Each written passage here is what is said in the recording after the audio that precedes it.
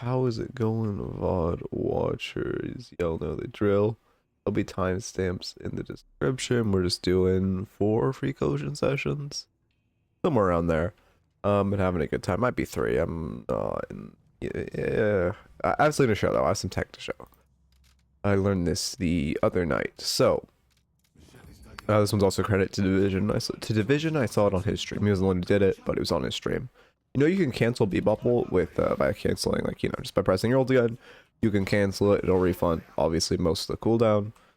Bebop's like to spam this for just the scary threat of the noise, and, you know, I don't have cooldown reduction or anything on. Just spamming it. You can also, if you go to Haze, you can do this.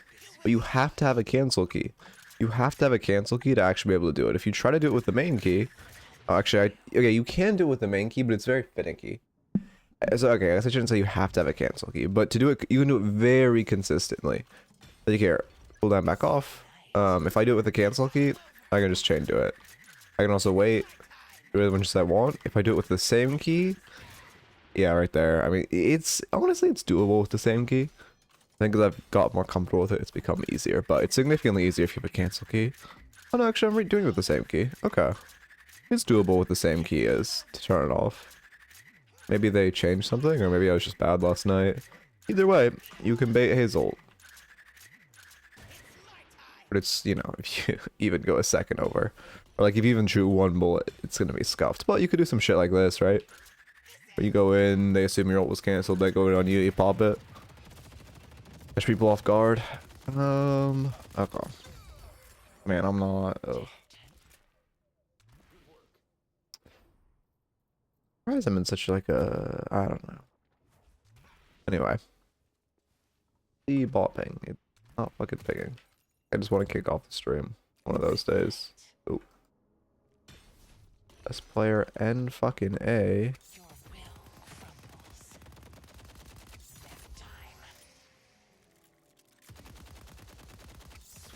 And I'm fucking sleepy too. I don't know.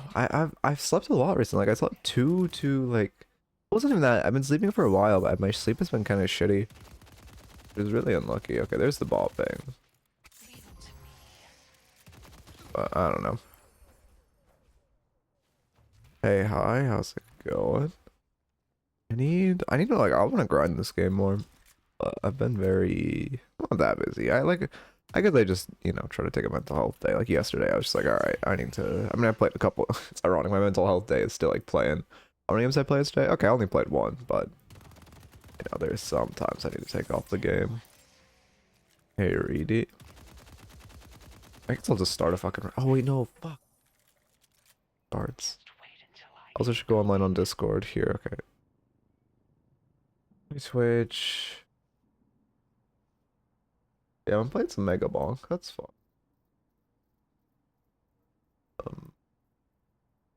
I do like having a game. Like after stream, I like taking a break before I start grinding Deadlock because I'm a little deadlocked out.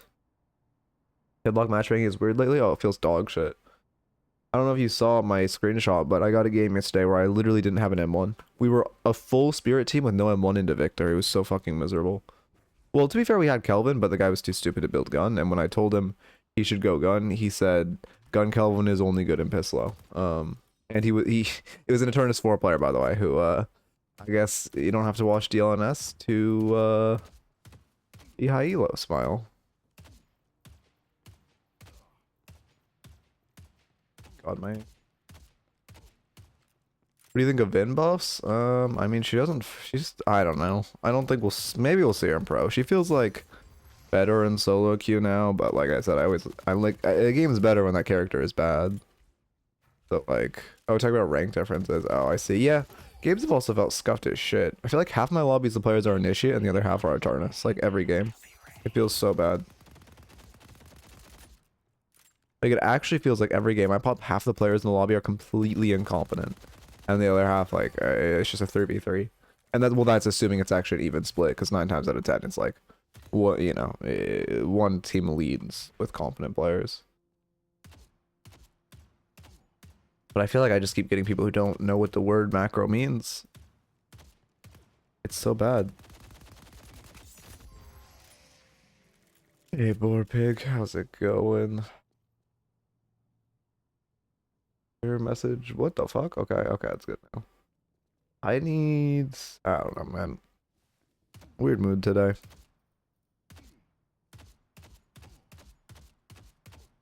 I need to start aim training again. I wish I just had more fucking time in the day. It actually molds me so much that I don't have enough time in the day. I love coaching, but like, man, coaching, full-time job. I just not have time. I want to aim train every day, but then it's like, okay, that's like, aim training every day is like -1 game a day. I'm only really able to play like 3 games on average a day, I would say. So it's like a pretty significant hit. How's the day been for you? I've been better, but been worse too. Hey, Lucy. Pretty sure matchmaking macro is a myth. Yeah, I'm pretty sure in matchmaking macro is a myth. Yeah, it's... Ugh, it feels bad. Rank just feels so... I don't know. I just can't wait for a rank overhaul. Shit just feels so scuffed. Like, once we get an actual, like, ranked mode and all that shit, and a draft, bro. So, Zergy, fire at the zip line at the start of the round to hyperline people. I gotta start doing that. Oh, wait. At the start of the round? What angle do you have from your base to their base?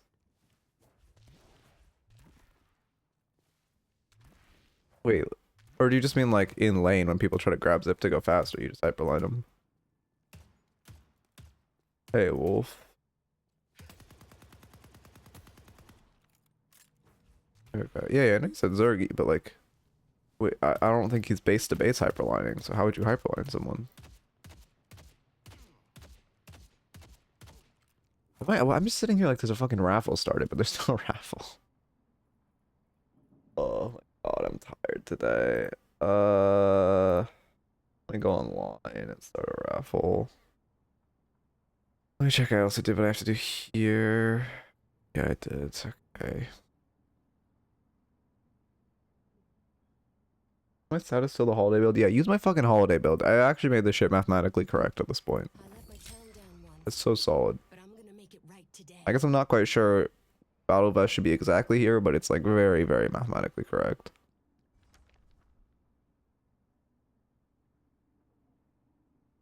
Full 5 minutes. I've been playing grounding Deadlock. I played 1 fucking game in Deadlock yesterday. Like, I don't know. It's been in a mood recently, you know? I don't remember what started it. But we did a YouTube raffle today, so I'll walk in. Where is the... Oh yeah, it's on a different scene. What am I doing? Holy shit. A little EP. Okay. In lane at the very start. Well, do you... I mean, you can't hyperline unless they've jumped off... Oh, they were doing the mid jump, and he hyperlined them off after doing the mid jump. They got on and off the line, I assume. Because that's the only... Oh, I guess also there is some high level players on the side lane skip the like right bend. Yeah, so then you can hyperline them. Yeah, I mean that makes sense. Like no one fucking does that unless they'll like watch me, but if you ever, I mean, yeah, if you can get those, it's good. I've kind of given up on well, I mean I do it, but I don't know, I've given up on even expecting my teammates to do it. Not even like that rare attack or anything, don't get me wrong. I just feel like the general MM community doesn't fucking do it. Because I feel like the general MM community doesn't watch high level play. My lassos have also felt bad this patch. I think they like fucked with the hitbox. It feels like before there was like some, like if I see that hit there, but it feels like especially below people, like normally if they're in the air you can lasso like a half character below them and you catch them, but it feels bad now. Like I had a dynamo kick someone out of my lasso and I just cried. But also might be ping issues because my ping has felt way worse this patch. Even though it says 60, every like I'm getting meleeed and parry constantly. My like lassos aren't really hitting. My I don't know what else. What other ping based things are there? I guess like the ping just feels brutal or whatever the fucking net code is feels brutal. Really need coaching on a certain match because I don't know if it was a matchmaking issue or not, but I felt like I just couldn't carry my team because it's being betrayed by my own team. I mean, if you're playing Page, it's like there are some games that you just aren't gonna be able to win. Parry still feels wonky. I know. I don't know what it is about this patch. Yeah, also the fucking counterspell, man. Wait, you think counterspell feels fantastic for me? Like, well, actually, it hasn't been this patch specifically. But like last time I streamed gaming, not last Friday, but like a week ago, bro, there was multiple times that stream where I would literally have the purple around me and get hit by shit. Like I'd be like a full second into parry. Well, I guess a full second obviously expire, but I'd be like in parry, have the purple like particles around me, and I would still die to whatever it was, like shiv execute or whatever. It felt so bad. I got lash ulted and shiv ulted while there was a like when he pulled me up, there was still a full purple like halo around me.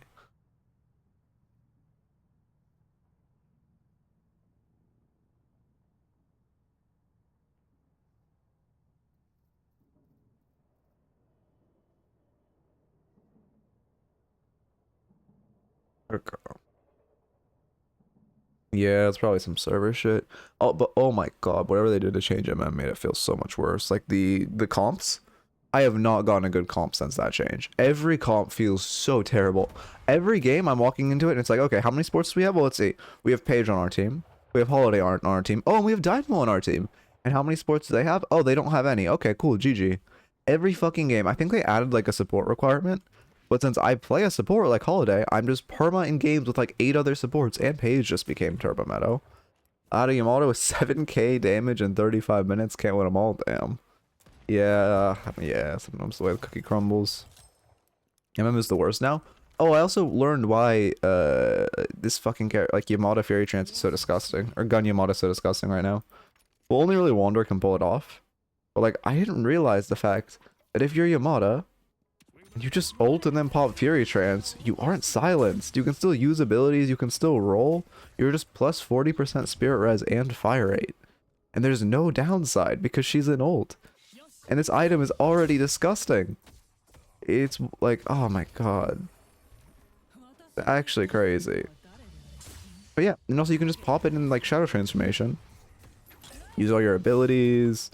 Ults, like all of this shit. Sprint, like dash around. It's so stupid. I was coaching someone, Wolf was there. I was coaching someone on fucking Sunday, and I think the Yamato was on his team, and we're like, oh wait, shit. That's like, just, I mean, I guess it's technically not a bug because you are unstoppable in Yamato ult, so it makes sense you can't get CC'd. This item is just broken, genuine. This item needs 20% spirit resistance. Straight up, half his item spirit resist, and I'll like it. If 40% spirit resist, okay, like let's just compare stats, right? It gives 40% fire rate compared to like burst fire, which gives 35% fire rate, which is also conditional. So first off, it gives more fire rate than the item called fucking burst fire. Secondly, 40% spirit res. Let's compare it to spirit resilience. It's a little harder to compare. Well, okay, we'll do it mathematically, which is you get 30% spirit res, but then at 30% health, you get 30% spirit res, so it averages out to 40% spirit resilience, like throughout your entire HP bar. Okay, so it gives the same amount of spirit resilience as spirit resilience. What else? Oh, it's a green item. So it's an offensive item that gives like vitality investments, so you can start speccing even more offensive on top of it. And then secondly, it gives bullet lifesteal, which, you know, who cares? I mean, it's fuck this character, or fuck whatever character it's building in, but also not, like 22% bullet lifesteal is nothing to scoff at. So it starts making it so the enemies have to counter spec anti-heal into it. And then also, if you just buy Fleetfoot, it doesn't have any downsides, because you can just slide perma. Really cool. What does it mean that you can't unstop on anyone? And wait, does that mean you can unstop on anyone and not be silenced? Oh, it's a good idea. Probably. Yeah. Oh, no. No. Wait, it goes through unstop, so it is a glitch with Yamato. Huh. Oh, I guess that's just not functioning Yamato. Here, let me...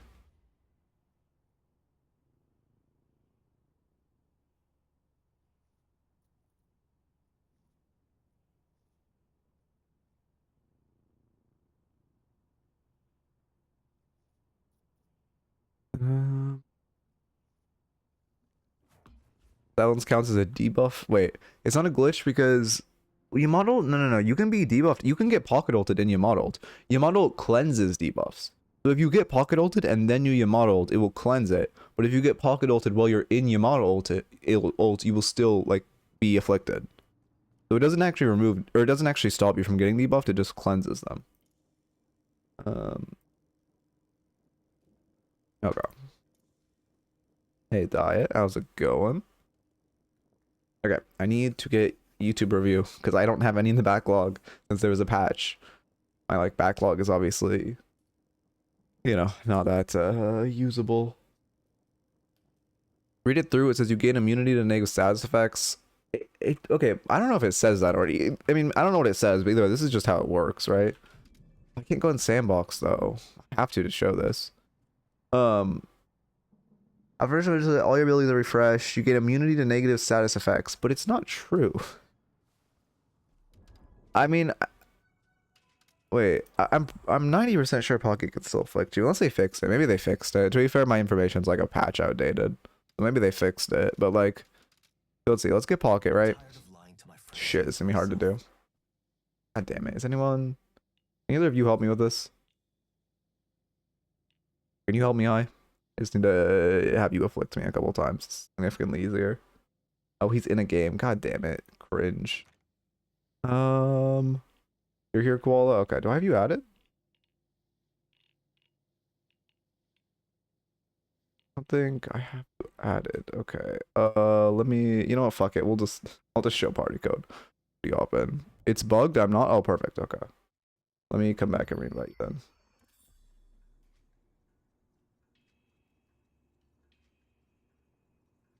Okay.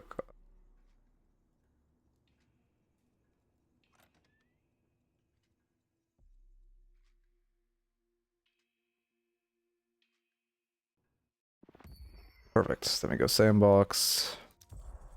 Alright, we'll get into the review in 1 second. I just want to show this and also test if they patched it. Go Pocket if you don't mind. Yamato, try not to be the most confusing character on the planet. God, I can't wait till they just fucking... I hope when they give her the model rework, they also make her, like, function like she says she does, and also not. I don't know. Okay, so I'll change teams. Okay, so like, what? You just afflict me immediately, and I'll show how it like cleanses the affliction. If I can, come on. Game can load. There we go. Okay, just afflict me.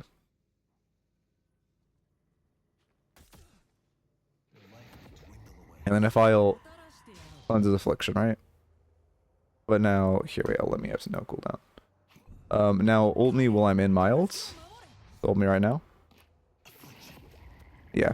Affliction still stays, even if you get actively ulted in Yamato ult. It's just, it only cleanses it. I'm not sure how it works with other, like, debuffs. I only specifically know that about Affliction, because it's, like, really useful to know if you're playing Pocket. Capacitor? Oh, that's a good idea. See if the slow goes through. Okay, here, wait, Capacitor me? Oh, yeah, the slow doesn't go through. So you're, like, immune to slows and shit? I don't really... It's so goofy. Wait, actually, I think I did get slowed. Wait. Oh, wait, Capacitor me. I'm gonna fucking die. To turn on no death first. Okay, capacitor rate. Probably there's easier things to test, like disarming X. No, I am slowed. Yeah, so it's just lying when it says you're immune to negative effects. I think it's saying you gain immunity to negative status effects while you're in the channel animation. I don't really know. Oh, here, can you disarming X me? If I ult, can you disarming X me? Here, or here, I'll wait for the stream to catch up. And you... Oh, he's buying it now. Perfect. Okay.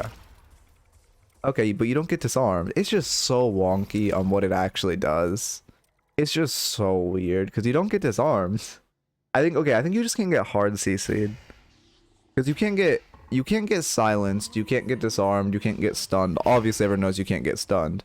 But you can get slowed and you can get afflicted. So it's just hard CC even though it says negative status effects. Okay. Thank you, hi. Focus lens? I mean, it'll be the same effect. I wonder if she still takes increased damage if she's in it. Yeah, she does. Okay. Anyway. It's just very, very wonky. Let me do one thing over here. Let me get the replay back downloading, and then I can go. And I also don't have any sparkling water. I might get hungry.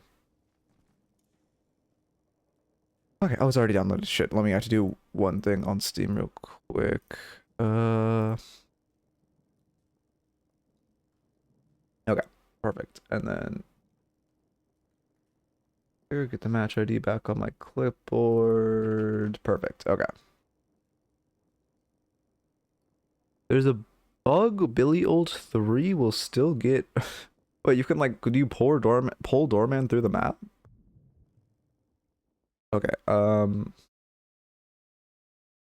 ranks, Rit Calico, and then start recording. Let me get a doc up. The date. Why is my Google Docs not saying it's the 6th? Okay. 10-6-25. Perfect. The Calico. Ritualist Calico. Perfect.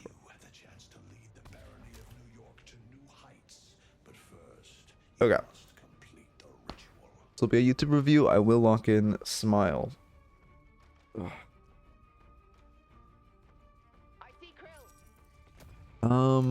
They take out the amount of movement tech where you can slide. No, you can still slide it.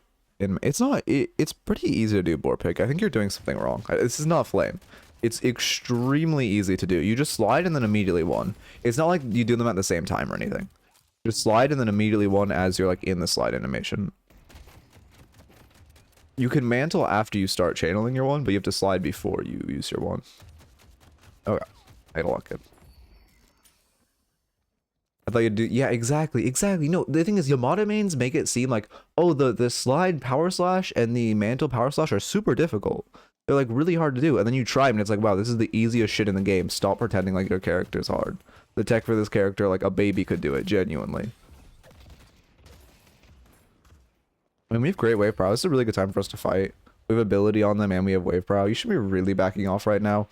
We're pre-box spawns. You want to buy, but like, you have great pressure with Bebop Hook online. You're so scary in this lane right now. I mean, even in general, I would look a little aggressively, but especially when you have Bebop Hook online. You're just so scary if you guys walk up. Okay, you're gonna go box farming, I assume. Is my time? Okay, my timer's desunk, of course.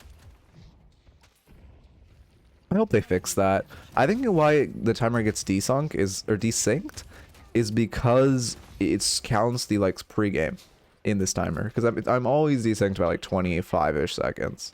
I've noticed that. But if someone takes super long to load in, you get desynced for even longer, I think. Desync, yeah, that does, I mean, it does make sense. I hate English so much, but objectively desync makes sense. Okay, we're doing a good job getting to wave. I mean, we're a little slow on that one, but we're immediately clearing the left two creeps. Like, that's great.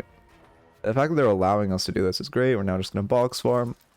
It's kind of hard. You and Bebop are a fine lane, but it does, yeah, I was gonna say, you do want to box farm here, Bebop wants to hook. It's kind of a little antithetical, I guess, for lack of a better word. But it's not terrible, but it is a little, you need to be very conscious. Like, Bebop is going to be looking for these aggressive hooks.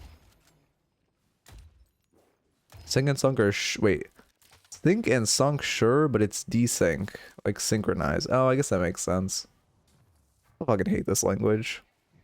Okay, now you have no Bebop hook. So like now after we shove wave, it's a great time to box out. Unless they just engage on you for no reason and we take our free kill. Okay. That works too. It's too aggressive. You heal a lot, but you're not, when you're going for that, that's a fine play if you're unhealthy, because then you lose as much HP as you gain, but you already topped off, so all the HP you gained, you like just was overheal and didn't actually do anything. Average GT player, true.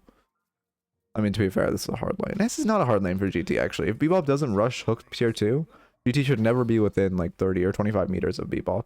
Is it 25 or 30 meters on his hook? I always forget. 30, okay. Wait, I swear it was... Did they change it? Or am I just insane? I swear the addition used to add 5 less meters. But yeah, also, you know, like always, lane is more of a testament of micros. There's a lot less to talk about in lane. You do want to be trying to box. I mean, normally I don't really focus on box, like, routes at this level, but because you're a Calico, Calico loves their boxes. It would be good. It would be good to look for boxes. Especially now that we have Ava online. We did put a point into Ava too, so we are, I mean, if you're putting a point into Ava, you have to be boxing in lane. It's fine not to put a point into Ava. If you're putting a point into Ava, you're okay, actually, first off, I wouldn't put a point or points into Ava or rush the Catmax in this lane, because Bebop's such a threat. First off, sorry, no standard hiccups. First off, we have an advantage in lane because we got the kill. Secondly, we have Bebop, so he's always going to be wanting to look for a hook. So it's better if we just look for our really big spike of getting plus 55 damage on our Leaping Slash. You only really want to go Cat Max or like Cat T2 first. Yeah, like he's getting that hook there. You only really want to go Cat T2 first if you're just planning to box route and play slow. Which for one, you're not even box routing. But for two, with a Bebop and in a lane where you have an advantage, this is not a lane where you want to play slow. That was a misclick. Okay, okay. If you didn't know, you can tank points back. If you misclick, if you just click it again, you can take the point back. Just click the like right here, wherever you put it in, and you'll take it back. As long as you do it within like, what, 5 seconds, and you haven't used the ability, you can just take points back. Oh, that's unfortunate. You're committing. Yeah, if you hit that, I don't mind looking for that with the 1, because you're gambling you can hit your, you're gambling you can hit your 2 before he can score and before he sees you, but the second you miss it, you need to run away. That's just complete sunk cost fallacy. The second you miss the 2, you just back off. You're minus like 100, 200 HP, but you're alive. Also, it's pretty dangerous to try to dive a Mo. I only really think it's okay because you're just kind of gambling. He won't press his score in time, because if he scores an ult 2, you just die, which is very risky. Yeah, we can ton of siege. You should 2 the tower and wave right now. Yeah, we're a little late. Oh, we're getting too greedy with the light melees. This went looking at builds, backstab. Yeah, build seems fine. Very standard. All these fucking items are very OP, so we just build them. Had a very peculiar game today. Basically dominated lane until the enemy Dynamo rage quits. 2 minutes in, everyone else too, and was left in a 1v1 with Mina. We played it to the end. I mean, you could submit that if you want, but it's not really going to be good to coach. It's more like, I mean, if you want it for fun, I'm down, but it's not. You're not really going to get any or much to improve on in a like 1v1 game. Also, if someone quits 2 minutes, the game should just be allowed to leave. Oh, they were allowed to leave. That's why they left. Okay. Oh god, I've thought about making a whole video about like how auto parry is just like the dumbest myth in the game. Auto parry has never and will never be a thing. It's just people who parry off audio, and then lower level players who don't understand that parrying off audio is a thing call auto parry. It actually drives me insane. I low-key do want to make a video on like how it has never existed. What the hell is an auto parry? When people get parried a lot, it's what they like to call out or what they like to cry about because they're getting a light is just a read. If you're getting no program could read a light melee. There isn't enough time for even like a pixel perfect. The point of a light melee is that the second you, like the damage is basically instantaneous. That's like the entire point of it. Also, my stream might have just crashed. My chat just reloaded. But the whole point of a light melee is that the damage is basically instantaneous, so not even a program. Well, at least I don't think a program could parry it. So if you're getting parried a lot on light melees, that just means you're meleeing very predictably. If you notice, there is not a single player in like, I don't know, Ascendant or above who has ever called auto parry. It's only lower level players. And like, you know, I think you can read between the lines on that, but auto parry has never existed, well, maybe not, I guess I shouldn't say will never exist, but it does not exist now. Straight up. That parry to tower was crazy? Yeah, but it couldn't be there's not a machine that could do that. It was also just a read, because what's his law? What does he lose? If he goes to that parry, or if he goes for that parry, what does he lose? He loses like 20 damage off shooting you while you're running away. You can't then punish him for having his or not having his parry because he's under tower. So there's no, he's gambling, losing, not doing 30 damage for the chance of full killing you. It was obviously a very good like gamble for him. Also, you've shown you like to light melee when you're closer jumping by. I mean, yeah, no, I want to like talk to a bunch of high level players about if I was to make a video, I'd talk to a bunch of people if it actually existed, but to my knowledge, it has never existed. And also, again, I've never heard anyone in Ascendant or above call it like say it exists. That guy just gets krill ulted. No, yeah, you should just peel for him when he gets krill ulted. Oh, he canceled the laser. No, that was such good krill bait. Why did he cancel the laser?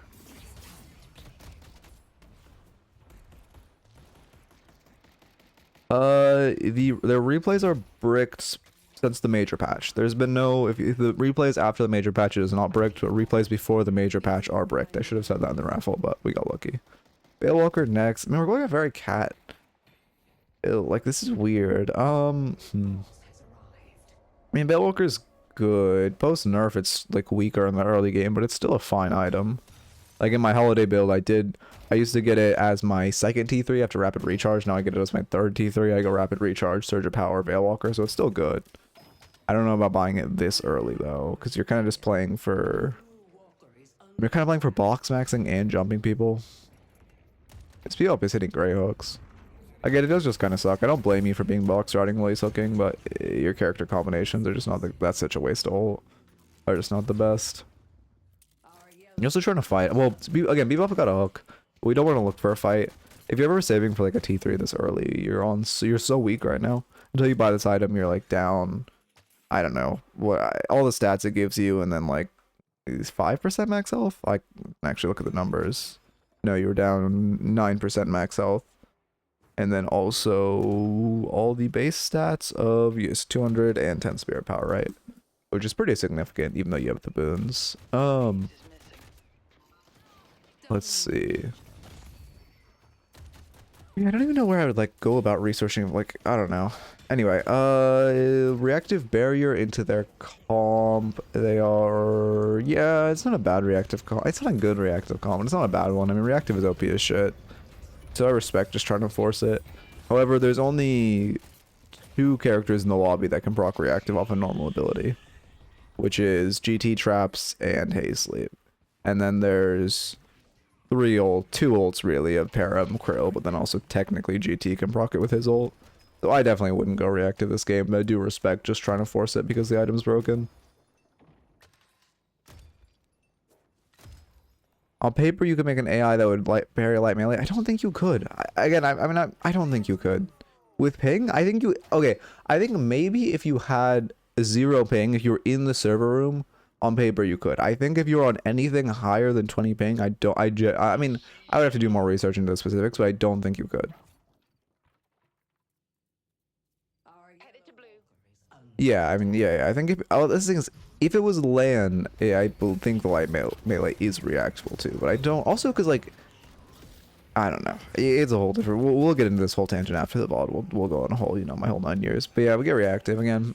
Don't love it.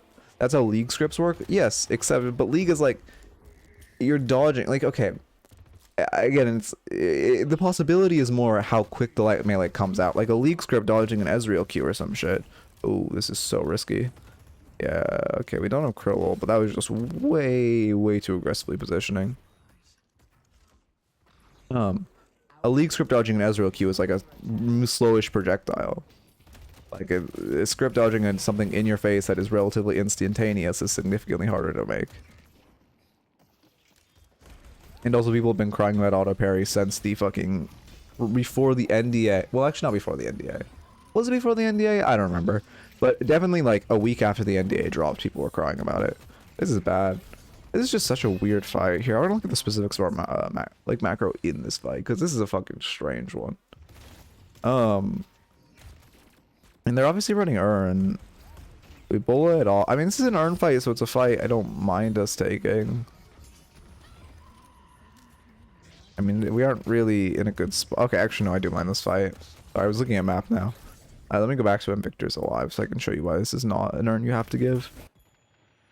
Right now, well, not right now. Once our Bebop respawns. Like, right now, if you look at map, this is an Urn we have to give. Because there's 2 people pressuring this tower. Bebop has to grab this wave. Only one of them has to respond. We are down 3 players. They are down 1. I don't know why I wrote a 3. This is a 3v... I could draw a competent 3. This is a 3v5. 3v5, 3v4 at absolute best, and in that case, the last guy is probably just going here, who's going to clear like these 2. So this is not an Urn you can contest. It's not a... What was this slot? Okay, it isn't a great call to trade this Guardian that isn't a flex slot for Urn, but it's the call your team's making, so you guys can't take this fight, because it's a fight where you're just down. Again, it's not a great fight, but they've shoved mid. You have 2 on the other side of the map. It's just not a fight you can take. Unfortunately. Oh, I clicked that twice. Am I still in drawing software? No. And then as far as your... Okay, now let's focus on the macro and fight. A little heavy-handed with the melees, but we haven't gone parried by anyone besides Krill yet. Ooh, that's unfortunate. Okay. I mean, we're focusing GT, which is good. Our shadow form comes out way too quick.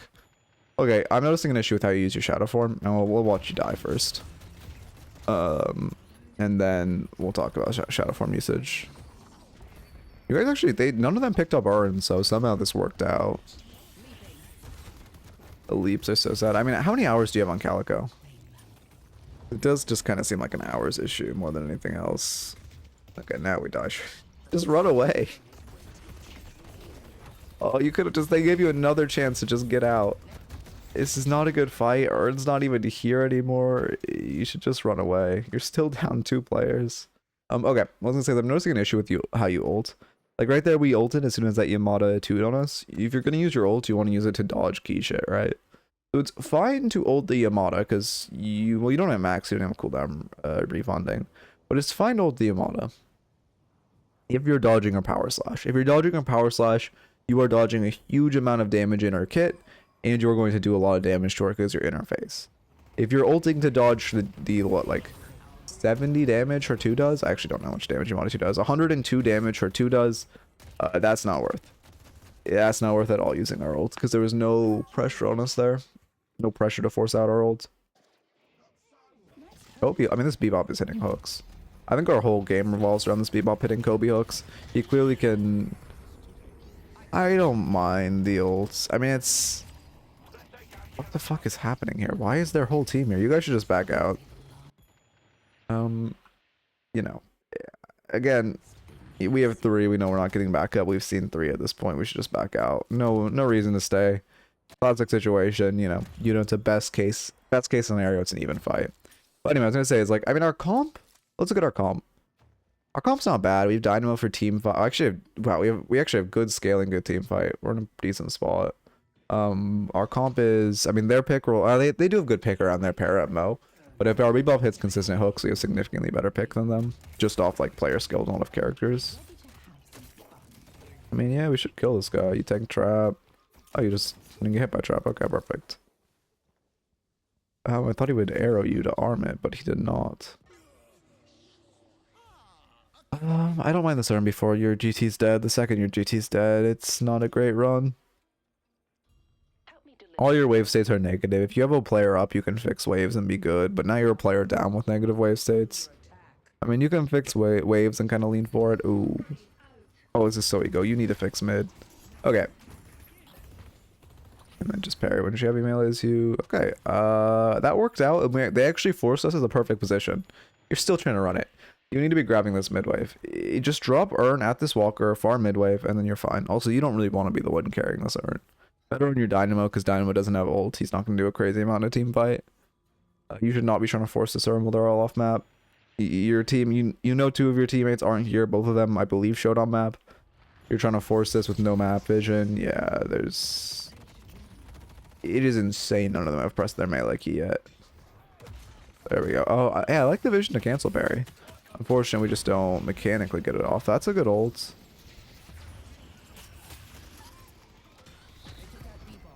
I mean...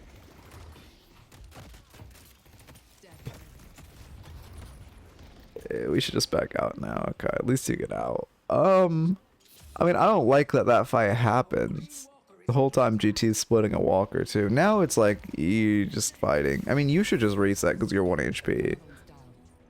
Like you're in. Someone needs to stop this GT and this crashing wave mid. You're 1 HP. You have boost. Best for you just to reset. Yeah, we're cutting mid now. We aren't gonna get the heal, so we still have our boost online. I don't believe we've used it. Still risky if Hayes sees us. Okay, we're fine. If she saw you there and she just put a sleep knife in you, you would have died.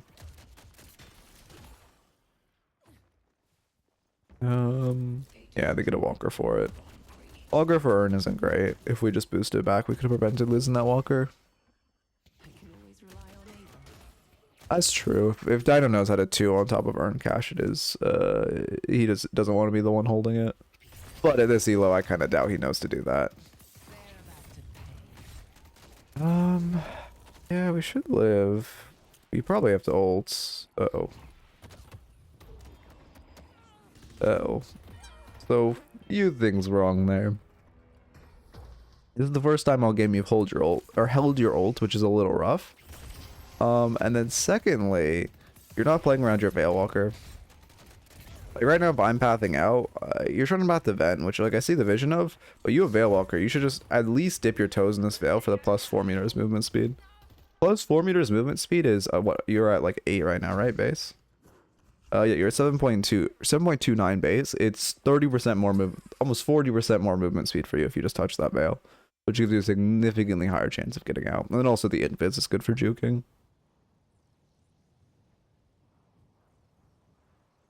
Okay. I go chill. Wait, I'm gonna go chillax in Warframe. Alright. Have a good one, Gremlin.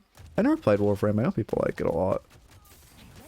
Okay, this is... We're spending a lot of time in... We're like a splitting Calico.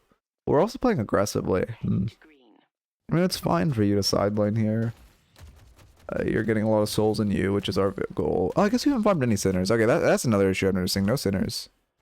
We haven't farmed a single sinner sacrifice. I wasn't quite paying attention to it in the mid game. Wasn't quite paying attention to it in the mid game. But there's not as many sinners as we would like. It's crack, don't play it unless you want to lose your girlfriend. Oh no, I'm not playing it. I don't even have the time in the day, man. Like I've heard the new Path of Exile season's really good, but like I just don't have time. I'm like very Deadlock build right now. I just don't have time. You should not be looking for this fights. They're all off map right now. We're only 2 pushing mid. Sure, Para has half because she doesn't know how to reset. But they could all just come storming the trenches here. Yeah, there's Hayes, who's also 1 HP for some reason. There's Mo, at least he's healthy. Okay, I'm noticing an issue. I'm noticing another issue, which I guess in this elo people don't know how to heal? What's happening? Wait, why is everyone low? What the fuck is this max order?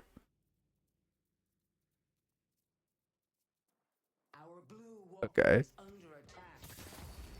What was I looking at? I wanted to look at... Okay, Paradox has Fortitude. How is she 1 HP? I wanted to look at if they had a way to heal. I know Bullet Lifesteal on Haze, so she's just dying to camps. Okay. Yeah, I'll take a look at him after, Gremlin. I do need to see, like, a Discord scene that's actually full screen, so I don't have to do the scuffed raffle shit. Love Ritualist Smile. Yeah, this is... I don't... This is, like... interesting. I'll give you that. Torment. Yeah, Life Strike. Yeah. Oh, both very strong items. We're probably... Yeah, I was about to say, we're going cooldown. I assume we're going to just go Transcendent cooldown. We have a lot of items that benefit from it. Cold Front, Reactive, Veil Walker, Spirit Snatch, Torment Pulse, and Life Strike. All very nice if we have... what's it called? Transcendent cooldown. Don't know why I always misspeak when I'm trying to say the name of that item.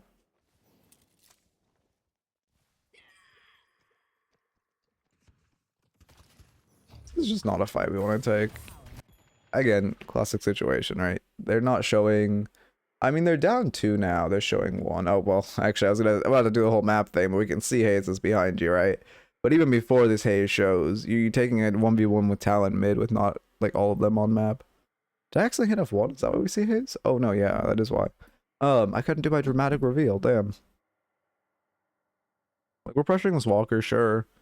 They have 2 dead, sure, but we've absolutely no backup here, and they're not showing enough on map for us to engage with this Talon. You can kind of hit wave if you want, but engaging on him is so dangerous for a reason I'm sure you're about to see. Yep.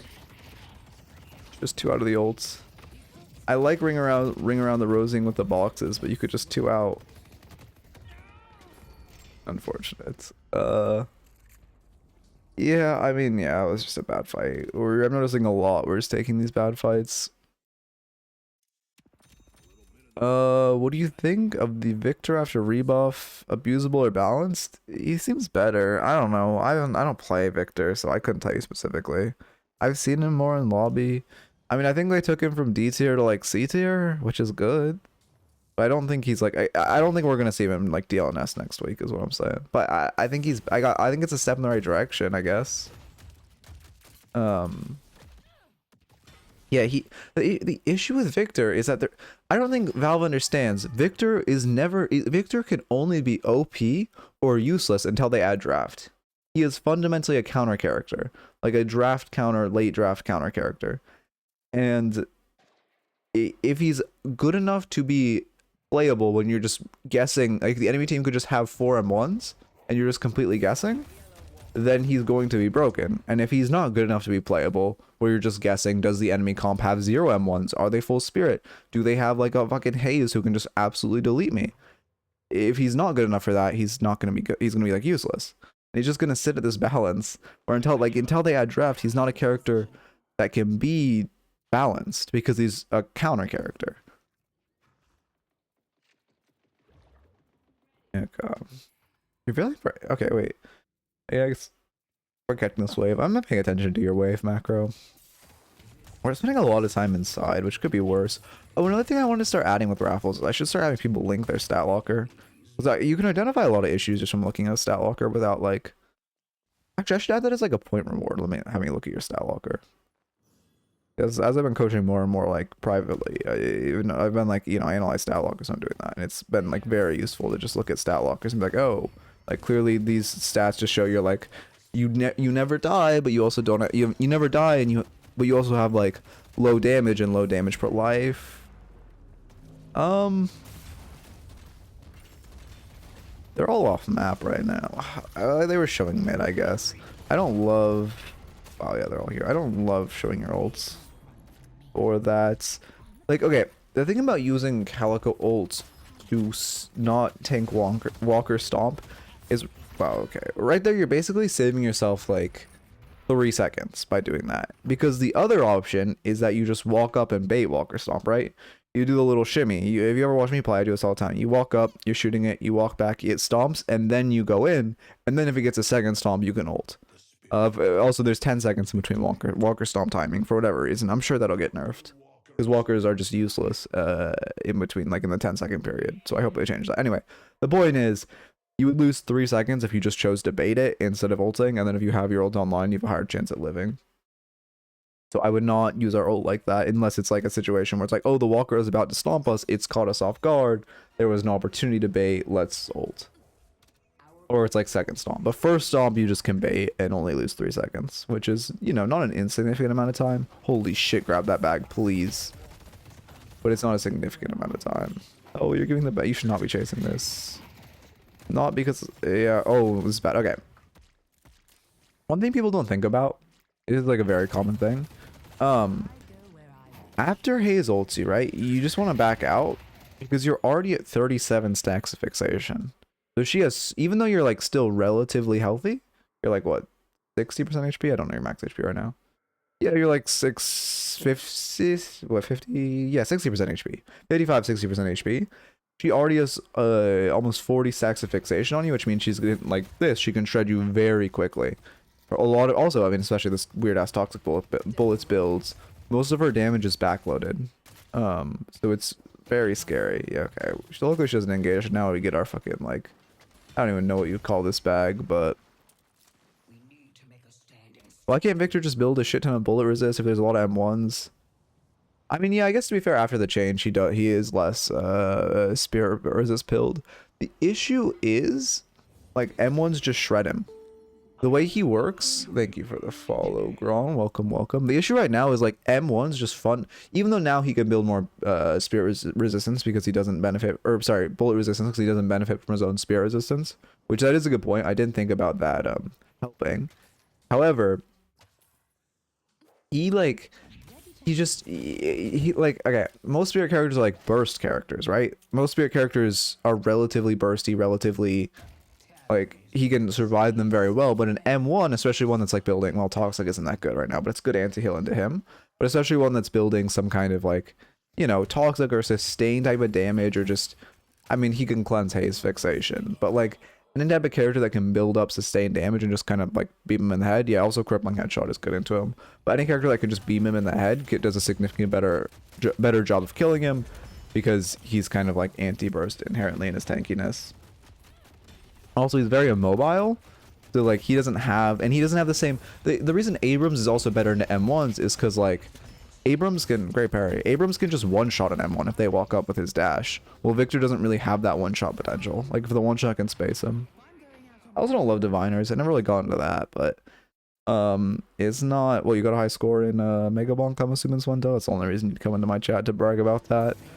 Yeah, again, could have just baited this stomp. You'll see how much value. By the way, I want to point out how subpar, well, not subpar, but this comp isn't great for reactive barrier. Calico force reactive barrier, it's still getting so much value because the item is just so fucking absurd. 3 more characters and 900 silver. Damn, you've been grinding. Oh yeah, we're Valhalla. I mean, yeah, our team's on mid. We're sieging Walker. Mid Walker's hard to fell. I mean, we're 20 minutes into the game. Okay, I guess I don't mind it until you see Krill. Once we back out and Krill comes, like right now, we should just run away. Going back in here is where you're trolling. We're going back in not just with a Krill with ult, but also we know there's at least one person here. He could definitely have backup, which the Mina does appear, right? So even if he doesn't ult, we're gonna die. Okay. It's, yeah, I mean, that death is, I don't mind, well, I didn't even look at specifically sieging that Walker. It's not great to siege the Walker. When they have a 3 alive, if you're, the second mid calls, like, they know, oh, their team's on mid, this Calico's a free kill, right? That's the issue. So I do mind sieging the Walker. It's just the second, once they're off map and they've all had time to heal, the second mid calls, if they see you hitting the Walker, they're all gonna collapse on you.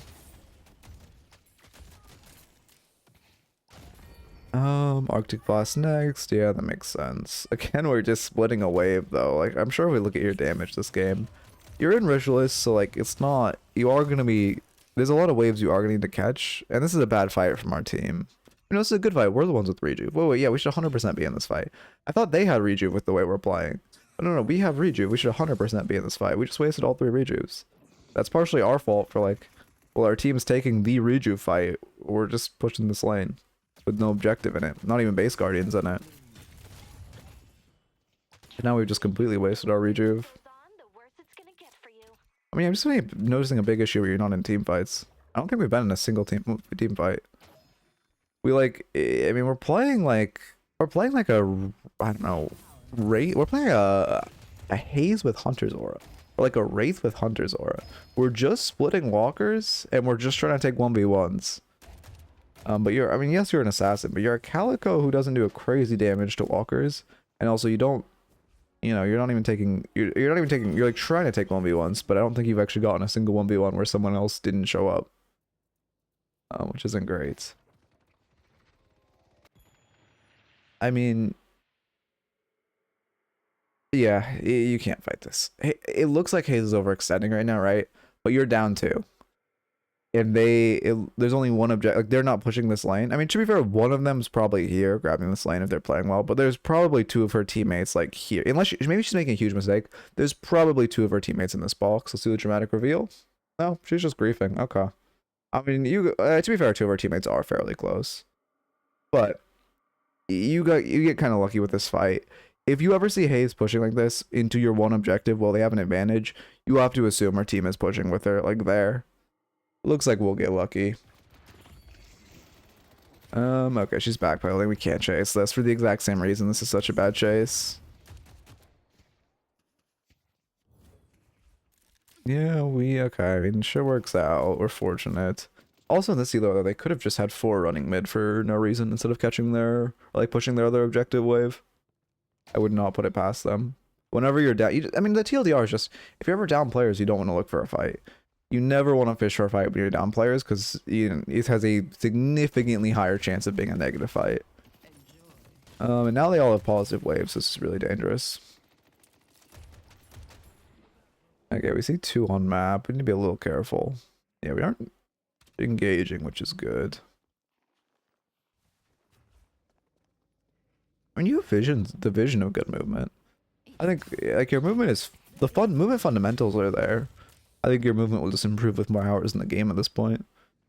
Like I can tell you at least understand how to move. I haven't seen anything. Well, to be fair, I haven't been that locked in focusing to it, but the movement I paid attention to, it's not like it's all there. None of it's bad.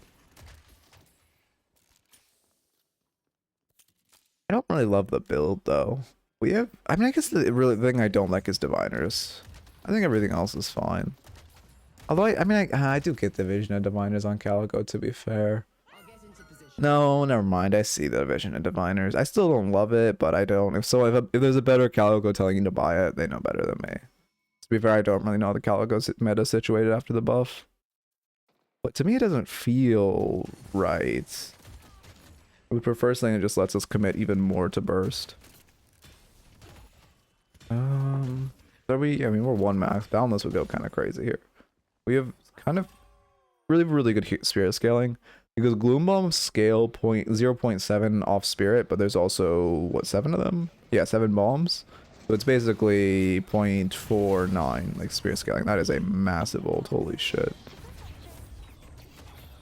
I mean, now we're in the team fight, but the issue is that like it's a 1v3, well 1v4. You just killed one of them already, right? Been an item I'm testing after the patch. Yeah, I mean, I don't. In general, Diviners isn't that great right now. If you actually live, that's insane. No, you could have lived. You would have gotten Ava back up. You could have just walked out. No, don't try to go back in. It's a 1v2, 1v3.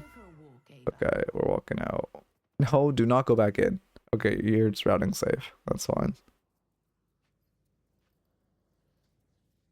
New models are swearing on Diviners for the plus AP, I guess? Or what's it called in this game? Spirit Power? I mean... Plus 35 Spirit Power isn't anything to scoff at. The issue with Calico is like, you get the majority of your burst pre your ult. Like, obviously your ult resets your cooldowns, but you're getting like with Yamada, a lot of her damage is coming... Well, here, let me pause to explain this before I look at exactly what happened here. With Yamada, a lot of her damage comes in her ult. With Calico, it's like you're doing half of your burst before you ult. And then realistically, your ideal situation is you just one-shot someone ult, and your ult damage finishes them off, and then you can just like go away with the rest of your ult and hop into cat. So there isn't that much of a window where you're getting ult damage. I don't know if Diviners procs on the first stage of your ult. If it does... That's definitely something to think about. Like a good argument for it. Renouncing Doorman player becoming a holiday. Just kidding about Tony on a holiday? No, I mean, I'm literally... That's actually me renouncing Doorman becoming a holiday player. Use my holiday build. Use my holiday build. Exclamation point holiday for the build. It's actually the best holiday build in the game right now, unironically. It's probably not, but it's actually a good one. It's mathematically correct holiday. You are. Okay, perfect. Thank you. I appreciate it. Oh my god. Please work. We're 35 minutes in if the game crashes. I'm just gonna leave and then come back. Okay, perfect. I drink my coffee. I feel like Holiday is the first person when I feel like I actually have the build locked down. Like my Doorman build was kind of... It wasn't bad, but it was probably like a 6 out of 10. My Holiday build feels like an 8 out... And like a 9 out of 10, I would say. Yeah, that's been a glitch that's been happening recently. I'm sure it won't get fixed for like a year. Also, you know what happened? I'm so proud for Valorant players. This is big news. They finally added the replay system. 6 years after the game has been out? So that's good. It's worse than the Deadlock replay system, by the way. It's worse and more buggy than the Deadlock replay system in a closed alpha, but they finally got it. Yeah, they finally got it. You want to know something really cool about the replay system? To save a match, you have to save it in the screen after the game. If you click away, you can't save it. Really cool. It's really well done. It's the screen everyone clicks past like instantly, and no one actually looks at. They just want to skip through to get to the next match. Yeah, that everyone's muscle memory for 5 years has just had them click through. A really big news for Valorant players. Oh, I'm gonna get swapped by this para and we just die, right? Okay, I mean, I see the vision. Wait, I need to look at the start of this fight though. Sorry, I know we just keep watching you die. But I want to look at the start of this fight. I've noticed I coach a lot slower than other coaches. I've been watching other coaches more.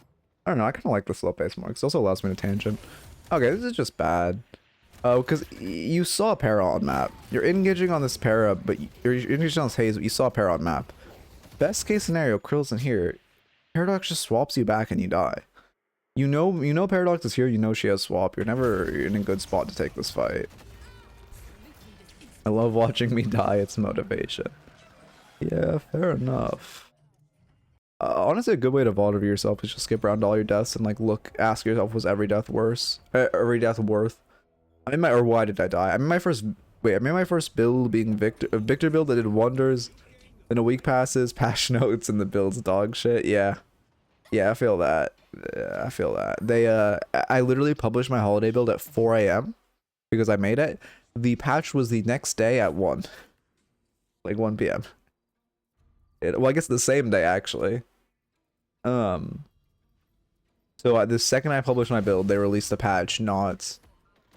But it was 4 to 1, so not 7 hours later. Joker not next. Are they hard fire rate? I don't mind this or not. I respect meowing and cat. Yeah, we actually just get this. Yeah, we have Dynamo. They're showing 5 on map. You need to tell your team not to take this god awful fight, but we just get this. I guess the mod's tweaking. What was I thinking? I was thinking, oh, I wanted to look at their comp. Oh no, I don't like. Okay, I don't mind Juggernaut on Calico. I think this item just it should not be able to be built on Calico, but fire rate slow is so good right now that I do see the vision. However, I mean, they have 2 characters that rely on fire rate. Mina, Haze rely on fire rate. Paradox a tiny bit, but not really. She's more of like a, you know, I mean, she does, some of her damage comes with fire rate, but it's like probably 30-40% of her damage is actually coming from her gun. And also especially fire rate, right? Because she's crippling you, headhunting you, all this shit. And she's all, you can see like she's not even building plus fire rate, which I guess then does make it better into her. But anyway, the point is it's not going to provide value into who you're really, well, I guess you are dying a decent amount to this Haze. But also, okay, if you want to counter this game to like the Haze and Mina, just buy, well, not the Mina, but the Haze, just buy Metal Skin. Buy Metal Skin, then buy Spirit Resist. Buy Spirit Resilience and Metal Skin, and you're in a better spot. Spellbreaker also fantastic into this Fed GT. Not a fight we want. We're just fighting them while they have Rejuve. Yeah, I'm glad we ult out, but we're just going to force to use our ult for fun.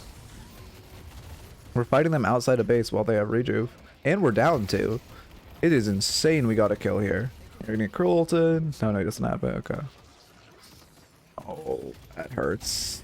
And now you just die. Yeah, I mean, that game. They knocked Patron off that. It isn't game though.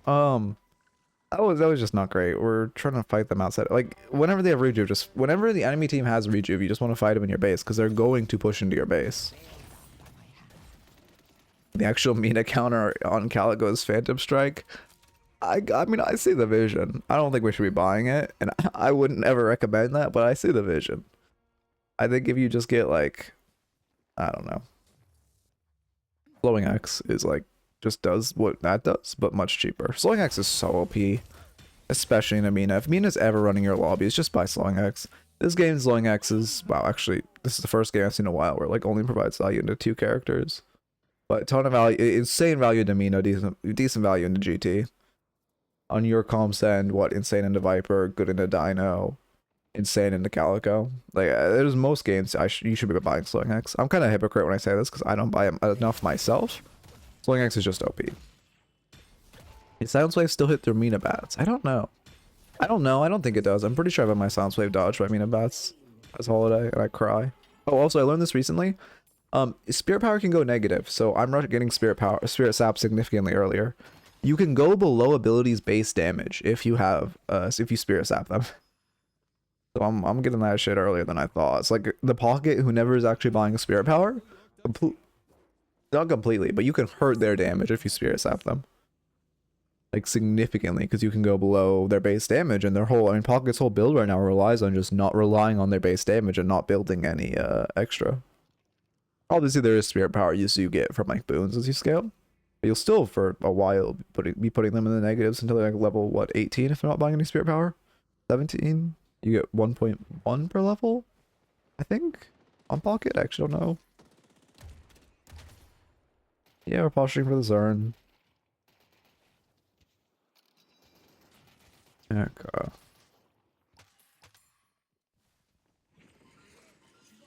I mean... Oh, that sucks. If you misses the hook. Why is your team just tanking the Mina ults? GG. What the fuck happened with your team here? I'm glad we're going on Mina. W to Dynamo ults. This Dynamo is V9 right now, man. I've actually never seen a man try to carry a game harder. This is insane. Oh, he turns around the fight. I mean, 2v2, we need to be careful. GT is extremely fed. Okay, this is not good. For one, you're focusing Yamato. Actually, GT's just gone. Oh, he's running. He's full HP running away. What? Why is he running away?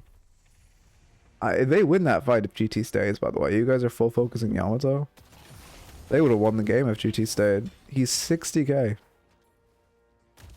They just nuked you from the back line. Yeah, I mean, respect to the dino. We're going for Urn. I respect it. I respect it. Your Victor's going for Patron Knock, which I don't love. Victor should be fixing waves while you run Urn, but I like the vision of Urn. It's just now with no one fixing waves, it's a little rough. Especially, I mean, they only have GT alive. You have really good Urn macro. I gotta say, like, I'm very impressed by your Urn macro. It is definitely a little... I mean, we're running Urn a lot, which is good. And, like, especially in good positions for us. Urn is... I mean, this game, there's been, like, what, 4 Urns run? That's, like, very impressive for Ritualist, and you've run 3 of them. Which is very good.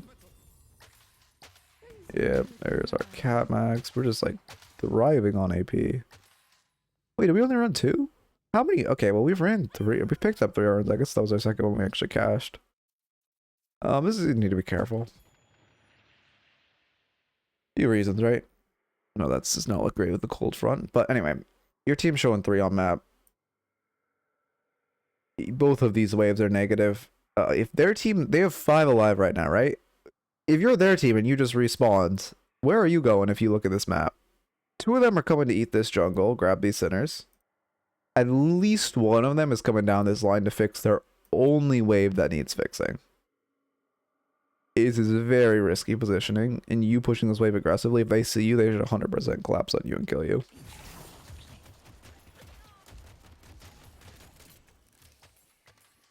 Okay, we get out.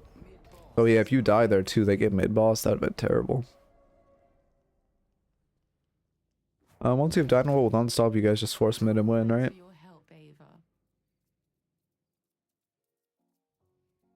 Do you want to stay in cat form and push? Wait, when you push aggro like that, I mean, you farm. It's fine. Okay, it's better just to like hit wave or wait. In general, it's better just a 2-wave because you clear it significantly faster. Yes, you can farm it with Torment Pulse and such. Oh, that's really bad. You guys need to back off. They're into mid off that. You need 5 to contest. Oh, that's so bad. Your team got caught. But you just clear it significantly faster if you 2 the wave. Even though technically you can clear in cat. The amount of time, even though you can also technically get away faster because you're in cat, the amount of like time you have to spend like extra misposition is not good. They're on mid right now. It's reworked mid, so I don't know if you have to contest. Why don't you guys just react to them going mid? We should be so much more aware that they're on mid. That is, they're always going to be on mid there. But also, your Dynamo's there with the ult. Oh, he gets such a fat ult, but no one's there to steal rejuves. Oh, this poor Dynamo. Refresher. Refresher. Oh, he doesn't have it. It works out, though. This Dynamo is actually, like, the most V9 player I've ever seen. Yeah, I don't know how we got 3, but we'll take it. So I don't mind the contest with Dynamo ult there. I was going to say, since they've reworked Rejuve, I'm not actually 100% sure if you have to contest that while you're down 3. Because the reason you had to before when there was 4 Rejuves is the chance of you guys stealing that was higher than the chance of you guys actually being able to defend a 4 Rejuve siege. But now with the new Rejuve, I'm not sure quite how the statistics lie. However, obviously with Dynamo, you should try to contest. That's a great contest. Only thing I would say is it shouldn't catch us off guard that they're on mid. Like, it should be when they kill 2 of us on top of mid there, 45 minutes in the game. It should be, okay, they are on mid. Like, that should never catch us off guard. This Dynamos make me want to play Dynamo again. I love in Holiday, but goddamn, this is making me actually want to, like, get back on the Dino arc. That was my initial boost. Well, not my initial boost. My initial boost was Mirage. But on my second arc where I peaked, well, didn't peak, but where I, like, got high up, decently ranked again, like top, what was it? I don't remember exactly where I was, but where I got decently ranked again was on Dynamo. I don't know, it seems like a fun character until you realize MM is going to give you 5 clueless glue eaters. Yeah, no, that's even exactly. That's why, well, I stopped playing because he got nerfed into the fucking ground. Well, he didn't get nerfed, but the meta just shifted to not fit him. Yeah, it's a fighting gauge. I mean, it's a 4v4. Kill 1, kill 2.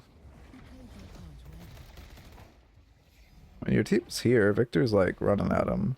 Their Yamada's up, but your Dino's up. Oh, unfortunate. Oh, now we don't have Bebop Hook to pull him out. We do kill Krill though. We're in a good spots. I mean, this is good. We're just Brazian.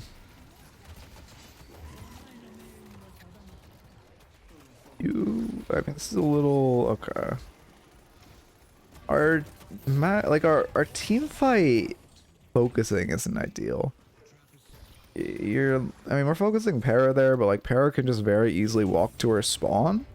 Also, she has the added factor of if she's good, she could swap you into spawn, right? I mean, she, you know, right in that position, she doesn't have warps or anything, so it's not like it could be that, like, instantaneous. But it is still scary. And when you, in general, you don't want to focus Yamato. When Yamato's ulting in your backline, you should just switch to focusing her. When Para has the option just to go to spawn. Yeah, it's a good kill in that game. That's actually the biggest Dynamo carry I've ever seen. Holy fuck.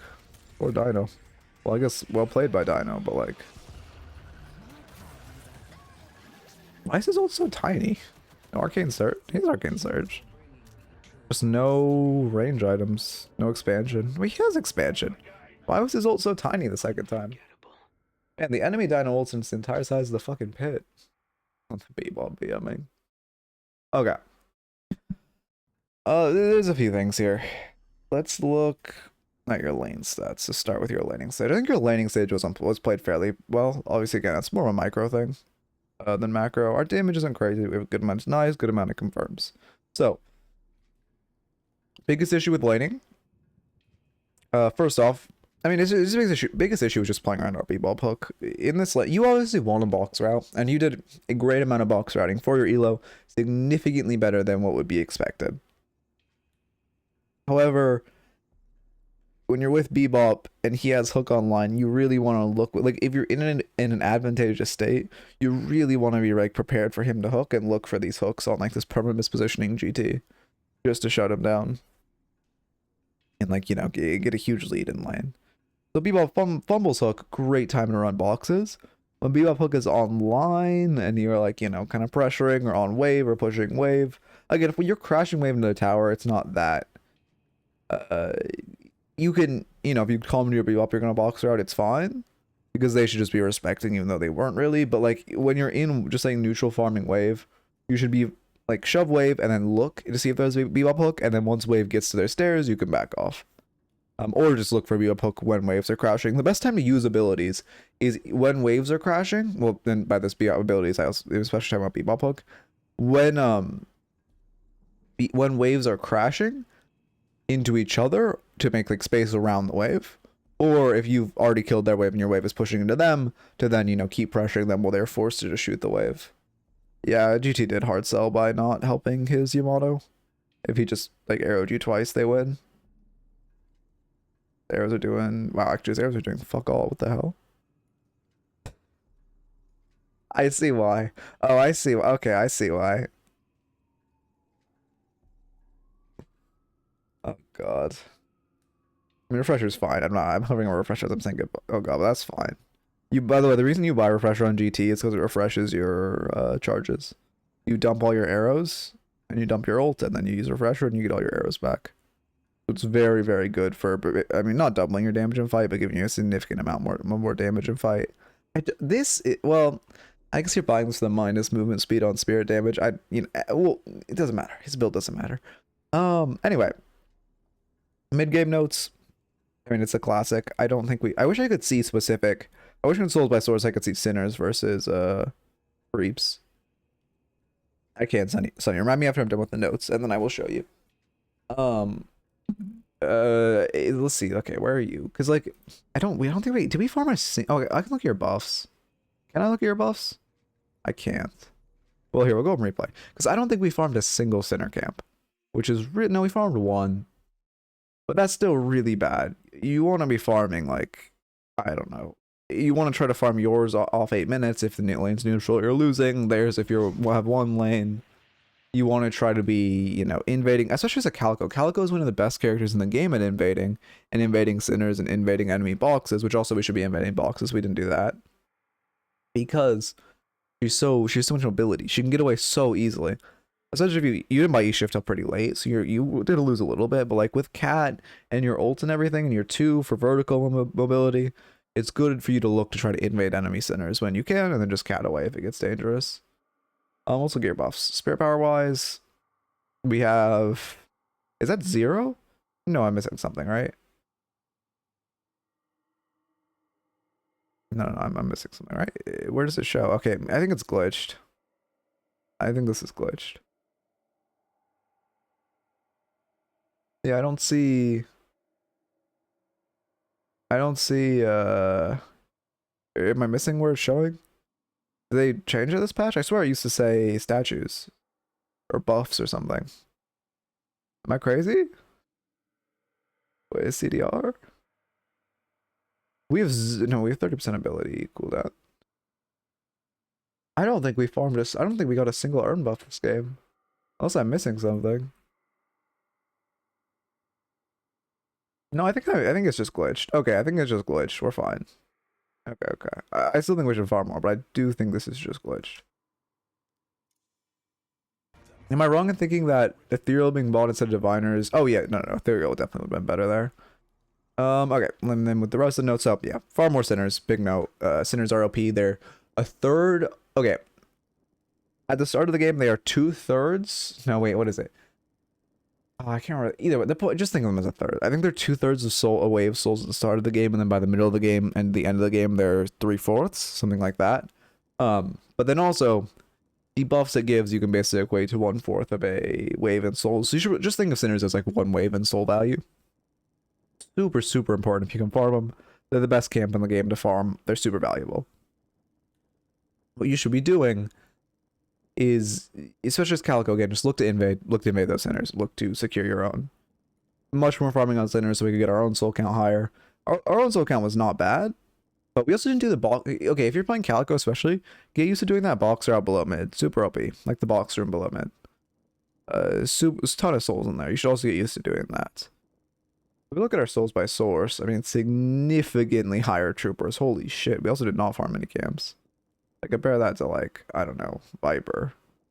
13% neutral enemies, Dynamo, 10% neutral enemies. We had 11%, so it could be worse. Actually, this isn't 4% on Bebop. I'm actually seeing a general, like, okay, Victor had 17. He's at 19. Okay. I think, where does your graph differ from your teams? Okay. Anyway, sorry, oh my god. 1 sec, I'll read that in after I finish the notes. So, I love the Earn macro. You should be farming Sinners more. You should play around your Bebop hook more in lane. Biggest note out of lane. Sorry, I know these notes have been going for a while. But the biggest note by far out of lane is just the fights we're taking. Try to clean up the fights you're taking. Try to be... There were so many times we weren't in the core team fight because we were splitting a side wave. You need to be looking at your map being like, oh shit, my team is like fighting with Rejuve on the right side of map. I need to get there. There's nothing to split on the left side of map. I need to get there. I need to get like to that fight and try to be helping, especially with that Rejuve fight. And then also we shouldn't just be trying to 1v1 mid.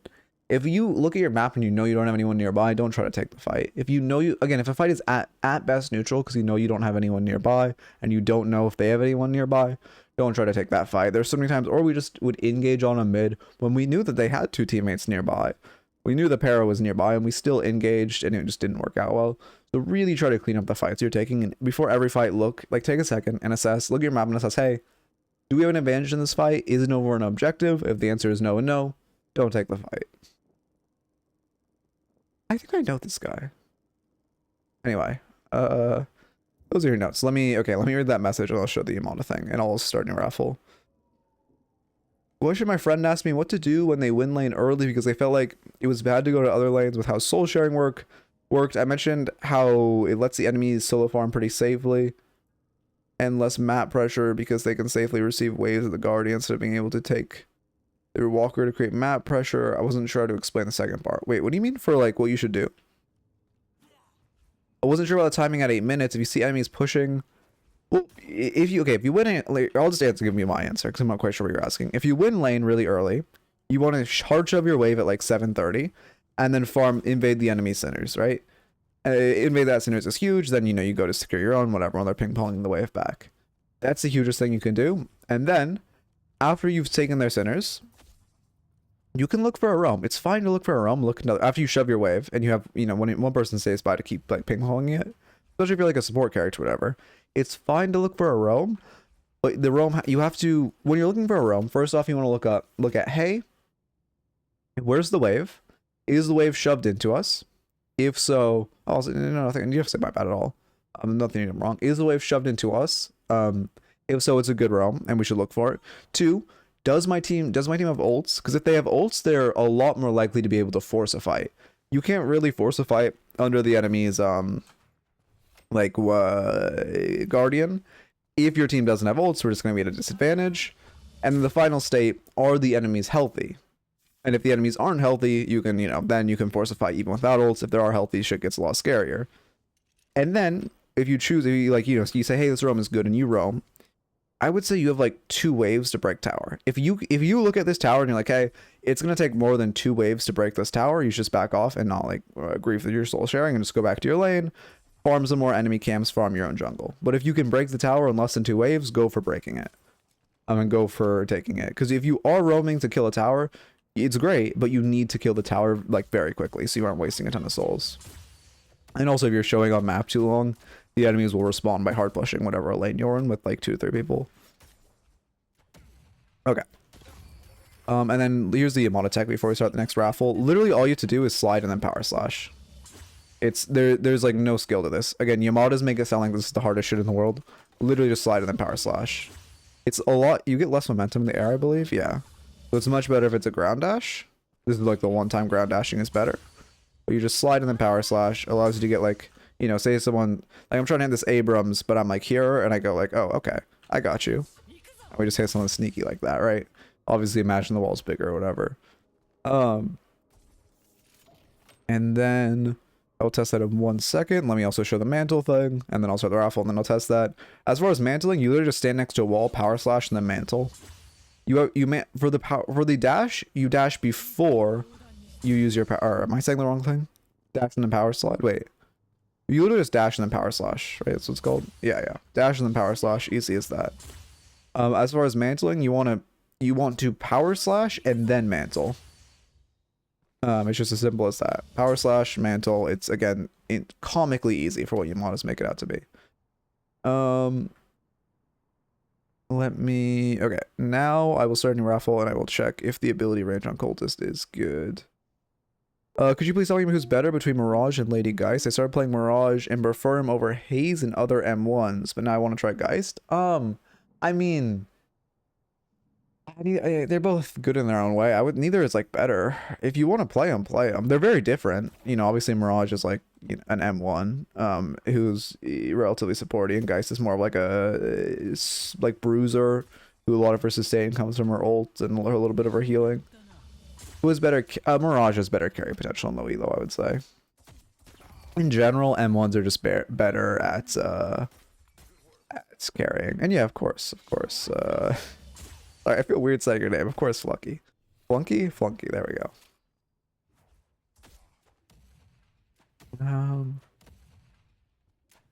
But yeah. And then let me raffle up. Sorry, I'm getting distracted. Slash raffle. 5 mins. Which...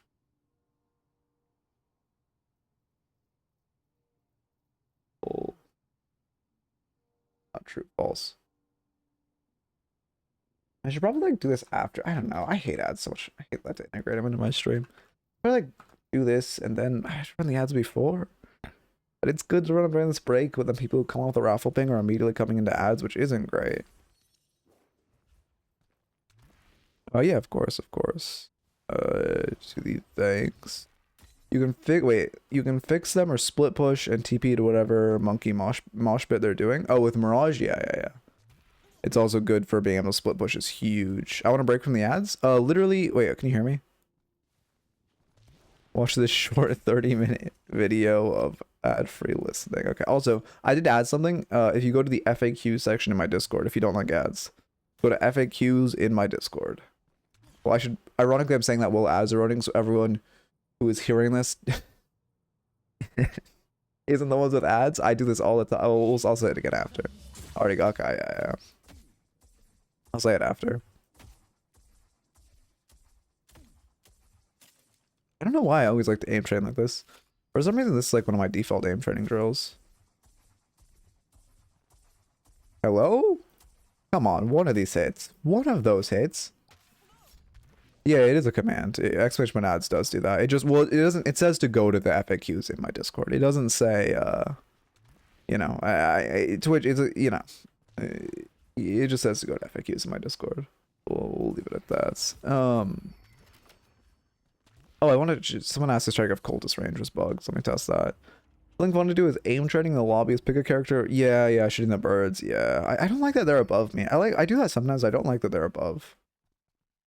I wish they were like on the ground. Okay, is Cultist ability range bugged? Who's the best character to test this? I don't think I have a character on leaderboards right now. I bounce around too much. I don't look. Like I said, I just like, I don't know. Shit just tilts me if I look. But I'm like, I don't think, well, I'll say, I don't know. I just bounce around characters like all the time, so I'm never really on leaderboards. Yeah, I'm trying to think of a character who would be very easy to tell when they have more ability range. Furnaceal? Ball size, that's true. Peregrine, oh, you're right. Peregrine because it stays. Peregrine would stay and therefore make it, okay, we'll add duration and then I'll get duration, superior duration. And then I need, okay, so I'll get Cultist and then I need to bomb with him without it activated. So we'll just bomb like in the corner, I guess? This is not a very mathematical way of testing. Okay, if I stand still and I'm gonna look right here and bomb. So I throw a bomb here. Okay, god damn it. I throw a bomb here. I Cultist. I throw a bomb here. Now the ability range is good. The bomb got bigger when I did it. As you can see with my very official testing. It was bugged a while ago, but that was back when Cultist was useless. Now they fixed it.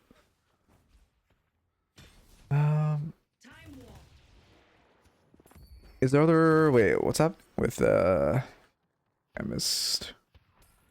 What is wave crash? The wave, the other wave and yours fighting. Oh yeah. It is the other wave and yours fighting. Or well, okay. Well, there's two ways of putting it. Okay, so there's crashing waves, which is crashing waves into the enemy objective, like tower or walker. And then there's, well, I guess that is the most common way of referring to them. But I do also sometimes hear people say, like waves crashing into each other, although that is less common. But it is worth knowing that is sometimes the way people use the terminology. Maybe just for Billy, his slam gets no range, I swear. Let's see. Man, I doubt it's, maybe Billy range just doesn't get range on his one, or it's glitched on his one. I can check. How do I... there's no great way to test it. I guess we just say eyeball it. Alright, it's like there. Oh, it's definitely bigger. Oh, it's definitely bigger. I can feel the range when I have it popped or not. Oh, maybe it's easier. Okay, no, I know the best way to test this because I have the buff. I'm gonna like slam directly here. Right? If I no, we'll put the dummy on the very edge. Okay, dummy's like. Oh, that shockwave actually lasts forever. Okay, dummy is pixel perfect on the edge. Nope, still getting hit. Still getting hit. Okay. Okay, dummy's pixel perfect on the edge now, and now I reset hero. Wait. Maybe it doesn't work on him. I don't know. I don't fucking play this character. Let me test. Well, let's just test the ability range on his one works in general. I'll keep range. I just go greater expansion. No, it's definitely bigger, right? Surely? I'm not insane. Okay, sell this. Yeah, okay, it definitely does work. And then cultist with him. Sorry, we'll check this and then we'll get right in. I do want to check if it's glitched or not. Okay. How do I test it? I'm just gonna go if he's on the actual like edge of the visual hitbox, because I think it's easier to monitor the visual hitbox. Wait, does it change how oh, the art changes how it's landing? Oh, okay, that makes this so much harder. I'll get there eventually. Yeah, well, I'm trying to line up to actually get the buff. Okay, I want to get him on the very edge. Okay, I think this is like pixel perfect edge. Pixel perfect edge. Okay. God damn it. Pixel perfect edge. Pixel perfect edge. Pixel perfect edge. Pixel perfect edge. Okay, that's pixel perfect edge. And now I reset hero. Oh, you're right. It wait, resetting hero doesn't take away the buff. What the fuck, man? Okay, that makes sense on why it was still hitting. What can I do?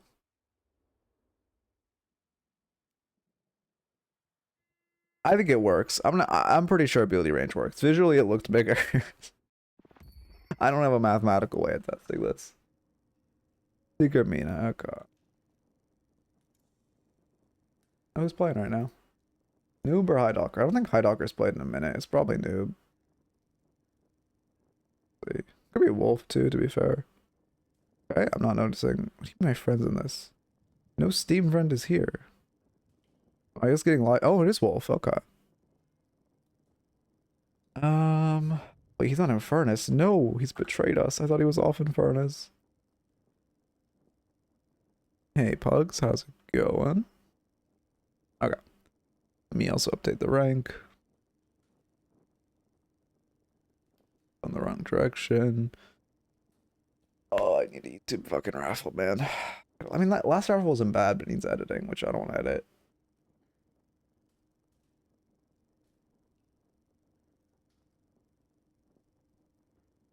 Also, the notes were too chaotic. I've been streaming for an hour and a half and only done one raffle. What is going wrong?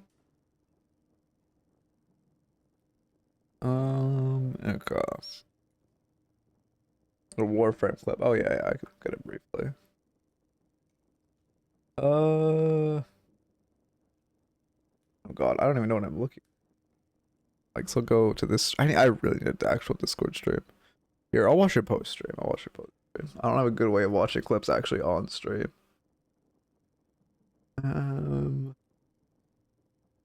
Yeah.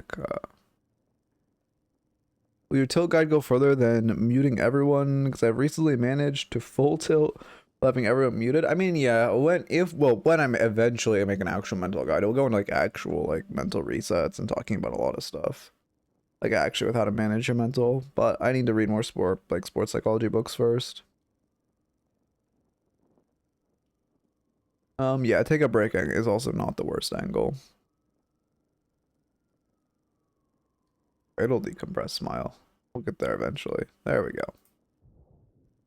Feels hard to manage, unironically the hardest part about gaming. Yeah, no, 100%. And like, I mean, even in 1v1s, but especially in team-based games, it's very difficult. Today my grandkids will be paid in blood. What did you just say? Did you what? It doesn't sound like a GT line. Seeker, you know. I have two games. One decent game, one where I was tilted. What would you prefer? I mean, probably a decent one. I could give you tilt advice, like either way during the review. Maybe I just force counterspell for a few games to try. No, that's a good way to do it. That's like actually, there's two ways to train your brain to counterspell. which first off, you just buy it every game. That's how I trade myself. I literally just first itemed it every game for like, I would say a week. And then I, you know, I'm still not that bad. Like, I still can't counterspell Pocket Ult consistently. But I'm like, I never miss a Lash. I'll never miss a, like, Eternus Lash or whatever. But then also, second way is just to parry everything you would counterspell either way. And you just always pretend like you have it. It's a good way to get around it as well. Yeah, I mean, the key thing about tilt is it's not necessarily not tilting in game. It's not taking tilt to the next game. That's the most key part of the how to manage tilt. When you lose is when you take your tilt to the next game. Yeah, Rake next. We should look a little more on this Abrams. I also don't, well, I guess we're just using Ray for poke. You obviously have to respect its charge, so I'm glad we don't swing around the corner. But we should be looking for love bites. Headshot booster is OP, but you do have to hit relatively consistent headshots. Which, well, I guess we're also into 7, who has the... Wait, actually, does anyone know? Is Mo and Krill head hitbox or 7 hitbox bigger? They're in the exact same box in my mind, but I don't know which one of them has the biggest head and which one has the second biggest head. But they're obviously the two characters by far with the largest heads. Ooh. Oh, she missed the melee, but we get the kill. Nice. Get our love bites proc. Unfortunately, we don't get it. We should back off because we're tanking. You want to be really careful how much you're tanking wave for. Like if you look at our damage, I mean, this is a very common thing when you're newer to the game. We've already taken 160 damage just from creeps. I mean, you should die for this. Or not die for this, but you should get chunked for this. We've already taken 150 damage just from minions, or like troopers, which is not great. Sorry, I just hit my mic twice. Nice. We really want to try to minimize trooper damage as much as we can. I think 7 might be a little bigger. Yeah, I guess what I was gonna guess, I probably would also say 7, but I wonder if anyone has the actual, like the numbers of which head hitbox is bigger. Greatest feeding in the game is counterspelling of Vindicta Quickscope. It's oh, greatest feeling. It's like plus 25 aura. Oh yeah, 1000%. Counterspelling GT Bird if it was gonna kill you also feels so fucking good. Like Shivult, also a lot of aura. But Shivolt's less. Like Shivolt's more easily like counterspellable. Ooh. Okay, you're fine. This carrot, yeah, I was gonna say, you need to be careful against an Abrams. Okay, so a few things with Abrams. Obviously, you don't want to walk against the wall. This guy isn't really playing his character correctly, which is good. If you're ever playing Abrams, you want to play the, like, notice how he's always playing the right side of lane? Yeah, good kill. He's always playing the right side of lane. He's always sitting, like, over here, or, like, back here. If you're Abrams, you want to play Vale. Most shotgun characters, right, like, Drifter, whoever, but especially Abrams, you want to play in Vale. You want to play on the left side of lane, which makes you a lot more scary. He's not doing that, so he's not that scary, which is great. However, we do need to respect, like, you shouldn't be, like, peeking him on that corner because he has dash. And if you're not trying to bait it with your 2 or something, he's always going to dash you there and do a ton of damage. Also, great counter to Abrams is Reactive Barrier. Reactive Barrier is actually phenomenal this game. Abrams always procs it off his 2, and Abrams can proc it off his ult. 7 procs it off his 2. Lash Ground Strike procs it if he actually drags you with the Ground Strike itself. Billy 1 also procs it if he actually drags you with his 1. Billy ult procs it. Grey Talon traps proc it. Grey Talon ult procs it. And Para ult procs it. It is a phenomenal Reactive Barrier game. You know, at this elo I don't expect to see you buy it, but it's really, really good, especially on this patch with how strong Reactive Barrier is. It's really good to try to, like, train your brain to always assess, hey, is this a Reactive Barrier game? So it's like, hey, oh, that sucks. Arguably the best counter item in the game right now. Yeah, I love seeing their boxes. Are we going for a buff? That'd be insane. Okay, yeah, nice. Are you using a timer, or are you just, like, looking at your timer? Yeah, perfect, though. That's great to see you, like, pre-on buff at this elo is very insane. Just looking at for 5-minute intervals, that's great. I mean, if you're training your brain to do that already, that's huge. That's, like, very... Especially when you're, like, starting to, like, get your, I guess, sea legs with the game. Very good to be training your, like, muscle memory to be paying attention to timer. Also, you could not very easily, because let's be like, I pay attention to timer, but I don't pay attention to map. But you can translate that into looking at your map, which is very nice. Also on Gun GT, I mean, Spirit GT is better.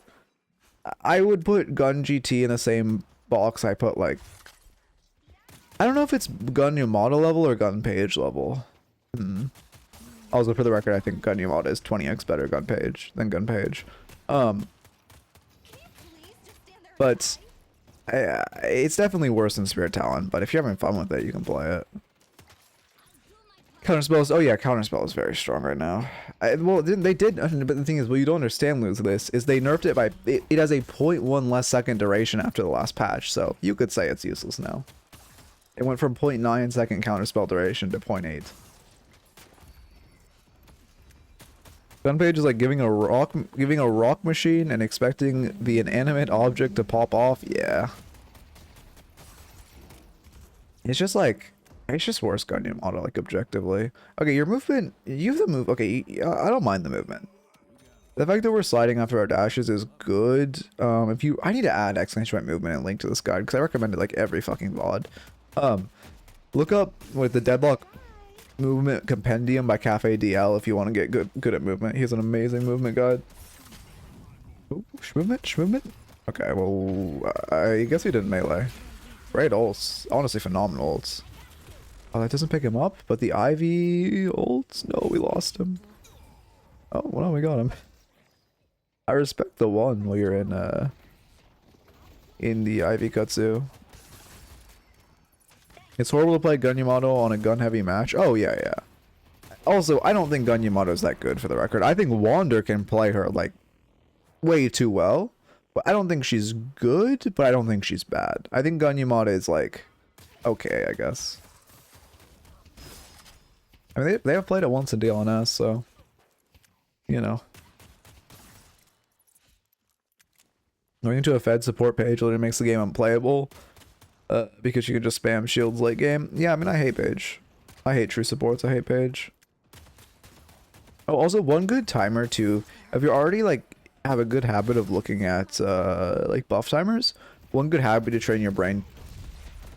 He doesn't melee off his charge. That's why he's doing no damage to us when he charges. But another good habit to train your brain to do is look for the 8 minutes timing, because that's when the Sinner Sacrifice spawns, which are, you know, a huge amount of souls. They're basically, including the value of the buffs they give, they're basically a wave worth of souls. It's never worth missing a wave to farm them. However, if you can ever farm them in between waves, it is a phenomenal buff to your soul count. Ooh, unfortunate. Okay. Oh yeah, I hate Paige. Wow, no one's paused for this pair. Also, she DC'd like 2 minutes ago. No one paused for her. Ooh, great too. Unfortunate Abrams gets the buffs, but you still got all the souls, so that's great. I'm also very glad we're farming that, Sinners. Good invade.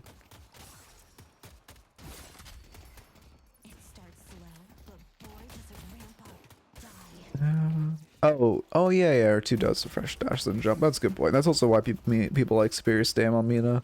Do people actually just, I don't still buy Superior Stam now that they gave Mina her right click? Which also, I don't know if you read patch notes, but they, you know, if you right click while you're in the air on Mina, you can hover. So it's like, a lot of Minas abuse it, or not abuse it, but a lot of Minas are using it for like, getting good, like poke or Love Bites procs, or just staying in the air. Not your, well, like your yeah, sorry, I missed, no, but like your ability to dash again in the air. I was theory crafting earlier that Paige Hayes is a strong duo, synergy in lane. Hayes likes extra HP and fire rate from barriers, sleep dagger, sets up captivating read from range, and it's super easy to dump gunshots. Yeah, no, honestly, yeah, they're a good combo. Also, because with captivating read stun, Hayes can just beam the head along with Paige. They're a good duo. The only issue with that is like Hayes is almost a better like off support in lane, because like Hayes sleep allows you to set up so much with something like using Hayes sleep to set up an Abrams dash is like the meta right now in like pro play. Whenever you see a Hayes drafted, it's always in tandem. Well, not always. 90% of the time it's in tandem with an Abrams to set up his charge. Because if you Hayes sleep, the counter is people rolling on top to parry, like for their teammate. But if you have Abrams, if they do that, they both get charged. If they don't, one of them gets meleeed, or charge and then melee, or melee, and the combo is melee charge melee. Pretty scary. We have Coldus. I'm glad. Yeah, we did pop it on T3. We're going for buff. I mean, I love your buff awareness. Like, this is great. I love how much we're going for buffs. Our lane macro is honestly pretty strong, and obviously, you know, like I always say, lane is more of a testament to micro. So we can pin them towards tower. Not even necessarily pinning them towards tower, but it's just the fact that, like, if you sleep, it guarantees an Abrams dash. It guarantees Abrams can melee into his dash and then melee again. So you just get a ton of damage. Like, with, I mean, the counterplay is dodging hastily, but obviously that's very hard to do. Headhunter next. Okay, I like Headhunter, but the issue is you aren't defense. Oh, we should not be farming this. You can't be farming while they're pushing your tower right now. You need to be immediately beelining to this tower to help defend. Also, I don't mind, like, Headhunter's not bad. No, we're greeting. We're gonna give our, I guess we can't hold our tower at this point because 7's there, but it still is rough. We're just kind of giving tower for fun. The reason we have to give is because we don't have any type of sustain. What I was gonna say is you do have sustain off your 1, the healing off your 1. When we're this low, it would be nice to get, like, you know, even just something like a healing, right? No one else is pausing for the pocket? Reality Page works better with second gun DPS. Oh yeah, well no, not even. Well yeah, Page does work good with gun, but like a lot better than Spirit. But it's also like melee. She works well with melee. I think the best. What's the best Page lane right now? I think it's. I don't actually know. We don't see her in pro. I don't know what you would put with her, like, ideally. I mean, she works very well with Billy. His kit works very well. Yeah, Page Billy. Their kits work very well together, but I don't know if that's the best.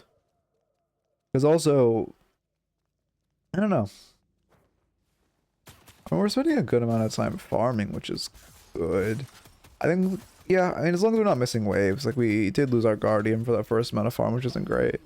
As long as we're angling this to not lose our farm, it's good. Yeah, we're catching. Oh, your pocket's DC'd. Okay.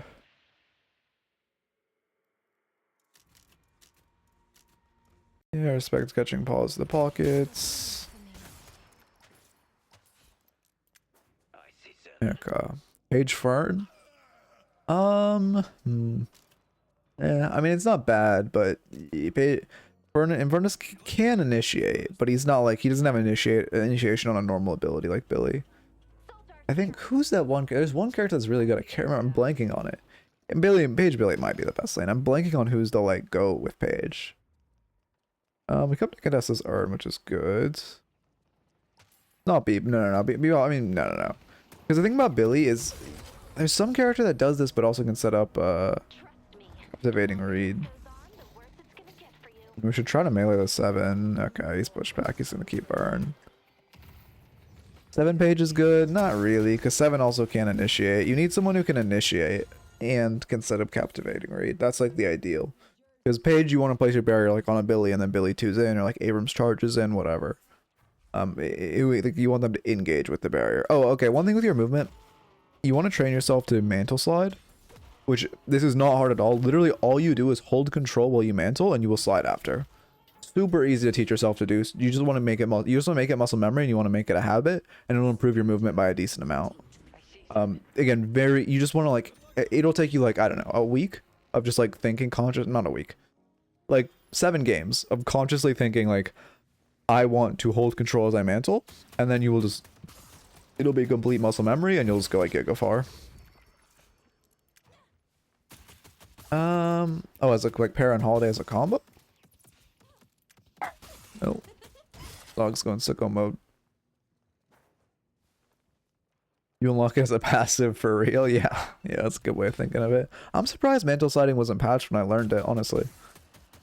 I didn't learn it like for the first week it was out because I was just like, oh, they're gonna patch this. I'm kind of glad they didn't. It makes movement 10x better, but I really hope they don't patch it.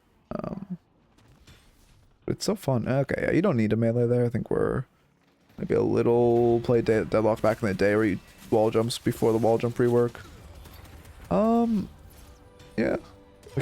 I like creating buff. I think it's kind of like, it's very, very greedy to take that buff mid-fight, but 1000% I do the same thing. 1000% I do the exact same thing with that buff. Mantle slide is a mechanic made by Valve. Well, it just kind of appeared one patch, so I don't think it was intentional. Yeah, also, yeah, you don't. If you just forward wall jump, you don't have to, you can just grab it immediately without having to melee or heavy melee. Yeah, but I do 100. I do think 100% it should stay in the game. We're not saving for a T4, so I don't know why we're. They wrote it in the patch that it was intended. Wait, really? Like it was fully intended. Oh shit, that's sick. Actually, great change then. I did not realize that.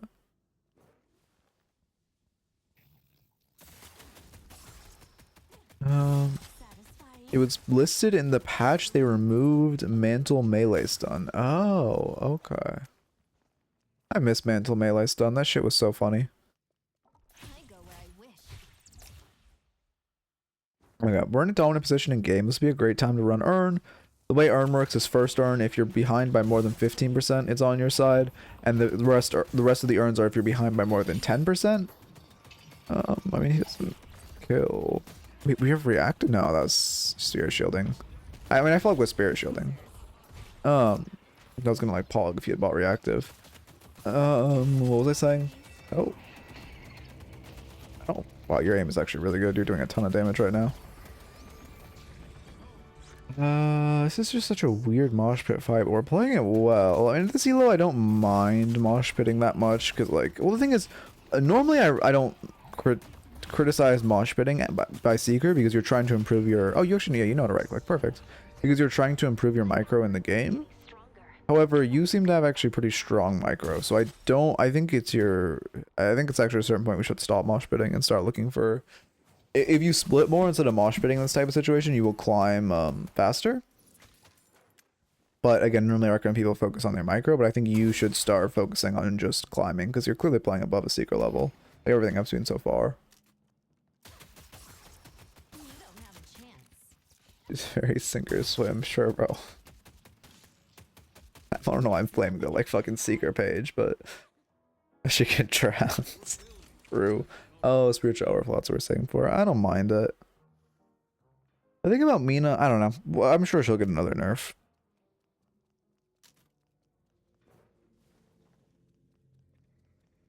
The thing about me, I don't know. I think people in lane overrate her, because if you just are just playing around, like I pretty much never lose lane to Mina, because I just really focus on like she gets like one love bite proc on me a game in lane, unironically, but it's late game where I fucking hate this character, and that's where I think, because what happens to me is I shut Mina down completely in the early game, and then she just somehow gets fed and carries the game, and I cry. What's your thoughts on listing custom matches? I've been in a server and sent custom matches. They were, oh yeah, you can send me custom matches. As long as you have to toggle the setting that allows players not inside the match to be able to view them. But assuming you do that, custom matches are great. Just to me, before you, just like preface it's a custom match and not a solo queue match when you give it to me. So I know like it does change a bit about how I coach, and I'll talk about more about draft and stuff. Assuming that custom matches have a draft. Problem with Mina is that her kid is very late game oriented, and she's like a late game character that wants to scale. Yeah, I guess she is just one of those characters where both her early, late, and mid are good, kind of in the same way with Krill, where it's an issue where it's fine if a character's 2 of those are good, but it's bad if 3 of them are good. Like she doesn't really have a point in the game where she's weak. Also slightly faster to diagonal air dash instead of forward air dashing, because you're like combining the vectors. I need to like find a better way to say that, but you just trust me, bro. It's faster. Okay. Yeah, again, just something about the fact that you're like getting momentum from both of them, and then they like merge makes you like, it's not that much of a difference, but it is a difference enough to be doing it. And then also the reason, okay, I'll get a little more into movement, because again, I think you're more advanced than a Seeker. If you diagonal, if you would air dash instead of ground dashing, like if you jump and diagonal air dash like a pixel off the ground instead of ground dashing, you can then jump. You can't jump out of a ground dash, but you can jump out of an air dash. So then you can slide for a little, and you can jump out of the air dash and then continue sliding after for the most amount of movement possible. Bridge buff, perfect. You should hit that vent to move there most efficiently. You wouldn't have had to waste the stamina, you would have been slightly quicker. Tell them to think of the distance with dashes as squares and not a circle. That's a good way. That's actually, yeah, that is a good way of putting it. That's a really good way of putting it. I appreciate that, Toaster. Okay, I always wonder why streamers did that jump dash. Oh, yeah. It does just make it a little faster. Again, if you look here, let me find a link to this. I'll link it in chat. This is I'm actually let me actually add a command for this. Where is it here? Let me pull up Nightbot. Dashboard. Commands. New command. Exclamation point movement. And then paste this. Okay, exclamation point movement if you want like the best movement guide in Deadlock right now. Let me check that it's working. Yeah, perfect. Okay. That's like, if you want to get decent movement, that's the best guide. Ooh, we're getting a little... Yeah, our green investment is really low, actually. That's a good point. I mean, I don't think we're too much gone. Oh, okay, actually, I didn't look at the build. So Spear Run just isn't good right now. Well, they did buff it, to be fair. They did just buff it, so I can't actually universally say it's bad. But what build are you using for Mina? Also, this was a good mid angle. Like after you killed this Lash, you guys had a pretty decent window. Let's see. Yeah, whose build is this? But also, like, there's like after you pick up this Billy, it's a good mid angle, right? You have a decent timer on 2 of them. You guys are decently far into the game. You guys could just do mid. Generally, the flowchart is: did you win a fight near mid post 20 minutes? Did you kill 2 people near mid post 20 minutes? Do mid. Did you kill 2 people on the map post 22 minutes? Do mid. And that's the flowchart. And then you kill 1 person post like, I don't know, 28 or like 28 minutes, do mid.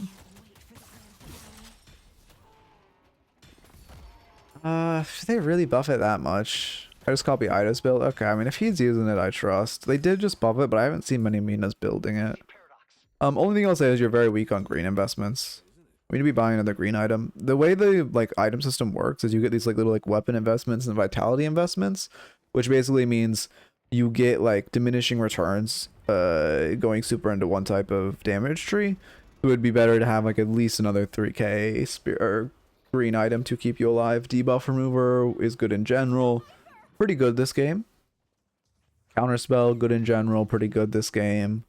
What else does Mina like? That's like a T3. Reactive barrier would be great. Spirit resilience normally is not bad. Oh, this is bad. Getting hit by that stun is rough. Wheel to space, I don't mind. He's just tanking it. Yeah, you're dead. How exactly did we get caught here? Even with greens, Mina blows up. I mean, yes, but it's still worth having the like extra HP and not just going from like again, it would just be so much better if we had counterspell or debuff remover here. Okay, so we're just trying to engage right now. Yeah, you're just trying to take a fight where you're down 1. This is the issue. Our Viper's dead and we're trying to take a fight. You never want to try to... Winning a MOBA is just... Well, also you see 4 of them. But winning a MOBA is just about taking the most statistically advantaged fights. So the second your Viper dies, you just want to be backing off. Because also, when they kill you, they should go mid. We're 23 minutes into this game. They've killed 2 people on top of mid. They should go mid here. Does he really not buy a superior stam anymore? I know he used to love buying sub-stam. Yeah, I mean, yeah. Oh, yeah, that's a good point to mention as well. The escape path, when you get caught out here by the Billy, if you're trying to walk out, you want to walk out through this window, like away. You saw all of them there. You need to walk away from the team. And also, you know, if whenever you're trying to run away, you want to be trying to path to an air vent because that's your best juke. Like juking tool is get into an air vent because you can close so much distance in so little time. It's really good for running away. Just try to path to that air vent. You know, then you can start making plays on air vents and such. Also, there's a lot of funky movement you can do with air vents. You make your life easier. There's cooldown. That's good.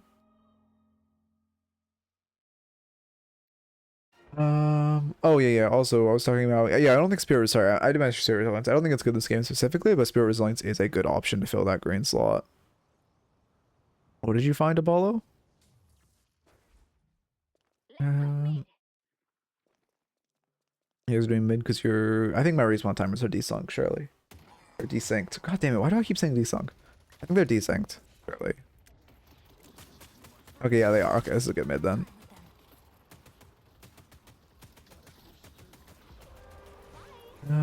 Discord. Oh, you damned it to me. The movement wiki, yeah. The Deadlock movement wiki has good stuff. Movement wiki, if you're ever trying to verify stuff, is very good for like verifying whatever. I don't use it that much because it's like they don't. I mean, they have some videos, but I'm more of like a visual learner, I guess. That feels cringe to say.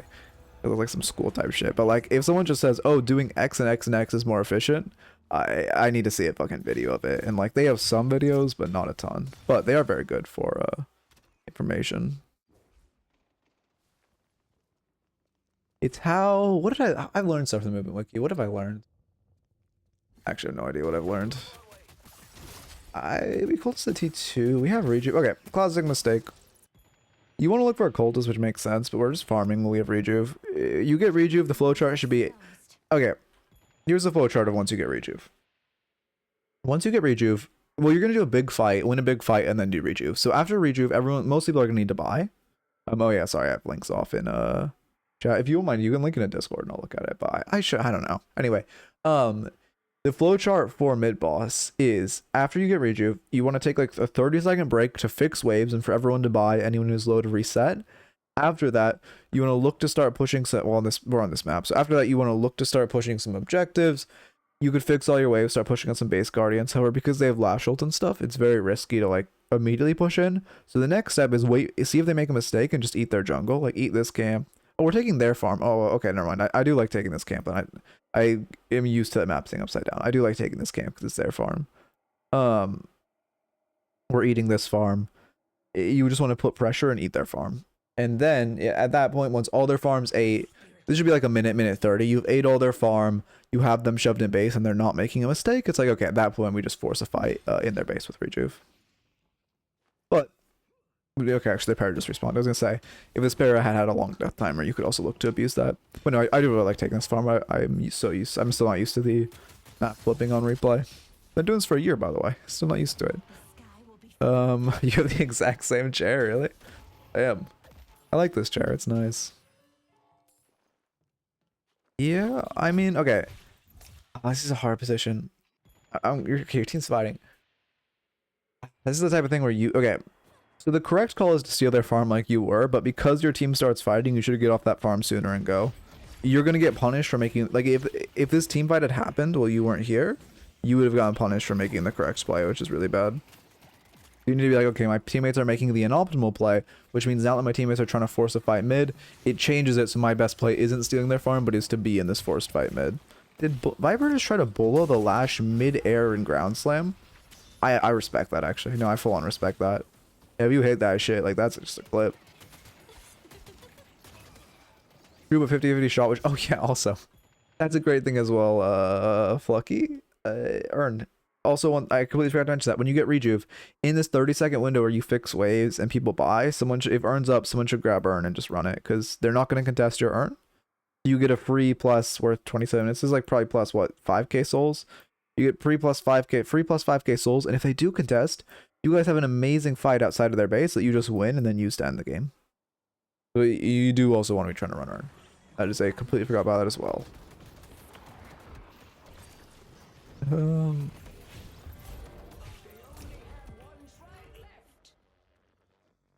We're afraid of the 7 holes. Does our team have knockdown? Oh, we don't have a support. No, we do. How does the page not have knockdown? Whatever. Nothing wrong. It's Pocket Mine Diviners. Yeah, people are. Damn, is Diviners really the meta now? I fucking hate when this item's meta. Shit feels so cringe. Did we not get Patron Knock? That's really bad we didn't get Patron Knock, but now we do have to backpedal. I don't even think. Well, what's the scaling?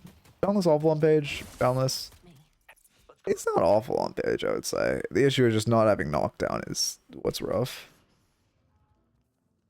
I really hope they change how page hold's cross map works. It needs to have no Z height. It needs to have infinite Z height, and it needs to get wider as you throw it further. Actually, if they actually want to encourage people to cross map it. Because cross map bolts are fun as shit. When I played League, one of my favorite things. Oh, this is risky. You don't be farming this. With our wave state, we have to, like, they're probably like 2 to 3. We'll play 3 in this lane.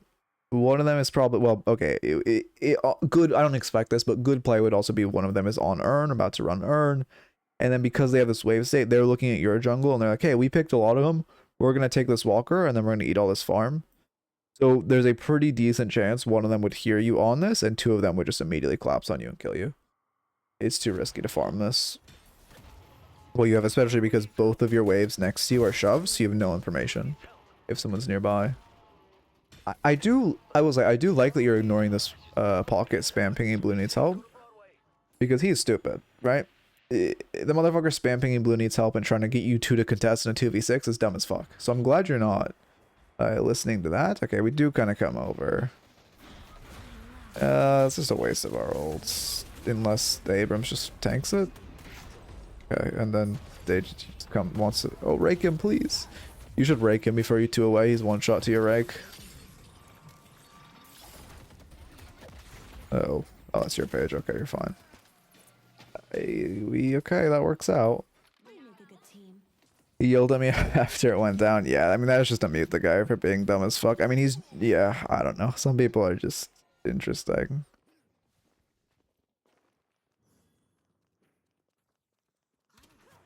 Okay.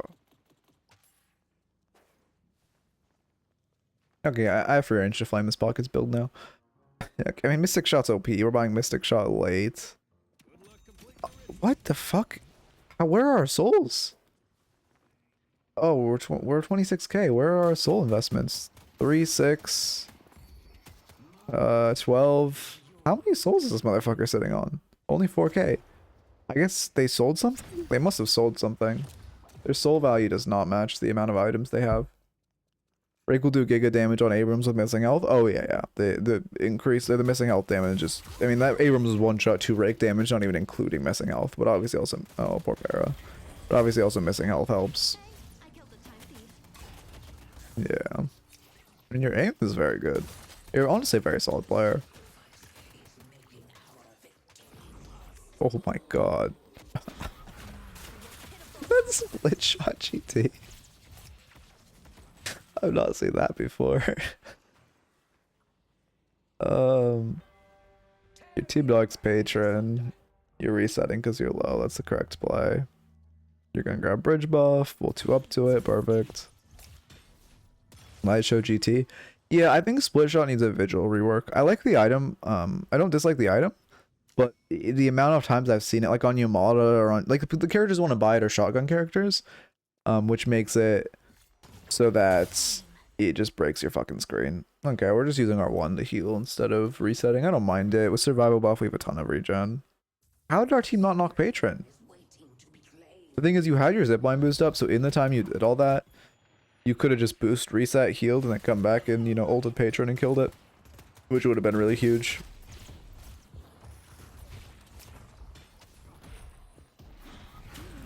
Ooh. Movement. Uh-oh. Great umbrella. Glitch GT looks funny. Yeah, I mean, if it doesn't crash PCs, I fuck with it. But I have a feeling it's going to crash you. Oh, we walked into this. Yeah. It's also like Spirit Shielding is proccing so much less than Reactive Barrier would. And then also, right now, Spirit Shielding's shielding for 137. You guys want to guess how much Reactive Barrier is going to shield for right now if I check it? Anyone want to take any guesses in the chat before I show?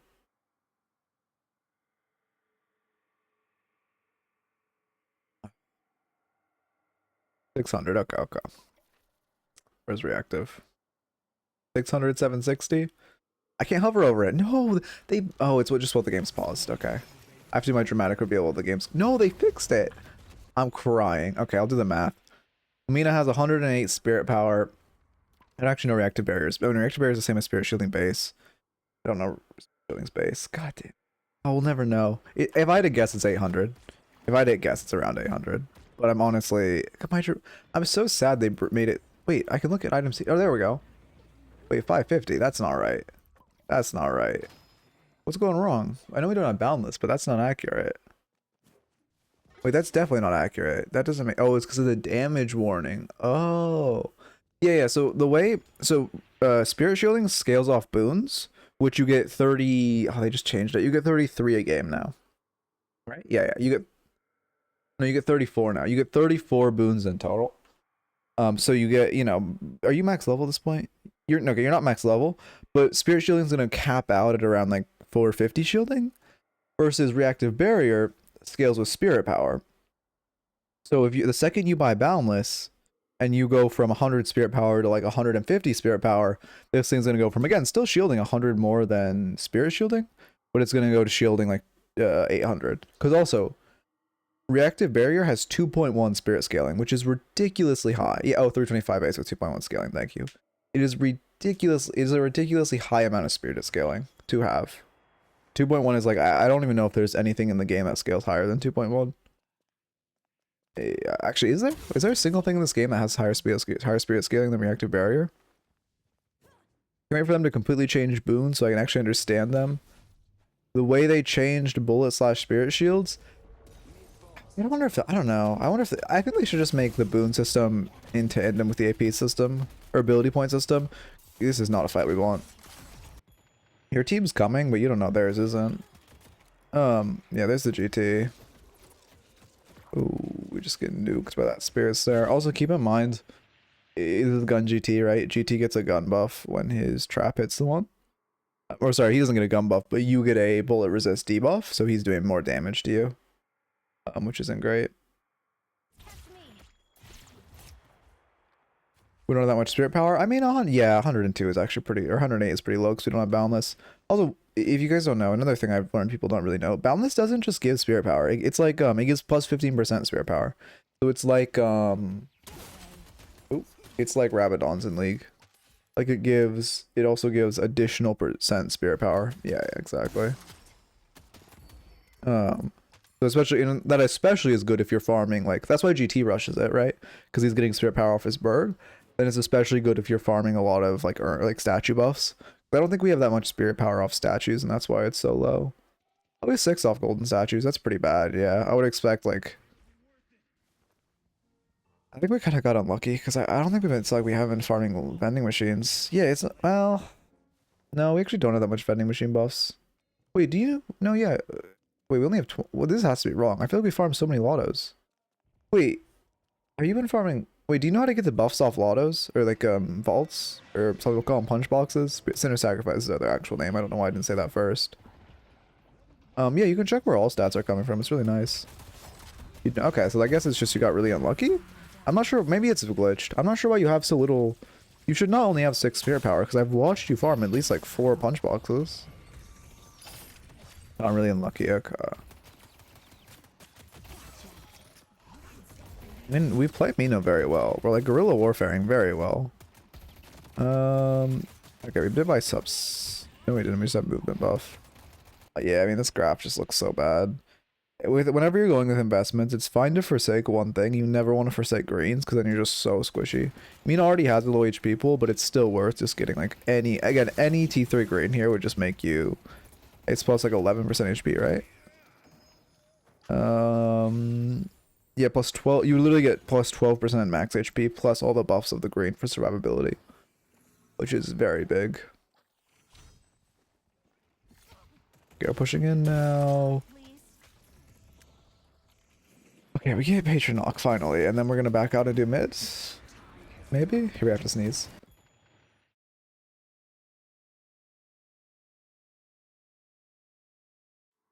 Yeah, we good. Yeah, we should just back out and do mid. Hard for you to end into Lash ult and 7 ults. Lash also has probably sitting on enough souls to refresh her bot, which is thank you diets, but which is scary. You guys should just go do mid down. You'd be in a much better spot. Has anyone done mid this game? We did, right? We just wasted the rejuve. Yeah, we did. We just wasted the rejuve. But only one mid by 35 minutes is not great. Definitely a mid angle for you guys if you knock Patron there. Instead, we just gotta die for fun, which is unfortunate. Oh, now we have boundless, so now we can see our reactive is shielding. Okay, 700. Still not as much as I expected, which is actually surprising. Oh, because we're not counting the conditional spirit power of stuff like spiritual overflow. And we're not counting I guess it's literally just spiritual overflow. Yeah, I guess we're just not counting conditional spirit power, and that's probably why. And surge of that makes sense. The reason I think it's shielding for so much more than it is because it has 2 plus 60 spirit power, which is conditional. Which is almost, that's plus 120 on the shield. That makes sense.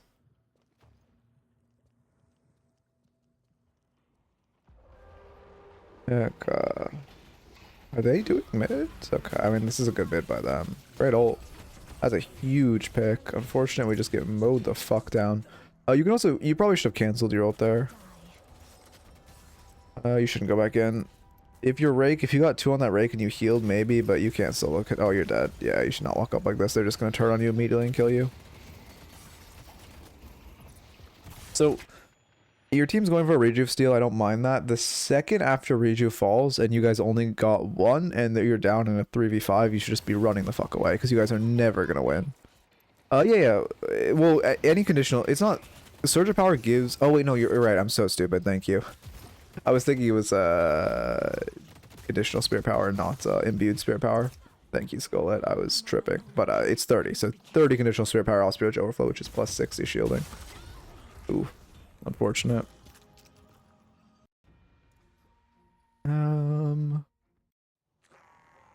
Also, the reason Surge of Powers. I hope they nerf Surge of Power. I feel like this item is shadow broken. Getting just to be able to imbue ability with 28 spirit power is so OP. Like I say that as someone who abuses it on holiday. But it's like, I feel like it's people don't think about or talk about how broken that item is, but it is. Yeah, our movement's just very inefficient. I highly recommend watching that movement guide. It'll help a lot with getting the basis of your movement online. Surge power plus kinetic goes burr. Yeah. Ooh. Hyperline, that's really rough. Luckily we have our 2 to live. Yeah, perfect. Game is just going on so long because we didn't mid. That's one thing you'll notice a lot in lore elos too, is people don't really quite know how to end well. Games tend to go super long. I don't know how Valve fixes it, but it's a problem. It stops newer players coming to the game because newer players come to the game like, holy shit, these games are like 45 minutes a piece. I don't want to play this game. When realistically, you know, you get to games that are like on average probably 30, 35, probably 32. Ooh, that's rough. Yeah, we just ult him. I mean, our target prioritization is a little rough. Wow, he just lasered us. What the fuck? How much is he a bull lifesteal? Oh, he's a leech. Okay. No spirit resin. He was just full tanking that. That's crazy. Oh, you don't have spirit burn. Does Mina not buy spirit burn anymore? I feel like you have to. It fits our kit so well with burst. Did Ida really stop buying it? Like if you had spirit burn here, you kill that. You kill that Billy if you have spirit burn, because you would get the 70% anti-heal, which would be huge. Yeah, well, smart by the Abrams. Unfortunate. You should not overchase. So many games are lost like this. You're chasing alone. This is really, really bad. So many games are lost like this. Okay, we get lucky. They all run away. But again, we chase 2 people completely alone. They probably have 3 in this area. Mina better. Yeah, I mean, not for the gun buffs and such. This, again, so risky. We're engaging with, well, we know we don't have backup. He stayed with no backup. That's pretty insane. Also, I mean, you have Toxic Bolts as your anti-heal. I would just kind of prefer Spirit Burn to Toxic Bolts here. In general, Toxic Bolts aren't that crazy right now either. Motherfucker is tanking. God damn. How much Spirit Res? Oh, I see why he's tanking. Double resilience. Okay. My average match duration is 29 minutes in my last 200 games. That's pretty low, honestly. Yeah, it's kind of funny. The way match duration works is it's super long when you're new to the game, and then around, like, I would say Ritualist, it gets super short because games start being hard stomps where people don't really know how to come back. And then it goes back up as people learn how to play from behind, and then it, like, evens out at, like, I would say 30, 32 minutes. Why the fuck is the urn in their base? I mean, we're trying to end, which is good. Except for her. We just don't have knockdown. We're losing so much to the 7 ult because we just don't have knockdown.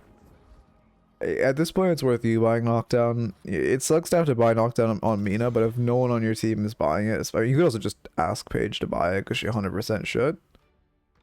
But if she, oh yeah, I've done that shit. I lost a game like that not to lose a game, but I lost an arm fight like that the other day on holiday. I accidentally picked it up, and then I was like, why am I silenced? And I was trying to like bounce pad away. Then I died, and I saw myself drop her, and I was like, damn it, man. Oh shit, they're gonna get mid. Yeah, we don't contest, and now they just win. I was only 3 rejuves. Wait, what? Hey, was that second mid of the game? I thought that was third mid. Wait, that was third mid, no? Was that second mid? What the fuck? Uh-oh, this is scary. Good too.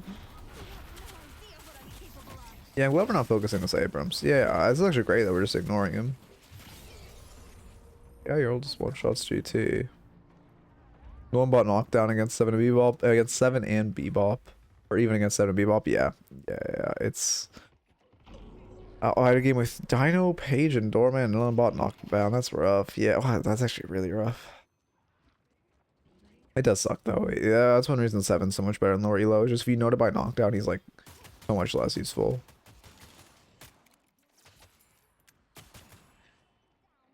Somehow we win this fight on the rejuve.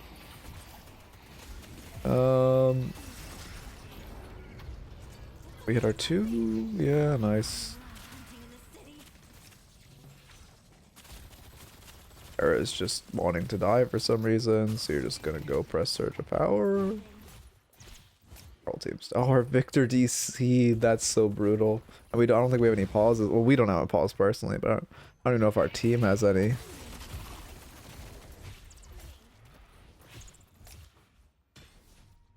You could have double jumped there. I respect the melee, but you kind of just want to get out of there as efficiently as possible. Yeah, I mean, someone has to take out... Wait, Pocket died? Okay, whatever. Someone does have to proxy this wave. Okay. We're gonna... Because this game is pretty dead, we're gonna teach you advanced tactics. You have 2 options, right? They're ending with 2 waves. Only way you win this game... Again, this is not really something you should be doing at Secret or even thinking about, but it's worth mentioning. Your Page, because she does fuck all... Well, actually, your Page is decent wave clear. Either one of you pushes this wave out, one of you goes behind them and clears this wave out from behind them so they don't have a wave to end with. That's your only way of winning this. It's called proxying. It's kind of hard to do with your, characters you have alive, Page and Mina. I mean, Page can, like, throw a dragon that could thin this wave fairly easily, but it's still kind of rough. But that's your only way of winning this. It's just one of you shoves one wave, the other one grabs the other. And you just proxy. I've won so many games that or not one, but oh god, that rescue beam. I've saved so many games with proxying. Yeah, we should just go up and ults. Had stats with ult right now. Had stats with the ults. Come on, no. No ults, unlucky. Yeah, it's actually Victor DCs. We threw win when we didn't run it down. That is the most low elo encapsulating sentence I've ever heard.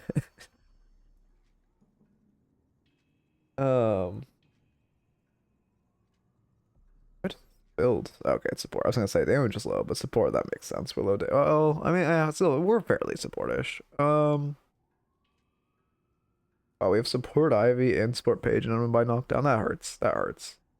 But wasn't really our fault. We played very well that game. I mean, okay. Your notes, let's look at lane. Holy shit, that is so many last hits. What the fuck happened to lead to that many last hits? Okay. I don't think I've ever seen a player with that. Oh, 7 has 40. What the fuck? What happens in low elo? What? I don't think I've ever seen someone with 42 last hits or like 40. Okay. Holy shit, you guys did so much more player damage than them in lane. High spirits, the only thing is my Viper's max venom at 2.8. Okay. No, that's not bad. I mean, you having 40 last hits is good. Okay, by the way, in general, I say you should shoot for 24 last hits a game, as like a record of what's the amount of last hits you should shoot for. So this is good. It's a good thing that you're last hitting this much. But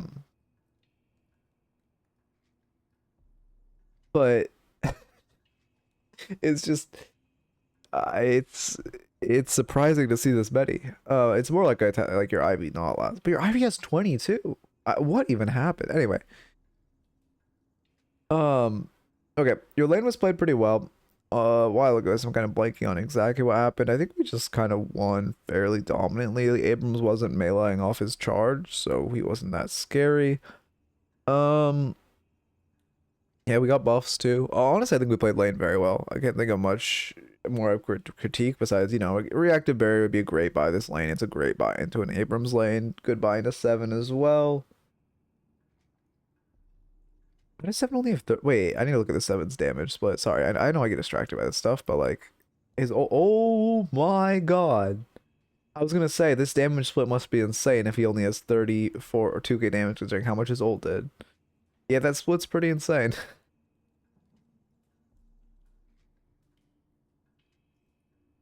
Yeah, that split's pretty insane. Keep in mind, escalating is also mostly off Stormcloud.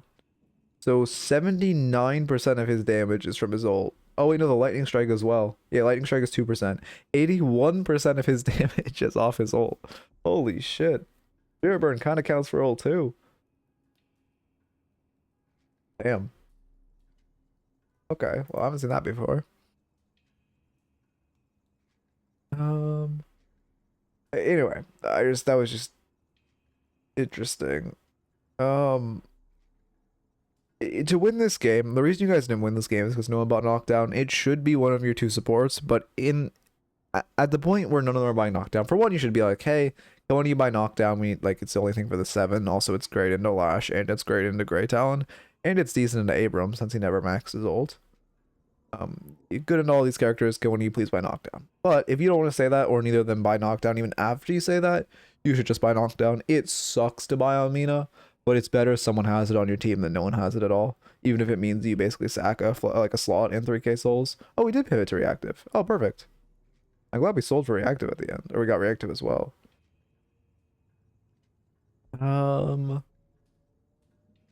But yeah, like that was why you guys lost this game. Also the mid calls. I wish I could see how much we did mid. There were a couple times where we could have called mid. If you want, okay, the best way to get out of this elo is to call mid. Like as much, if you can call mid, you should call it. Like again, my flow chart. If you win a fight above mid or like near mid, post 19 minutes, call mid. If you win a fight anywhere on the map, post 22 minutes, call mid. If you get 2 kills or more, sorry, not if you win a fight. If you get 2 kills or more, call mid. If you just get 1 kill, run earn. And then if you win a fight, if you get 1 kill or more, post like 28 minutes or 30 minutes, just go mid. Barring like Dynamo exists on the other team. Dynamo changes how shit works drastically because Dynamo has the best ult for dealing mid in the game. We did a decent job focusing centers. Like I would say our early and mid were played well. We honestly played very well. I think the build, I mean, we do need a green. Another green would be great. Just again, getting counterspell, debuff remover, or spirit resilience are all great items and good items to have. You'll get ignored calling mid a lot, but anytime they listen to you, it's probably an auto win. Yeah, exactly. No, also because even if you get ignored, you're still training yourself to call good mid. So when you get to a point where your team actually listens when you call mid, it's huge. Also, if you want people to be more likely to listen to your mid boss call, don't just say let's go mid. Say, hey, let's go mid because we have a 2 kill advantage and they don't have Lash ult. Your team is like 10x more likely to go mid if you explain your thought process. And then, but yeah, I mean, sometimes they just won't go and that's like unlucky, but you're still training yourself to call a good mid. I'm shocked you go toxic on this build over Spirit Burn, but if Ido says it, I mean, I believe. Let's see. I mean, our ult stacks are good too. I generally say you should shoot for 2 stacks of love bites or 2 stacks of on your ults for every minute of gameplay, so that's good. I honestly think my best recommendation for you is to split more. We're like grouped a little too much in these like mid fights. We're in all the fights. We're just grouped a little too much. If you just split more, the best way to climb out of this type of elo is just splitting. If you just split and call mid, you will climb out. Loki doesn't feel as good as Spirit Burn, but I'm just trusting him. Yeah, I mean, if he says it, I trust him, honestly. I don't personally play Mina myself enough to, like, counter call him, or even in general, like, I don't play her, so if he says it, I believe. It does seem kind of insane. Especially considering how, like, out of the meta Toxic is right now. But I guess it gives you sustained damage, and you're already trying to build up your 3, and they don't want to buy debuff remover into you because it's not like Infernus where they can actually cleanse the majority of your damage. His Noz's Mina builds for Toxic are it's better than Tank Buster if you're looking for anti-tank shred. I guess, but Tank Buster is better for Burr. Yeah, no, I guess it makes sense, because if you go Tank Buster, you're just like... Again, I think Deadlock players have been really learning to hedge their bets more recently. Because normally, before people would have said Tank Buster because it fits with her burst kit. But now people are like, well, she already has good burst, so you want to like hedge your bets towards more anti-tank. Which makes sense. Honestly, Lightbringer, I feel like he's ushered in a whole new era of builds. There's gonna be a whole YouTube essay on him in like a year. But yeah, my biggest, try to split more.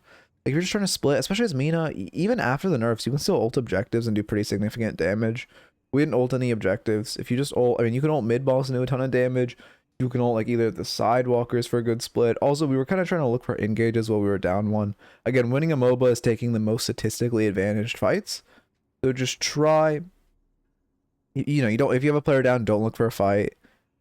Don't look for anything. If you have a player up, look for a fight. Look for an earn run. But then my honest, like my final recommendation for you is just play more, because like you are above this elo. Like you played. If you're playing every game like this, and even if you're not. Like, because normally it's like we had a good micro game, but we had a good macro game too. Like, our macro was fine. You're definitely above this elo, so I would just say you should play more. Like, you were playing significantly above a Seeker. Well, no, maybe not significantly, but you're playing at least like an Alchemist level. So I would say just, you know, more time in the game to get that rank up, and then try to focus on, you know, the other things I said. And then if you want to climb most efficiently, try to split more and call mid more. Because that's going to, like, hold you back a lot if you aren't doing those things. Yeah, Plated also would have been really solid this game. Okay.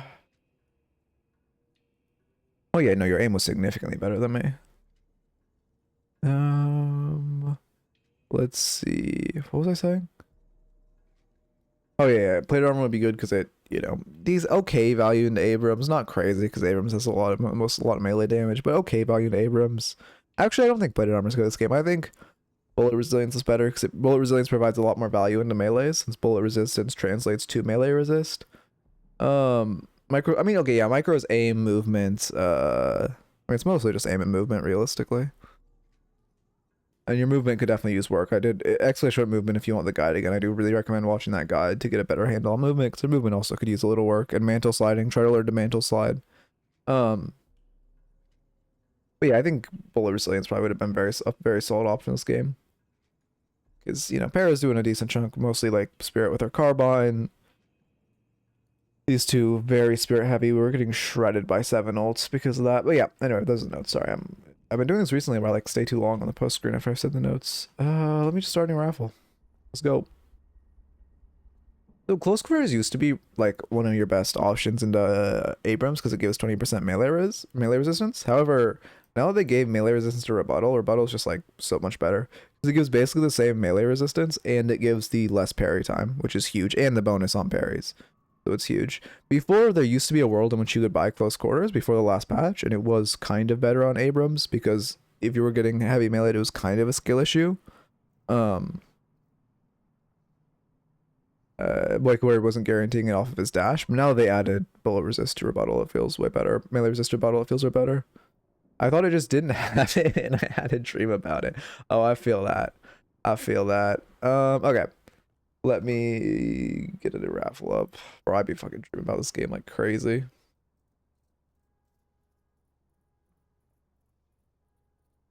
Oh, I forgot to say the fucking ads thing until I ran ads again. God damn it. Remind me after the ads are over for people who like have ad blocker or subbed. It's impossible to carry in solo right now. You have all the impact in all stages of the game, but you can't become immortal, so you can't 1v6. I mean, yeah, but like, sure, but that's like 10% of games. The other 90% of games, your team is at least going to be decent enough to let you carry them. But sure, probably like 10, maybe 20% of your games at most are uncarryable. But that being said, you know, it's only 10 or 20%.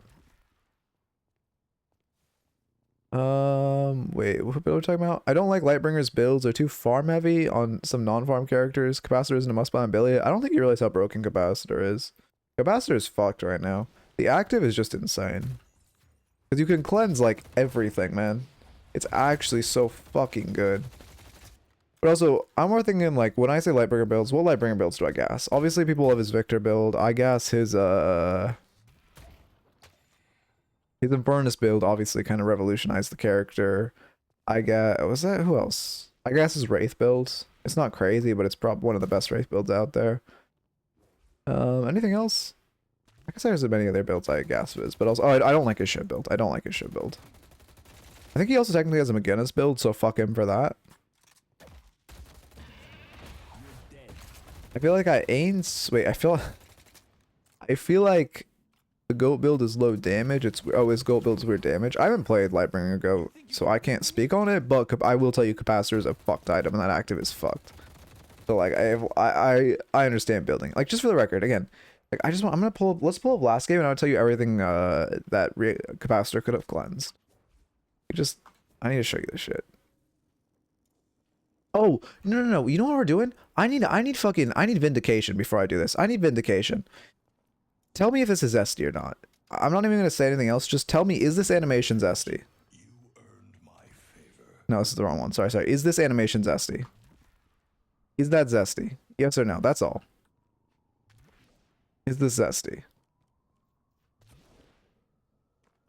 I don't really play Billy. Oh, didn't do it that time. Like kicking the feet up a little. Okay, yeah, thank you. His heavy. Okay, I need Vindication. People were saying I was insane for thinking that or that their like left diagonal air dash was zesty. People were saying I was insane for that. God damn it. Like, look at this shit. Fucking like lean to the side, kick the feet up. The heavy melee, I like the idea of the heavy melee, but the animation just comes out too quickly. The spin is way too fast. But I do like the idea of it. Okay. Now let me just go back to what I was saying before. Oh, also, now that everyone's back from the ads, if you like, please check. If you don't like ads, check out my Discord FAQs. I updated it recently. Please just check out that. If you don't like ads. Because I hate having to run them. This game cleanses Abrams additional weapon damage on Hero Collide. Cleanses Abrams Siphon Life. I don't know if it cleanses stacks of Infernal Resilience. I kind of doubt it. Cleanses Berserker stacks. Cleanses Healing Tempo being active, which to be fair isn't that crazy. Cleanses Spirit Shielding. Cleanses Weapon Shielding. Again, this is just one character. 7. Cleanses his Power Surge. Makes the character like 10x worse. You can just turn off 7 Power Surge, which is insane. Apollo, the list is just anything you can think of. It cleanses, unironically. Cleanses Power Surge, which is insane. Cleanses what else here? Actually there's not much on 7 besides, but Power Sage, just cleansing Power Sage is neuters the character completely. I don't see many other like self buffs that 7 has. Lash, what does it cleanse? I mean, it cleanses the fire rate bonus on your 2, I guess. Cleanses Surge of Power. Cleansing Surge of Power is very big. Not much else on Lash. Billy cleanses all of his blasted stacks. Cleanses, let's see. No shot, it removes bridge buff. Oh, I don't know actually. Does it? It of course it removes bridge buff. Yeah, okay. So also removes bridge buff. Cleanses all escalating resilience stacks. Not that much on Billy. GT cleanses, I believe it cleanses the buff on flight. Cleanses Vampiric Burst. Cleanses Burst Fire. Cleanses Split Shot. Cleanses the buff from QSR with the fire rate. Paradox cleanses, I believe it just, I should test this. I believe it turns off Carbine, but I should test this before I say it. I haven't tested this myself. Oh, there's no information on this. Wait, what character is this? There's just a match ID. Okay, let me add this guy. Oh, maybe the name's the same actually. Once it goes unbought and it's been unchanged. I think they did buff the leap chance, but yeah, I think people just realized how much it cleanses for realizing how good this item is. But yeah, this was just an item that's existed for a while and people just haven't realized how broken it is. Also, I'll get to the review in 1 second. I just want to check if it cleanses Paradox Carbine. Para, A, B, C, D, E, F, G. There we go.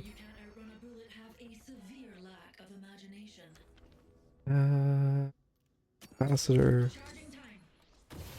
Yeah, it turns off. Yes. Or as it turns off R1. If you can think, does like okay. Again, if I turn into Bebop and I bomb myself. Oh fuck. Okay, this is actually harder to do than I thought. Okay, no cooldown. If I turn into Bebop and I bomb myself and then cancel the dash in front of this. Can't cancel the dash. Okay, that did work. Okay. If I turn into Bebop and I bomb myself and then I press my cancel key. Okay. How do I go about this? Cancel, bomb myself, make mimic capacitor. God damn it. Cancel, bomb myself, make mimic capacitor. So it also completely shuts down Bebop like self-bombing. It's just so much it shuts down. Oh yeah, I got you. Cool.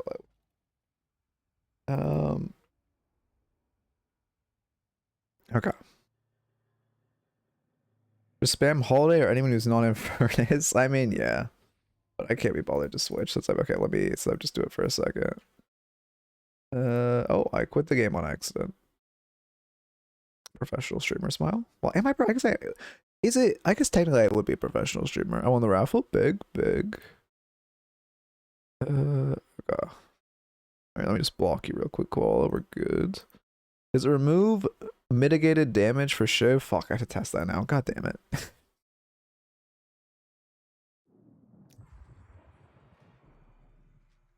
He probably fucking does. Yeah, bridge will spawn every 5 minutes. Yeah. Well, in MIC they respawn every 5 seconds. I think they spawn at 2 minutes and respawn every 5 or something. I don't remember the exact. Okay, does it cleanse? Shiv is 3. I need a character without a 3. The only character without a 3 in the game is actually a lot of them, but what you say is. And then I go Shiv. And I make Mimic, and I buy Capacitor.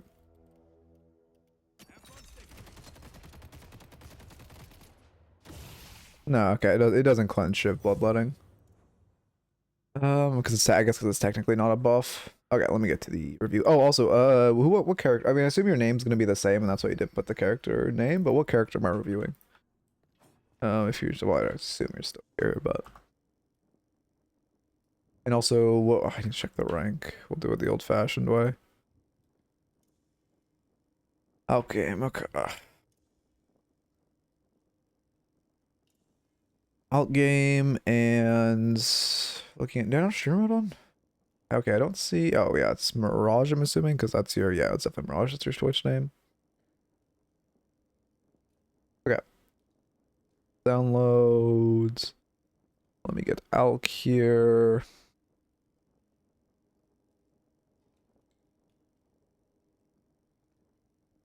That's you. Perfect.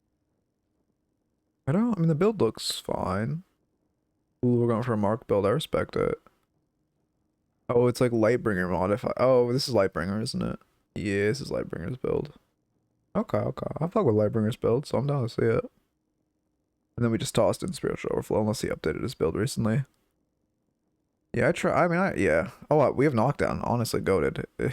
Wait, this is actually, if the Mina is still here from last game, this is a perfect example. We have Bebop on our team. The motherfucker doesn't buy Knockdown, so we're just like, alright, fuck it. We buy it ourselves.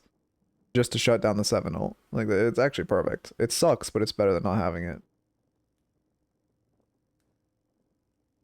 I need to go to Costco to get sparkling waters, man. It's actually so OP to have, because then sparkling water like tricks your body into not being hungry, so then I just never have to eat while I stream. It's so unhealthy for me, but it makes life like 50 times easier. But I burn through them, man. I get like a pack of like 8, 16, 24. It's probably like 50 in there. Maybe not 50. Maybe it's more like 40 in there. There's like, yeah, well, I think you'll do a lot. I know it because when you go to the gym a lot and you want to cut, a really good trick is just you drink a fuck ton of sparkling water so you aren't hungry. That's where I learned the trick. But now I just use it for stream. Okay. And then I need, what are this? Alchemist Mirage. Oh, I did not type Alchemist right, but whatever. / marker Alchemist Mirage. Perfect. Also, I think it obliterates your teeth. Sparkling water? No shot. Well, we'll find out soon, because like I said, I literally, I'm drinking like multiple a day now. With the, lock into being streaming, but, sure, my teeth will be fine. Look, I've been drinking more coffee recently. I actually noticed the damage to the teeth. This shit is not, they're not pearly whites anymore. Ooh, the we're late on the orb. Okay, but we get there. Okay, this is a YouTube review. I'm locking in to get a YouTube review. This is the one. I have the Mirage hours. RM solid. Wait, it's an auto buy on most low elo E kitten builds. Wait, what are we talking about? Oh, what a parry. Oh, parry for her. Oh yeah, perfect. Honestly perfect. We walk on top. I don't like the light melee to finish a 7. He has parry. It could be gambled and we would just get fucked there. But I do like that we rolled on top of our Calico so they couldn't keep meleeing. That's very good. We're now gonna go buy. This is the Lightbringer build. So what comes out first? Is it Spirit or Burst? Burst, right? That's Spirit, okay. Wondering reason for something like Beam as a not rescue beam as with Knockdown. Wait, wondering why you would buy Rescue Beam. Well, you wouldn't buy Rescue. You shouldn't buy Rescue. You shouldn't force Rescue Beam if your supports aren't buying Rescue Beam. You only force Knockdown if your supports aren't buying Knockdown because, in this game, you need to shut down the 7 ult. It's also not bad into Krill, but you need to shut down the 7 ult. And if no one on your team, your supports aren't buying Knockdown, you just have to bite the bullet and do it. It's unfortunate, but we literally watched the last review. The Mina lost the game because supports didn't buy Knockdown. No one had Knockdown. 7 just perma-stalled in base. Ooh. Our aim is good except when it comes to orbs, which is a little unfortunate. I wonder, you must come from a game where you track a lot, but you don't flick. I'm trying to learn him, although I misunderstood Mark at first. I thought it stacked like Fern Burn. Ah, I see. This game, did you have a good sense of Mark or no? Regen for defense, I like it. Now we just spam Mark. Yeah, and there's just immediate. Well, you don't have QSR, but yeah, you recast. Yeah. It doesn't really matter if you recast there or not, but it's probably better too. A lot of times you'll instantly recast that if you're doing a QSR build, because then you're immediately casting the QSR. I don't think Mirage QSR post nerfs is really. In general, it's kind of been falling out of the meta. But especially now after the nerfs, I don't think we're gonna see it being played that much because Lightbringer's build just feels better.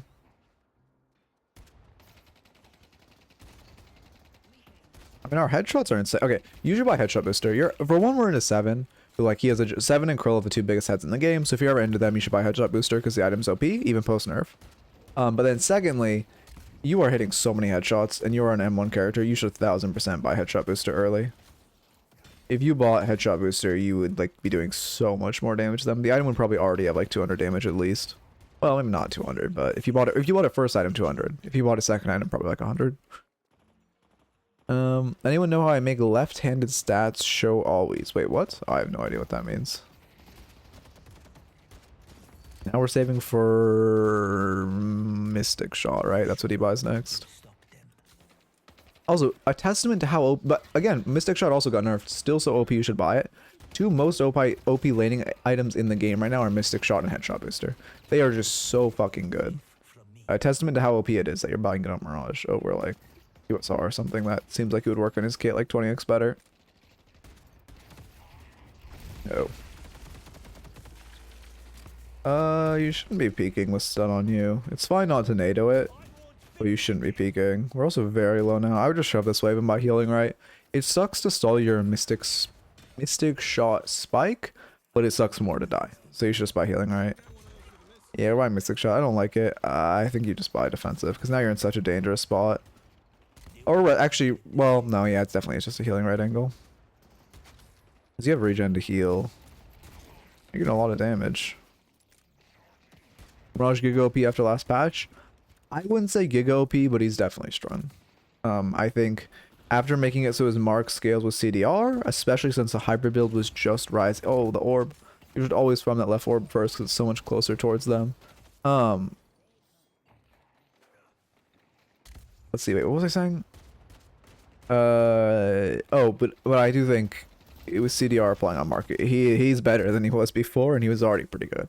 Like he was an A tier character before the patch. Now he's probably like high A tier, maybe S. We'll see if how much he's or how what they do in DLNS with him.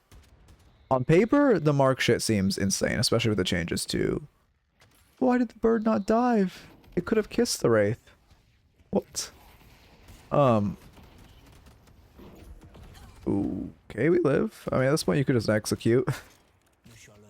We're so low, we need to reset now. You could archer this wave reset if you want to be really sweaty, you can execute. You're still early enough in the game that executing, even with after the nerf of executing, which you might notice a pattern here, is still better than full resetting. Now, this is really risky because I think my timer is slightly desynced, so I think you're fine, but boost timers come back up at 6:05. So if my timer isn't desynced and they have boost timers now, it's super scary to be sieging there, because I could just boost back on us. To be honest, from the Gluten Snake vid of tier lists, Eternus' thing Mirage is busted as fuck. I mean, I think he's an S tier, but I don't know. We'll see how he sits in DLNS. I don't think he outclasses, like, GT on the current patch, or, like, Kelvin on... Well, yeah, I think Gun Kelvin still outclasses him, too. I think he's there. I don't think he's a pick. Like, I don't think he's gonna get banned. Oh, we could have NATO'd that so easily. Oh, and our pathing's bad too. Oh, parry. Oh, unfortunate. Okay. So yeah, I mean the main issue is we just did NATO Wraith ult.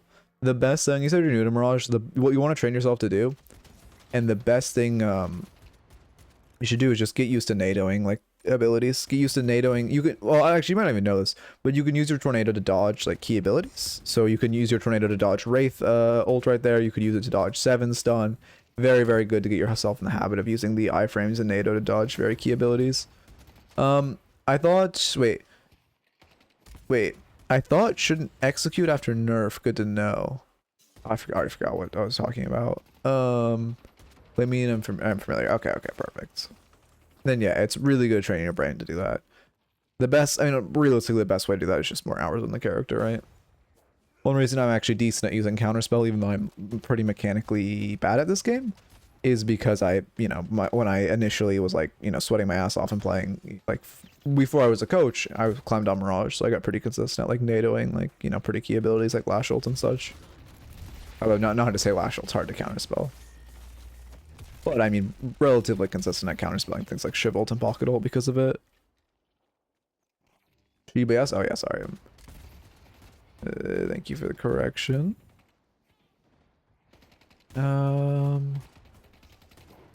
Also, I've noticed our scarabs are sitting offline for a while. This is not a great dive, but our Calico's initiating it. Yeah, we just poke from behind. You should parry... Fucking bird. You should parry tower there. I don't believe Calico parry tower, so when you're walking by, you should just toss a parry at it. It disables it for what, 2.5 seconds when it gets parried? So it's very good to get your, like, you just parry it if you're ever trying to dive, because 2.5 seconds less of tower damage is like minus 100 damage. Yeah, okay, I'll look after this fall to Apollo. Also, we're sitting on a ton of money, so we should buy. I don't mind greeting like we did, but we need to buy now. We're very ahead of the... We're actually not... Wait, that's actually insane. I mean, our Calico's very ahead, but soul-wise, we're not that ahead. Oh, this is so bad we didn't buy here. You 1000% need to buy before this wave. And then starts making some notes. Okay. Yeah, 3.6k is really rough. You're literally sitting on half your net worth right now. Well, on our SOP, what is the... I actually don't know. Lightbringer goes Surge as first T3, right? Oh, yeah, Cultist. Forgot about Cultist. Lightbringer still really likes Cultist. I've stopped buying it on Holiday, but I still buy it on, like, Mina or whoever. I think that's kind of where I found it in the bucket of, like... I mean, it's good on Holiday, but, like, well, okay, to be fair, I'm not saying you shouldn't buy it on Holiday, because someone who's better could buy it, but because my aim's so shit, I now don't feel like I need to force the item because it's OP. And, Holiday doesn't love the max HP, doesn't love the fire rate, doesn't love the ability range. So I'm like, okay, I don't really want to buy this. She likes the fire rate if your aim's good, she likes the fire rate, but mine is not. Still gets passive income. Oh no, again, like I said, Cultist is still a good item, but I think it's now in a better spot where you don't force it on characters that don't really like the stats. Like, it felt bad when it was just like, well, I have to buy this item on Holiday because it's OP as shit, even though I don't really want health, fire rate, or ability range. Again, specifically because my aim is dog shit. Coaching's going well. This is... We're seeing a lot of ability points too. I mean, no, we're going max scarabs. They just back out. I mean, we're pretty strong right now. Yeah, your Calico's making the correct play fighting this. You're super strong. They should both die for this tower. NATO for the CC. Unfortunate she has DP up still. We probably can't catch, yeah. Good damage though. Review indie games on Thursday, trust. I literally only put that in my Steam description so I can like get free games. Because I can go and like if I want to if there's ever a game coming out, I can get review copies. Because I'm like, yo, check my Twitch. I stream on Twitch. Can I get a review copy? And they look at my Twitch and it says, oh, I review once a week. I review indie games. Oh, he's an indie game reviewer. We must give him a review copy. It's literally the only reason I have it in Twitch, even though I exclusively stream Deadlock. What's Calico doing? I don't know what the dog doing. I mean, she's winning, at least. Also, we're kind of like lost, I'm noticing. Yeah, Capacitor does take Calico to cat. It's not crazy useful, honestly, but it is worth it. I mean, Capacitors, again, if your question is, can Capacitor remove this? The answer is yes. It's pretty insane.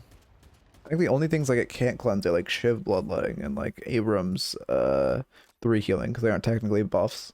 Like everything else. Can it cleanse it? Yep. Yeah, it can. Can it cleanse? Ooh, NATO it's? Oh, unfortunate. We should live with a good NATO. Oh, that's a bad NATO. Oh, we're so lucky we live. Oh, the ball, but we're fine. Not even close. That's when you type in chat GG or like easy or not even close and you walk away. Your Calico is gonna die for you, but she actually did a good job peeling. I only hopped on Capacitor when Victor dropped. Oh, on like being a good item. Oh yeah, when all new characters came out. Yeah, people just. I mean, to be fair, I didn't like a lot of people just didn't look at Capacitor. People just didn't realize how much it could cleanse. We all know like, oh, it can cleanse Viscous Cube, so it's a good counter to Viscous. But people weren't like, oh, wait, it can cleanse Bridge buffs and it can cleanse 7 Power Surge, so it makes 7 useless, and it can cleanse Bebop self-bombing, so if Bebop pivots to a self-bombing build, it can cleanse that. Oh, and it can cleanse Surge of Power. Oh, and it can cleanse stacks of Spellslinger, so if the enemy's like a Spellslinger build, you can just completely nuke them and like make them minus 6.4k. Oh, okay. It can cleanse like Bebop's self-damage that he gets from his hook and uppercut. Like, oh, okay. That seems like a... I mean, you know, to be fair, I wouldn't even say... Well, it definitely does need a nerf, but like the fact that it sat in this game for so long without people noticing is like testament towards like people don't... I mean, like, you know, there's a lot of shit like that we'll just find out eventually. It's like OP as shit, but it just needs time or one person to try it or one person to realize, don't get stunned. Okay, nice. Oh, your haze got stunned. So... You TP'd in, your Calico should catch wave. The issue is right now we're just sitting with 3 in this lane, which the way soul splitting works is you get 60% for, well, you get 100% for 1 person in lane, 60% per person for 2 people in lane, so it's you're most efficient to have 2 people in lane, and then 30% for 3 people in lane, so you're losing, like, you're net losing souls, not even just having it split between a ton of people, but you're net losing souls by just having 3 people sitting here. So it's really bad to just have 3 sitting here. Calico was very late to defend this walker too, so now Wraith just took the walker while we're hanging out, which isn't really our bad. Calico should be much faster on that, but our whole team kind of losing souls while we sit here is our bad. Oh, Calico died too. You're supposed to be focusing tower here. I'm gonna troll game, buy a capacitor first, and proceed to just sit on bridge and remove the buff from the enemy. I fuck with that. That would actually be great. So like you're the bridge troll. Oh, we can also cleanse, like, if Moen Krill burrows and you hit him with capacitor, it just cleanses the bullet resist on Moen Krill burrow. So then he can just get like melted in burrow. Haze can capacitor smoke and then use it. Oh, she can capacitor in her smoke and it doesn't end smoke. I didn't know that. But also, Haze doesn't really buy capacitor. You should be using your... Have we used scarabs yet? You should be using your scarabs to farm. Because keep in mind, not only do your scarabs, you know, heal you and do damage, but they also do... What's it called? They also shred bullet resist. I don't know why I couldn't think of that. But they also minus 16% bullet resist, so it'll also help you farm that camp faster. Especially if you're maxing it, it gives you a lot of farming speed. And it's only a... It's not telling me the actual cooldown. Oh, cooldowns are glitched on scarabs? Really? I want to say 17-second cooldown. Well, 25-second cooldown. Damn, I am very washed on my Mirage. There's Surge of Power, and then... What else was I gonna check? God damn it, I'm going, like, actually insane. No, Haze, Capacitor, Smoke. What am I don't know. I lost my train of thought. Doesn't matter. You need to be healing, though. We're very unhealthy. We're going for Bridge buff, which is good. This is a green buff, so we're gonna get a lot of healing. Most stop at Tesla, but I've seen some capacitors for Haze. Yeah, I mean, Haze, I don't know. I don't think Haze Tesla's good. Obviously, okay. I hope they rework Tesla and capacitor so it's actually a useful item on characters without like super high fire rate. I'm not quite sure how they do it, but it kind of sucks that it's just like a fire rate check type of item. I wish it was more just like a gun character item. Like obviously you give it an overall nerf, but you make it so like other characters can build it.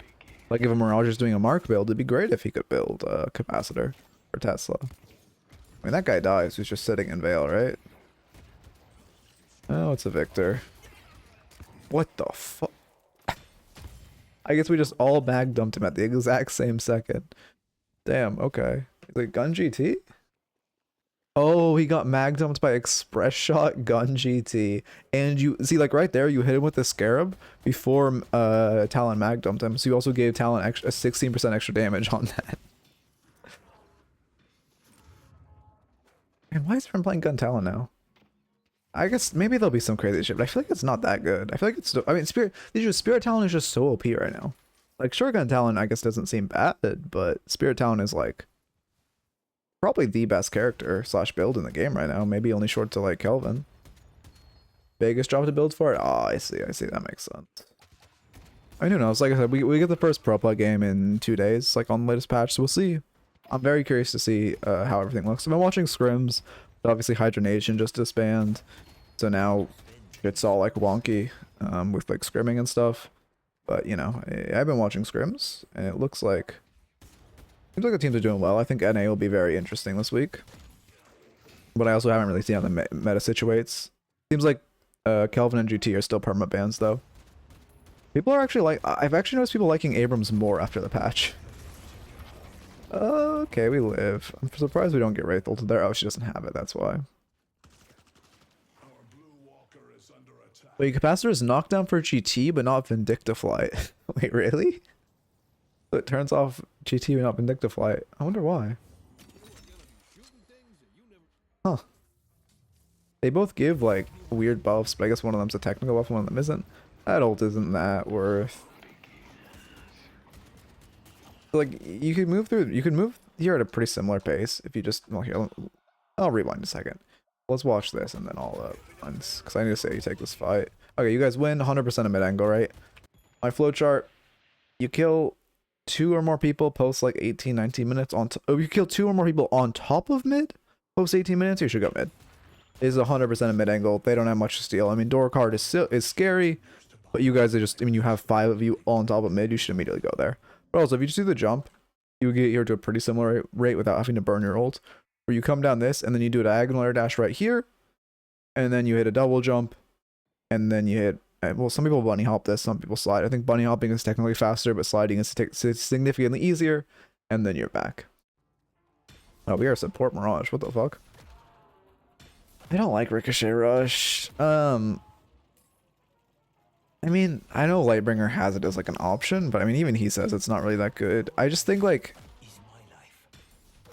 you already like okay, I can see Ricochet Rush on Mirage if you are well okay, I guess if you're going a Mark builds. The issue is I prefer CDR per Ricochet because the thing is Ricochet Rush is for farming, right? But you already have a Haze who's going to farm pretty efficiently. She's also a Ricochet Rush, so she's also going to farm very efficiently. So your camps, like, I mean, look at this map, look at how many camps are on the map. It's like absolutely none. Imagine we had ult right now for this fight too.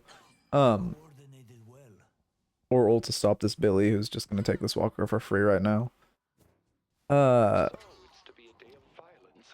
you just gotta cut off his door. Yep. Okay, we do clip him with a Scarab, which is good. I think he's Scarabs. I don't actually see the debuff on him, but... Okay, we might have missed our Scarabs, which is a little rough. But he dies to 1 more bullet. Yeah, I'm glad we don't melee. One thing you can do there is you can walk at him like you're going to light melee him while you're reloading. and 99% of the time he's just gonna parry, and then you just guarantee the kill as long as you don't light melee. Again, decent time for mid. You guys did lose the other side lane walker. Well, actually, no, not that decent time for mid. Respawn timers are still too low. This game feels like it's significantly further than it is. Never mind. I assume what I said about mid. However, you should just die for this. You could just die for it. You might be dead either way, actually. You have to NATO the Wraith ult to live. Your movement's a little rough. You want a diagonal air dash because you can jump out. Like if you just dash normally, you can't jump out of the dash. If you diagonal air dash on top of the ground, you can jump out of it, which lets you preserve your momentum better. Also, we aren't really 100% of the time sliding after we dash. You always want to slide after you dash, the best movement. Also, one of the easiest but most efficient ways to move is just jump, dash, jump. Like jump in, do the dash jump 2 stamina thing, and then slide, jump, slide. Interesting. I kind of get Rico or Ricochet every game just to clear wave and take camps. I would only rush Ricochet. I mean, for one, you're kind of doing a mark build, right? Because I'm sure you'll get cooldown and spiritual overflow. But Ricochet, on Mirage personally, I only ever really buy Ricochet if I don't have a hyper farmer besides myself, so I can just farm. And also their team has like 2 hyper farmers, right? It's like their camps are also gonna be gobbled. Ooh, and now we don't have NATO for this, so we just die. Yeah, unfortunate. I'm noticing a big issue with our NATO usage. Right there, you're using NATO without kill potential. You only want to use NATO for CC if it like guarantees the kill, essentially. Like, also, we're sitting on 5 AP. Okay, no, I know the issue. If you're using Lightbringer's build, please make a copy of it and put the AP how you like. Most people are really bad at using AP when it isn't suggested. Lightbringer build just stops with AP at this point because you can kind of choose how you build it yourself. You should choose how you build it yourself on your own. Make a copy so you have the suggested bar. Not having the suggested bar makes so many people not use their ability points efficiently. Personally, at this point, I normally max mark and then put the final point in a NATO and then max ult. But you can do whatever you want. Yeah, we're just NATOing this Wraith under Walker, I think, right? That's when NATO comes out? Yeah, that's bad. Well, we're not dodging anything. If you are going to NATO Wraith like that, it needs to be to dodge a card. You want to try to multitask with your NATO as much as possible. If we do dodge a card with it, we're, you know, dodging 200 damage, which is great. Okay, my timers are broken. Okay, you're still dead. Okay. To be honest, this is why I stopped using Lightbringers. Oh, because the point order thing. Yeah. It is. I get why he did it because it is kind of preferential. Well, not even preferential, but like kind of game dependent. If you're maxing for the evasion, but if they're hard gun, you want to max this evasion chance. And if they're building capacitor, evasion chance maxing gets building for evasion chance also gets worse. If you want to go more of a mark build with like Ricochet and CDR and like spiritual overflow, you max mark at this point. And then I don't really know if there's a world. Maybe there's some people who like to max ults. I mean, or to put 2 points into ult at this point pre-mark. You wouldn't want to max it before your other shit, but I don't even quite see the vision with that. I'm not really a Mirage ults level up point enjoyer. I can never use Lightbringer builds because they're so... wait, can't... okay, yeah, I see. Right, I almost say it out loud. Yeah, I mean, Lightbringer makes very good builds, but yeah, they some of them are like, holy shit, I feel sorry for the people I'm playing against type of builds. You have to give this urn. Your correct play is to contest, but like if you look at map, 2 people are here. You guys can't contest this. He might be solo running this. I would, at this elo, I would give him like a 50% chance of solo running this. You can't run the risk. It's the other 50% time. The other 50% of the time, he has 3 teammates behind him. You guys go to contest. They wipe all of you. And then they run mid and do mid. And now they have gotten urn. You guys are just respawning in your base. And they have rejuve.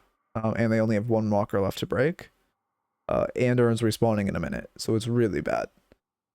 You just have to give this because your team's not here.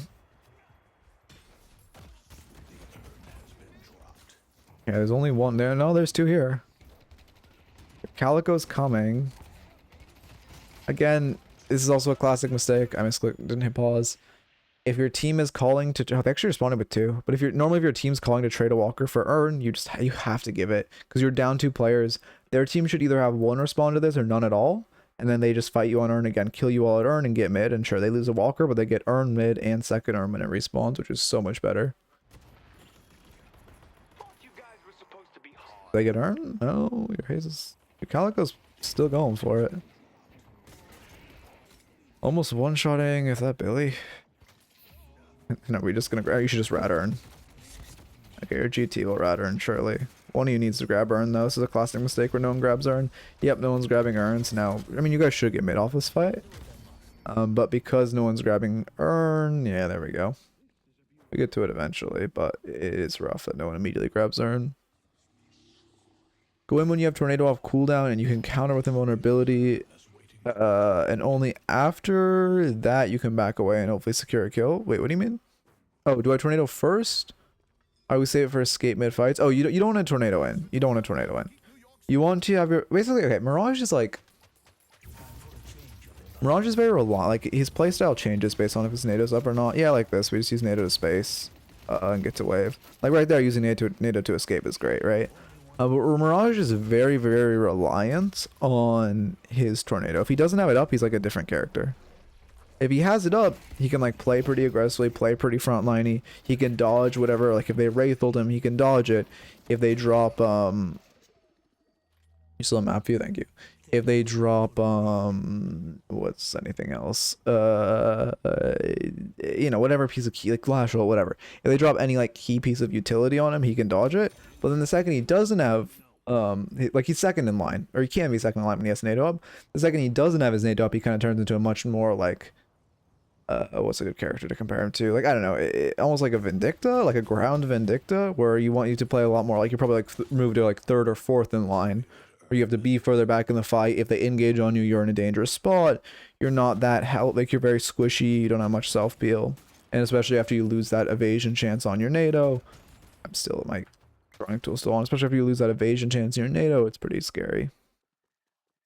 Would I explain like 3 messages before? Oh yeah, my fault, I missed it. Does Curse stop Warden from playing the game? It's really good if you can like cast it on him while he's channeling his ult, because it puts it on full cooldown. Which is really good. What exactly happened with the split? What led to this series of events? I was a little spaced out. Okay, we're splitting this wave.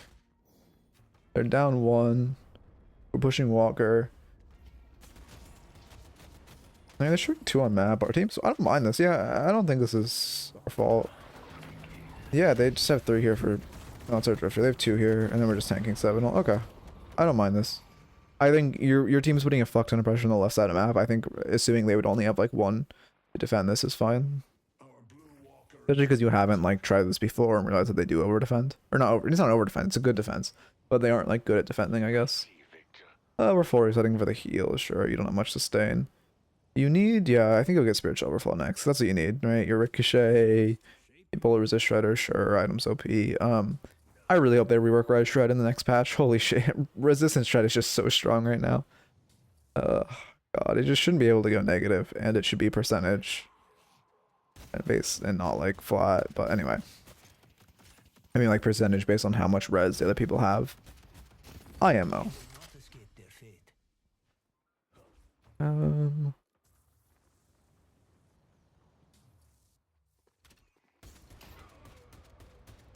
I mean, this is... Okay, I mean, your team's fighting right now. Sorry, I'm staring at map. Yeah, your team's just dying. You have to focus wave there, but now they get mid. Surely. Surely they actually do mid at 27 minutes in the game with 3 picks, right? Surely? Guys. Oh my god, they're not doing mid. They're brute forcing mid walker. Okay. You just want to play under walker. You can't defend this walker. It's gonna fall. But if you can stall without dying, it's good. Especially because they should be going mid and do like a, you know, maybe like a couple of pressure walk where the rest go mid. You just can't die here. It's really bad. Your ricochets, you have really good wave clear. Yeah, I was gonna say you should jump on the. Yeah, you're playing exactly what I was gonna say. You should like come up here and just try to shoot the wave. Yeah, perfect. We're so lucky they didn't do mid or even run Urn or anything off those kills.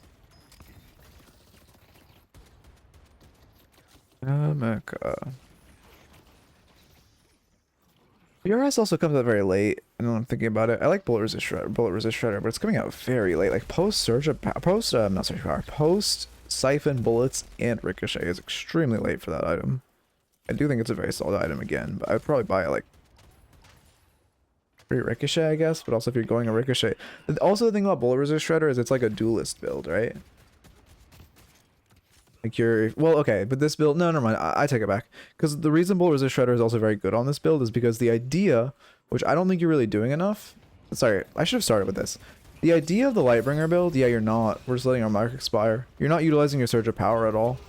The idea of the Lightbringer build is you shoot them once, you immediately pop your mark, and then you commit. So you shoot them once, you pop your mark. Oh, just get rolled. I wasn't really looking at. Wait, let me look at the specifics of this fight. You shoot them once, you pop your marks, you get the Surge of Power buff, you get the Bullet Resist Shredder on them, you get the QSR damage, you get the reload, and then you go sicko mode once you have that increased fire rate and you like stack your mark all the way up and do a ton of damage. What happened there? Yeah, I see the issue with this fight. We're taking a fight. We have 2 people showing on map fixing waves. If 2 people are fixing waves showing on map right now, we can assume they're probably like, I mean, maybe one's farming this jungle, but like this wave isn't that pushed. This walker's up, so they're probably like, I don't know, clustered around here, right? We can look. Oh, they are literally all mid.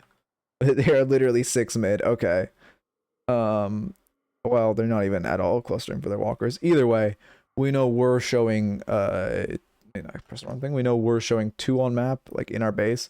So they see 4 here. If they have more than 4 here, they're just all gonna collapse, which they do, and kill us and then get mid. But we are in a very unlikely situation to win this because they should be like they don't have any pressing waves. You always want to think about wave state before you fight. I mean, again, it is insane. They're 6 mid, but we should expect 6 close by, or like 4 more close by. Assuming we engaged on 2 or whatever. Now they get mid. Surely I click skip a minute and they have mid, right? Surely they'll have rejuve. Okay. Okay. Alright. I don't think they like mid. They killed 4 of you and didn't do mid. Okay.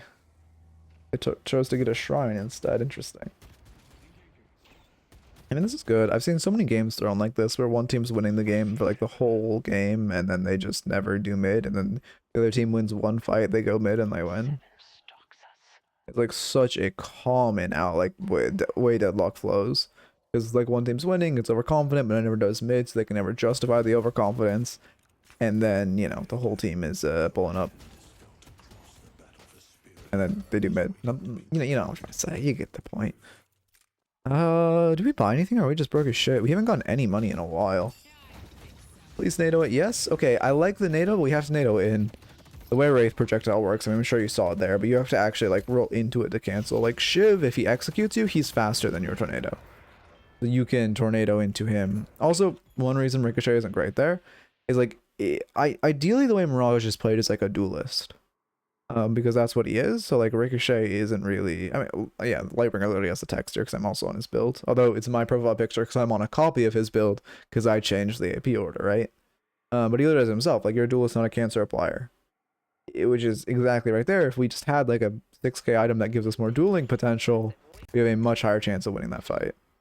But again, if you want to play this build as like a more mark-based build, you can, and then you would integrate Ricochet. Yeah, this is what I was saying before. I like the knockdown buy. It sucks we have to buy it, but we're into 7. No one on our team is buying a knockdown. You just have to bite the bullet.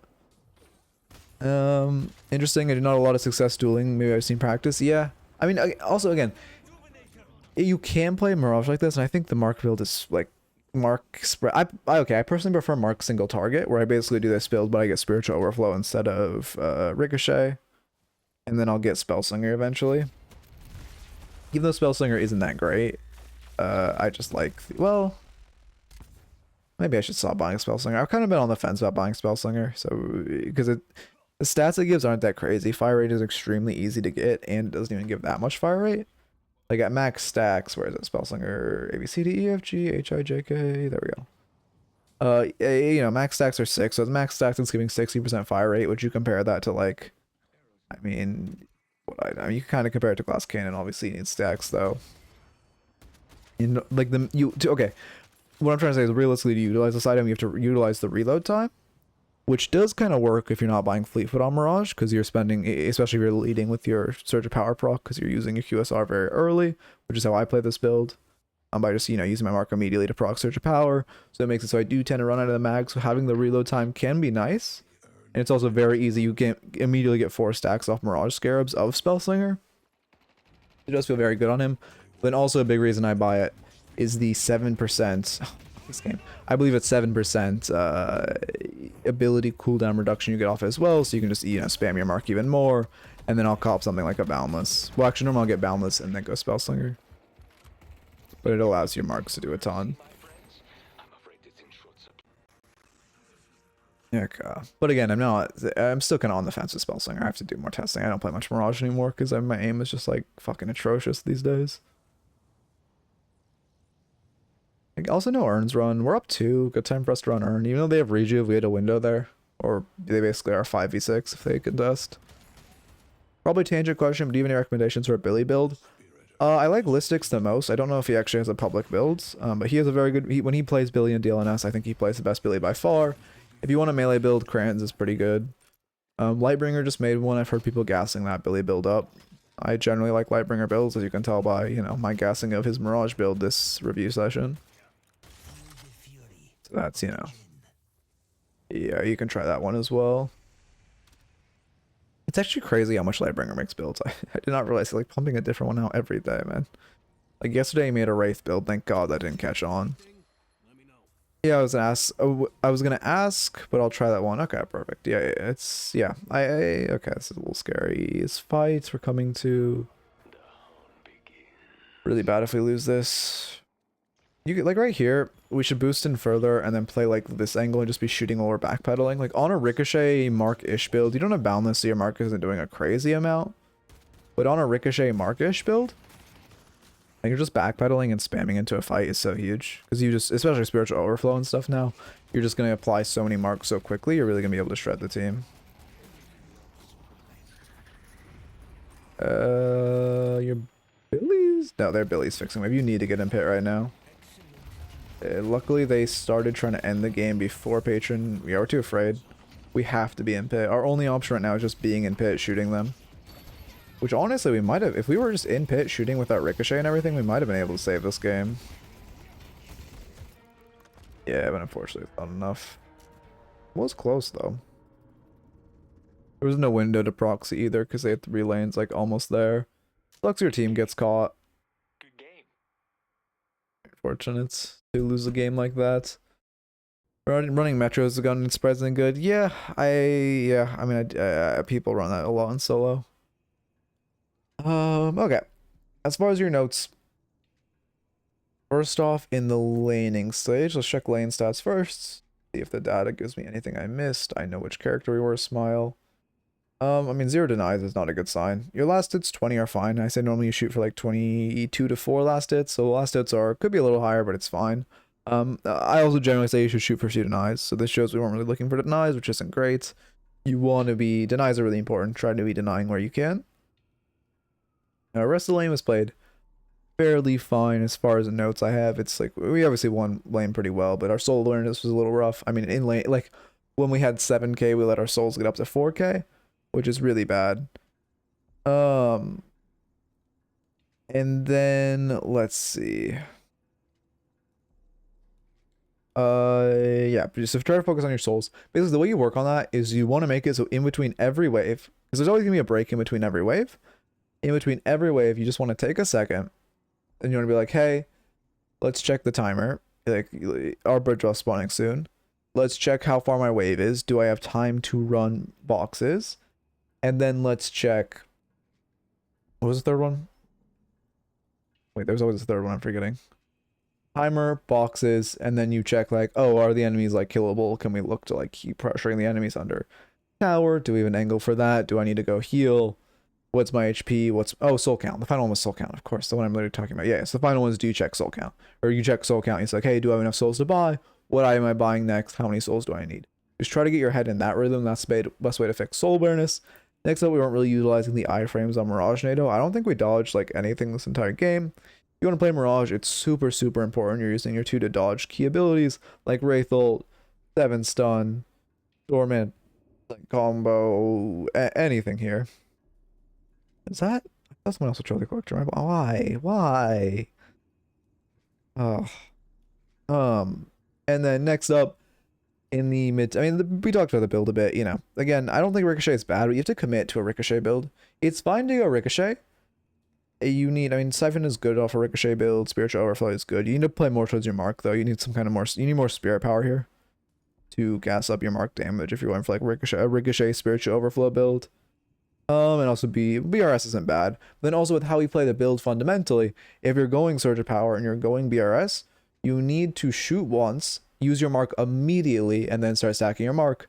Because if you get in the habit of that, for one, you're applying Bullet Resist Shredder, so you do 13% more damage on bullets. But for two, you're popping your Surge of Power, which is, 2 meters movement speed, and 22 fire rate, which is giant. Capacitor removes Cheat Death. God, that item is so useless. I did not even read it. Oh my god, I mean, that's actually insane. Do you not see the Cultist Sack and Trophy Collector Victor I had on my team? Oh no, I didn't, you were the last review. I did not see. I mean, Cultist Sacrifice isn't bad on Victor, because it's like a fine item, but Trophy Collector is rough. Okay, and then as far as the mid to late game notes, I mean, if we called mid that game, there was just try to focus on mid, try to make mid calls. The best way you can learn to call mid is by calling mid, right? You're gonna make bad calls. If anyone flames you, just mute them. You just have to be calling mid. If your caller goes wrong, like take a second, walk back, analyze. Hey, go to the VOD, look at the information you had, analyze what went wrong with the call. How do you like fix this in future? And then let's see. As far as but we're just calling it. Making the calls is important. Trying to call mid more. Again, my flowchart. If you have 2 or more picks, like post 22 minutes, just do mid. Call mid. Also, if we have like 1 pick or a small advantage or a good wave state, just do earn.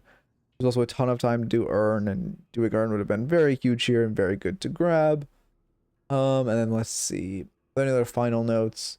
I think it was. Wait, how much did we use our TP? I feel like we didn't TP that much. I think it was just like the fundamentals how we were playing our character. Their TPs were also a little light, but that comes with better map awareness, which I do have a drill on my channel to improve your map awareness. If you just go, you can look up like map awareness drill on my channel, or just go to my drills and exercise playlist. I actually have quite a few of them, depending on, I guess, what voice you prefer. There's like 80 different ones. Well, not 80, but I think I have 3 different ones, and one of them has like timers with bridge buffs and sinners as well. But if we look at, let's look at, okay, also, if you look at your mark, if you notice how much this thins in the late game, keep in mind you're only getting your Surge of Power buff when you pop your mark. The fact that your mark is like post 9 minutes is getting used like barely at all is so bad, because you're basically just never having the Surge of Power buff of movement speed and fire rate. And then also the QSR. If you look at your ults, an okay amounts, but could be better. I could say prefer us using it poorly than not using it much. B2-3 boss, nice Swento. Did you get an endless run? Well, I guess you would take if you had an endless. But yeah, I think would we take any bad fights? Yeah, I mean our split was generally okay. I think those are really the biggest notes, especially the calling objectives. Like we would have won that game if we just called objectives more. By far, that was the biggest issue. So yeah, watching YouTube. I hope you enjoyed and keep it real. All right, that'll be video from today's review, I suppose, or today's reviews, I suppose.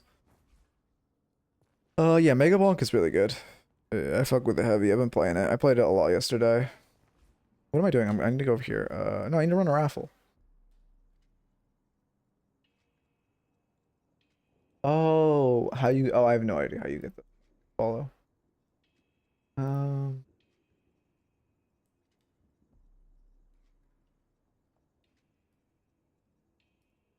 Raffles, lost raffle. Really, I fuck, man. I tried. I got Hades 2 in the beta. I did not fuck with it, man. Maybe they made it better at this point. I love Hades 1. One of my favorite roguelikes ever. Hades 2 just like, I got to like level 2 and shit just felt so bad. Everything just felt so tanky and slow. I was like, what the fuck did they do to the game I like loved? Okay. Oh, use a fucking ad block. I'm gonna switch to their scene. Use it, please. I think I legally said that. Use an ad block on sites that allow you, and it's not against TOS, to use an ad block on Smile. Check Discord FAQs if you want one. Okay. With the raffles, is it just submissions made during stream? Oh, older ones work fine. You can submit new matches in the match IDs during stream. You can submit them now, whenever you want. I tried White Knuckle. I didn't love it. I refunded it. I know people gas that game, but I don't know. It didn't hit for me. The resets just felt bad, man. Guys, I don't know. They didn't have like, I'm not a big roguelike person. It's weird. That's not even true. Roguelikes are extremely hit or miss for me. I will love one roguelike and hate the other. Like I really like Isaac. It took me forever to get into, but I really like Isaac.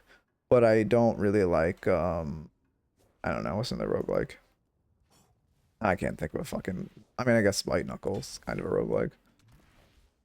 Capacitor does remove the extra spirit damage on bullet when Vindicta's in flight, but doesn't take her down. Interesting. Yeah, I didn't fuck with Dead Cells, but I don't know.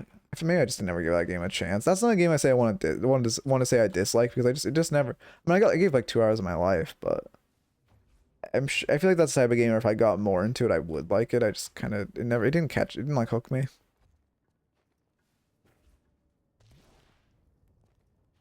Oh, the tickets are just like a pity system. Like that's literally all the tickets are. It's just basically so if you're losing a lot, you'll eventually win. It's nothing more than that. You get a ticket every time you lose. It's good as you play more and more. Yeah, I just kind of got like, I don't know. I feel like I was just doing the same shit for like the first 2 hours. Like everything just felt the exact fucking same. But I like the idea. I just will probably, maybe I'll play it when I'm like go to the Deadlock. But if I got time to like play a game, I don't really want to get addicted to something else because I need to be like addicted to Deadlock because it's my fucking job. And once I'm no longer working another job like relatively full time, then I can start like playing more variety games. But right now it's just like I gotta lock in. I'm in grind mode. I love Deadlock. It's not like it's hard, but have you tried the Shape of Dreams as a demo? But it's good for a freebie. I have not tried it. I haven't played that. I mean, I played Megabonk and Clover Pair are like my only two games I've played that are like recent or new.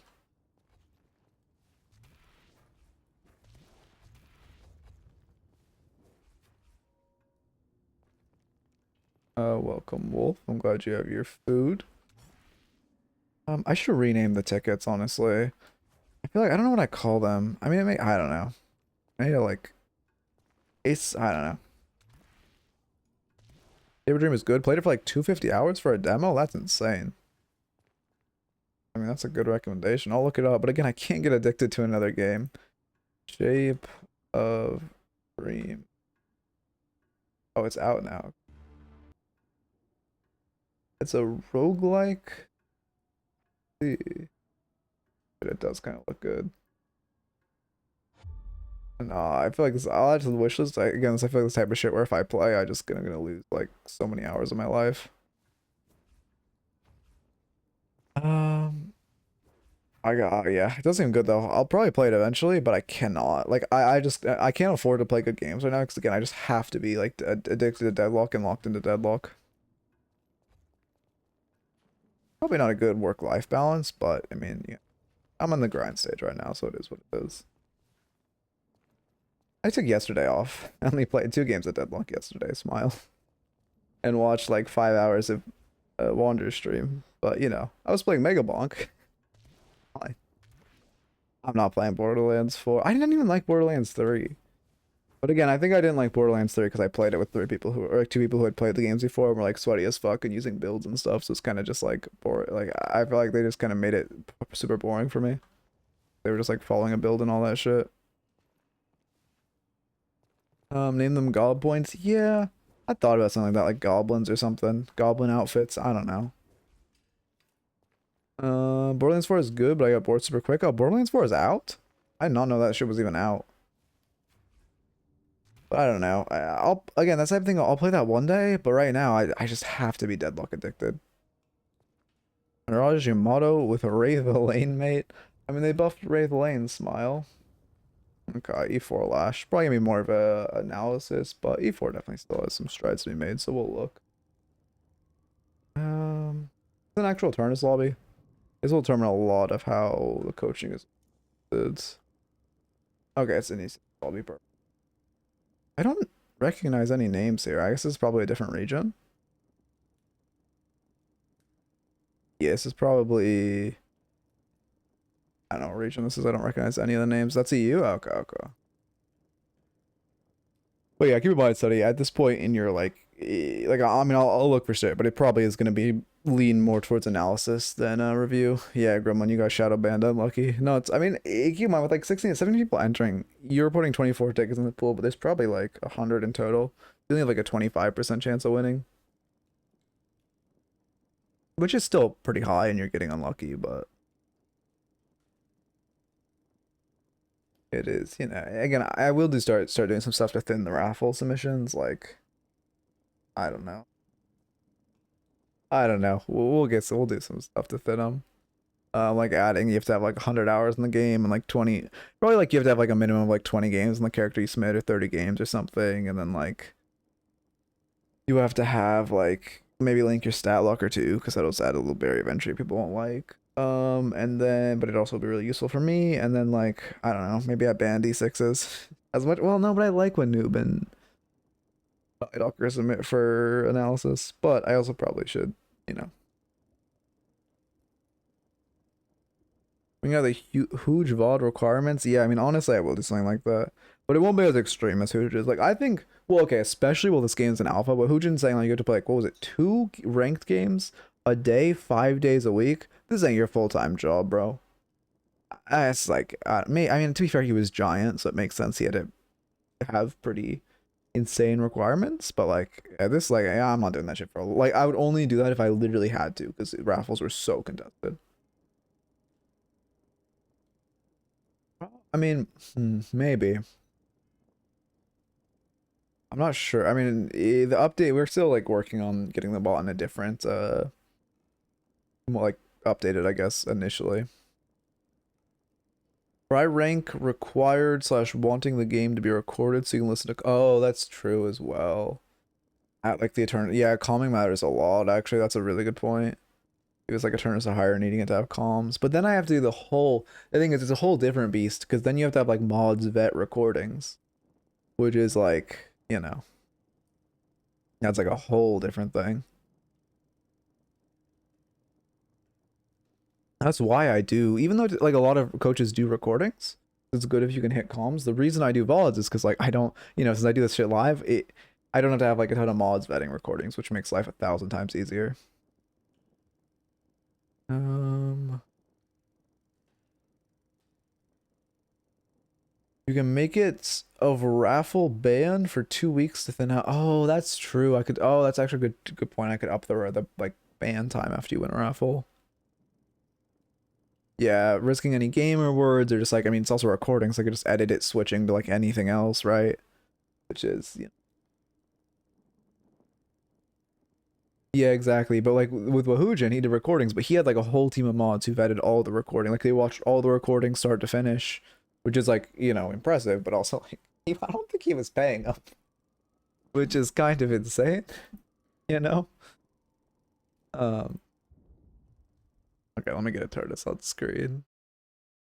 On a doc page. We'll see. Again, also, with the Eternus reviews, again, I do want to stress something. They're very like, depending on if you're a micro or macro player. Like if you're a macro player, this will probably just be analysis. But if you're a micro player, there'll probably be stuff. But it's very, who knows how the cookie crumbles, they say. To be fair, I'd consider Wolf a macro player, but I don't know. It was just a team of volunteers that would check 3 random rounds for the pre-round requirement pistol. Wait, what? Wait, really? They would just check 3 random rounds? Oh, huh. Well, that also seems risky because, I mean, I guess if they checked that the file wasn't edited, but I feel like, man, the fact that anyone could put like whatever the fuck they want on your stream, I want to be overly safe with that type of shit, especially because I shit talk this Twitch mods a lot, right? So it's you know, plays better safe. Out of bed after 2.5 hours of bed rotting. Yeah, I feel that. Why do you think my streams are always late? I wake up like an hour before I get out of bed. It's so bad. I want to like, I think what I want to do eventually is like just leave my phone on my desk when I go to bed, so I'm literally forced to get out of bed to go to my phone. I think that's what I need to do. However, like, it's kind of important to have my phone next to me now for like work stuff. I have a really bad work-life balance, I'm gonna be honest. It's like really bad. Oh, since this is the Eternus lobby, I'll also turn off streamer mode so we can see names. Thank you for the follow, Rasif. Welcome, welcome. I hope I'm saying your name right. Heck up. Yeah, we're staying for a little cheese. Who are we into? We're into Yamada Vindicta. Oh my god, I'm sorry. I mean, immediately I'm seeing Spirit Shielding as an angle, right? Their comp, Reactive Barrier is not bad into it. It's not crazy, though. Unfortunately, we missed that. Take a lot of poke for it, yeah. That's really rough. The Crow on us, too, but we don't... At least we don't get poked with Shred. Your Mina's playing very aggressively. I know she's a Mina, but you did just lose your HP bar. You got it close enough? Okay. I appreciate the margin of error. I'm surprised nothing slipped through in the time I was regularly following Hooch's stream. Yeah, it's honestly... I mean, I guess it's just like... I don't know. I would not trust the Valorant community. I don't trust the I do not trust those motherfuckers at all.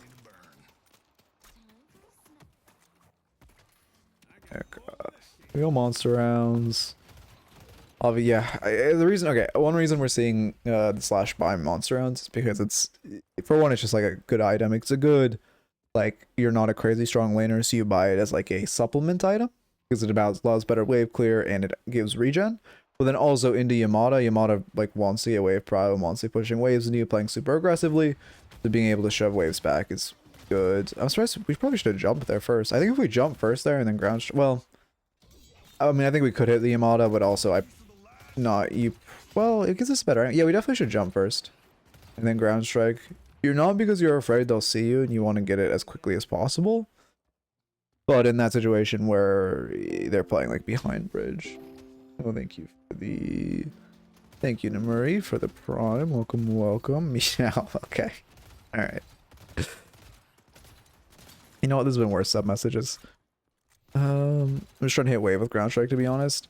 Yeah, but if you jump, I feel like even just giving you the chance to hit them, like, it gives you so much, like, if you're jumping a bit and looking for the potential of hitting them as well, it's just like, risk, you know, like, since you're already doing it for wave and you're gonna hit wave 2 no matter what, it like isn't, there's no there's a slight downside of, again, maybe they see you and react super quickly, and there's a slight downside of you're like 2 meters positioned more aggressively, but the chance of like, I don't know, 20% chance higher to hit them with the ground strike, which is like, I don't know, post nerfs, I honestly couldn't tell you how much damage it does. We'll say 150 with Mythic Burst now like 200 is pretty significant, right? Oh, the stake. Yeah, we're gonna have to go regen, or not regen, like rest, probably healing right next, but we're gonna need to go a defensive, like regenerative item next, what I'm trying to say. That's when we're very back-footed. I mean, does Mina have monster? She doesn't. It's very hard for us to be getting wave prio. We can't go for our ground strike plays either. They're also another bad thing of being on the back foot like this is Yamada's unhealthy, but because like right here, you should focus that heal creep. Because you didn't focus that heal creep, you allowed it to get another heal. You want to be in this type of situation, you want to be trying to deny heal creep second heal as much as you can. And right now, is like ideally because you're low and you have no regen items, you want to be like on the heal creep as it falls. You want to be standing like on top, your Mina too, both of you want to be standing on top of this heal creep as it falls, and then you try to keep it alive, because if you take heal immediately after it falls, it'll heal like a few seconds after standing neutral. So if you can just keep it alive for a few bursts of the enemy's ammo, it's like, it's a lot better. But now you basically miss a whole, because you don't do that, it's like both of you are, well, realistically only one of you would do it, but your minus like 40 HP. But you did get like an extra box out of it, but the trade is a little rough. It's something I noticed Wander is really, really good at when I'm analyzing his streams. If he's ever low, he's immediately on minion drop. Are we in range here? Are we not in range? There's the heal. Oh, we weren't in range off that drop. That's so bad. I mean, they focus it, to be fair. So it didn't matter on that wave. But it sucks you're... Oh, also one reason you go on him off drop is because it makes it easier for both of you to get the heal at the same time. Obviously the actual, well, I shouldn't say obviously, because I'm pretty sure the actual range it takes to aggro and the total heal range like are different. So if you go to get the heal but you're like Mina's like 5 meters away from the heal range, it'll still heal her. We're going for buff now. The issue is again just focusing heal creep. Yeah, okay, we go on heal creep there. I mean, at this point, they're relatively healthy, so it doesn't matter as much, but it is still worth. In any case, like this elo, you should always be focusing heal creep. Okay, now we're going for buff. Oh, no, they got it. We're two. It's, yeah. Or, yeah, okay, I was gonna say. Yeah, you're just box farming the issues. You're walking into them. You shouldn't be doing these boxes. We know they're going for buff. Yeah, we're gonna die for this. We are. You shouldn't be... Okay, a few things here. When you are... Like, when you know they're going for buffs, which you're not really coming to contest the buff, if you're coming to contest the buff, you come on the vent. You don't want to be trying to route these boxes, because you know they want to fight you, especially after Yamada just got, what is it, casting buff? So she's super, super strong. Like, Yamada is massive right here. They obviously want to fight you. Vindicta Crows, you just die. If you are choosing not to contest, which you are by not hitting this vent, you just want to route the safe boxes on top of your roofs, because they're always going to jump down on you if you greed those boxes. I thought they were ganking blue for some reason. Completely forgot about buff. Oh, I see. Is that like a common issue you have of not like oh, when you're trying to counter rotate? Okay, I see. If they were, that was good, but yeah, it's just unfortunate we're not paying attention to buff. But is it a common issue that you aren't paying attention to buff timers? Because if so, I do have a drill that helps with that. I mean, there is just, again, trying to train your brain to literally, in between every single wave, look at timer. But if not, I do have a drill that, like, I mean, literally all it does is it says every time they spawn, but you do it for like a week and your brain just subconsciously starts doing it. It's really nice. It's an old, like, old drill from the League days. You shouldn't stand this close. Like, I'm surprised you didn't throw a tether. Maybe you didn't know your Mina was riding. Mostly on buffs beforehand, but was trying really hard not to lose lane. Okay, bro. Yeah, if it was just sometimes, then it's fine. Ooh, that sucks. You should just back off. This is still risky to grab bag. Yeah. Yeah, just... You can't grab bag. You seen the full reset there? Yeah. But even if Vindicta didn't have snipe, I mean, Yamada can dive you so easily with ult. Yeah, that, honestly, I will say, I'm still, like, subconsciously thinking about that thing you said before about having Eternus players actually submit a like bot, and that's a perfect idea, because also when I watch high level streams, so many people comm wrong. It's actually like a great idea to also just be able to like critique someone's comms. It's something you don't, I mean, a lot of people don't get advice on, and a lot of people don't like do correctly. For example, just to give a little TLDR, you never say I when calming. I should make a video on this, but you never say I when you're calming. You always say your character name, because if you say I'm coming with ult, they don't know who the fuck you are. They don't know what your voice is. If they're in a fight, they're not gonna look. You need to say, like, you can say I'm coming with Lash ult, or you can say Lash is coming with ult. Either way is fine, but you need to say what character you are when you're calming, and then also they are here is a terrible calm. You want to calm like 2 green, 2 mid, whatever. That's not, you don't see that as much in high elo, but I see people using I a lot in high elo. Got a really bad habit of doing that. Yeah, it's honestly kind of hard to train yourself to calm differently if it's muscle memory to calm like that. Looking for lasso, exactly. Lash is coming with ult sounds like an enemy. Well, yeah, that's what you can also say, like, I'm coming with Lash ult or looking for Lash ult. But at this level, they should also know Lash is on their team. But you're right, it does sound like an enemy. So for general elo, it would be better to say I am coming with Lash ult. I went through my calm arc in Valorant. Yeah, you should know. You should be backing up. Omer crowed. They're gonna want to look aggro. Yamada's not here. Like, whenever we get crowed, they probably are gonna walk towards us. Obviously, Vindicta wants to make use of that shred. What's she maxing? Pro flight? Oh, is this the cancer build where she goes EE2 max? Please don't tell me people are playing this in high elo.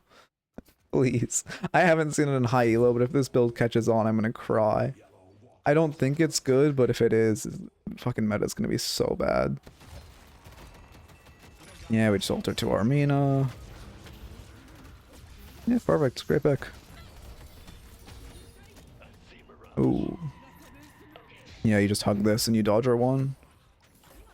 That's not good. You're putting yourself in the opens. Now she can just power slash you. Okay, wow, that was unfortunate. When she has power slash up, is this something you'll see? Well, maybe she used it actually. Let me check if she didn't use it, because I could just be saying something wrong if she used it here. I'm pretty sure she didn't use it. Let me spectate her to see, because I'm pretty sure after she ults she doesn't power slash, does she? No, yeah, she doesn't power slash here. She does there, which is what kills you. Where we'll get too low. What you want to do in the situation when she ults is you just want to hug this box, because you're dead to a power slash, and she has like fast charge time on slash, right?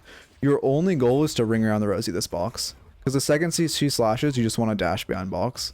When you run into the open like this, you're guaranteeing she gets a full slash on you while she's an ult, which she doesn't have at max, I'm assuming. Yeah, so she doesn't have the additional damage on her slash, but it still is significantly more damage.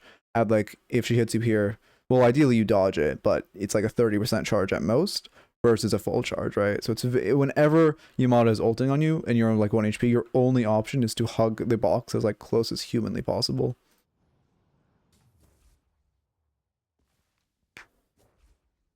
Okay. If I can't solo carry, I'm not good enough to play. I should play no comms on. Blast my music, can't hear my teammates and muted my mic. Because I unironically, like I said, when I was doing my initial climb, I didn't turn on comms till I hit Phantom. Because I was a MOBA player coming to this game and I knew comms would just make like tilt me because people wouldn't understand how to play a MOBA. So I literally just had like voice chat off until I hit Phantom. Oh, you're 2 points in the flag, okay. No QSR, but QSR did just get nuked. For parry, yeah. One thing I've also been noticing, you didn't do this wrong by any means, but I want to say this because I think it's something I see like as a difference between low Eternus and high Eternus players. Nice, I'll say after the fight ends, holy shit. Yeah, okay. When they parry tower, yeah, like right, you actually did it wrong right there. When they parry tower, they jump at tower and they parry like here. You want the Guardian to melee you at the last frame of your parry animation. Because then you're, oh, don't get sniped. Okay, you're good. Because then you're just maximizing the time that you're like mobile. If you get meleeed kind of halfway through the parry animation, you're still spending half of the animation where you're locked in that parry animation, like mid dive. And saving that extra, thank you for the follow, Ricardo. But saving that extra like 0.2 seconds can be like a difference maker. So it's really good to try to be like parrying. Like again, you want to literally get meleeed on the last frame of your melee animation or of your parry animation. Yeah, we obviously have to hold this. Are my cooldowns glitched? No, your ult's already back up. Okay.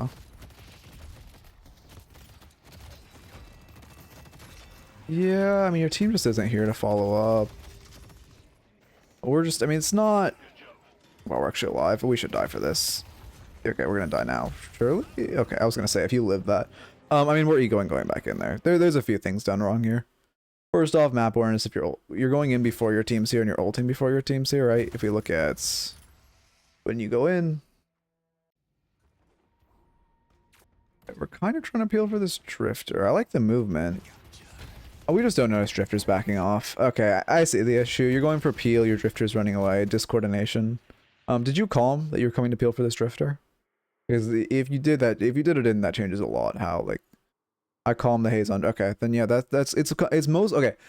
This is on him. Overall, this is on him for you calming or coming in, and he doesn't like respond. But it's also on you for not looking at map mid fight. At this level, you should be looking at map mid fight. You should see, hey, he's running the fuck away. I'm not in a good spot.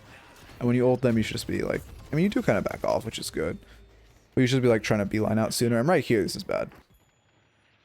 You're trying to live, but the second you get here, you just need to walk out like this. Your only option out is just walking out. The second you cling to the bush, you're just dead. I don't mind looping around to juke them. Actually, I think it's good to loop them around to juke them at this elo, but at that point, you just need to be beelining out. You pause for 1 second, any of them see you, you're dead. Wait, no, yeah, I just slam them the other way. It's true. Yeah, I kind of forgot about slam. But yeah, you do back out, but yeah, you're right. I saw the sleep, but we didn't get slept till like a second after ult. We had time to ground strike out.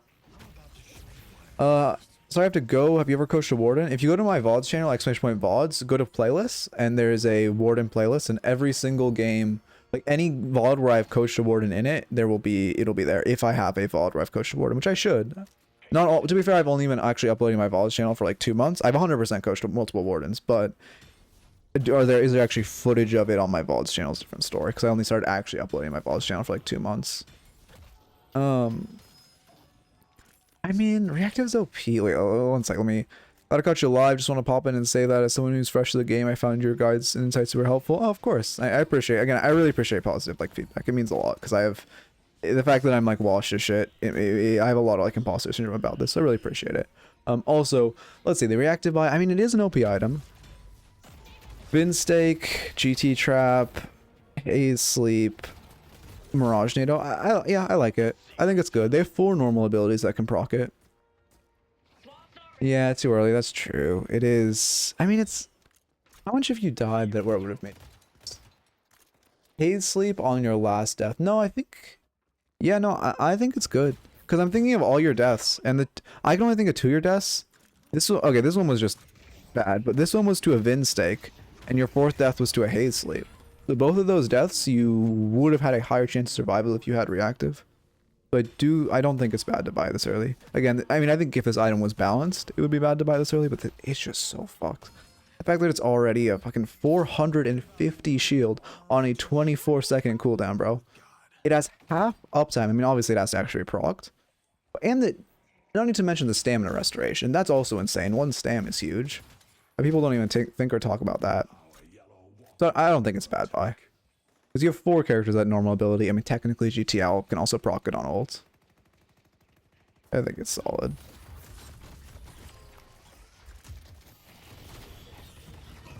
Oof, that sucks. I mean, right there it did proc, right? Gave us a higher chance of survival. Let me look at exactly our information and see if there was a major mistake here. Now, we still die, but it did keep us alive longer. I know we see 3 we're walking towards here. Thank you for the follow. Okay. I'll just call you touched. Thank you for the follow. Okay, we got to steal. Yeah, I wouldn't expect to die. It's risk reward. You see 3. We are at Eternus. I mean, I wouldn't expect to die. You only see 3. I don't think that's awful. It is ego to go for that steal.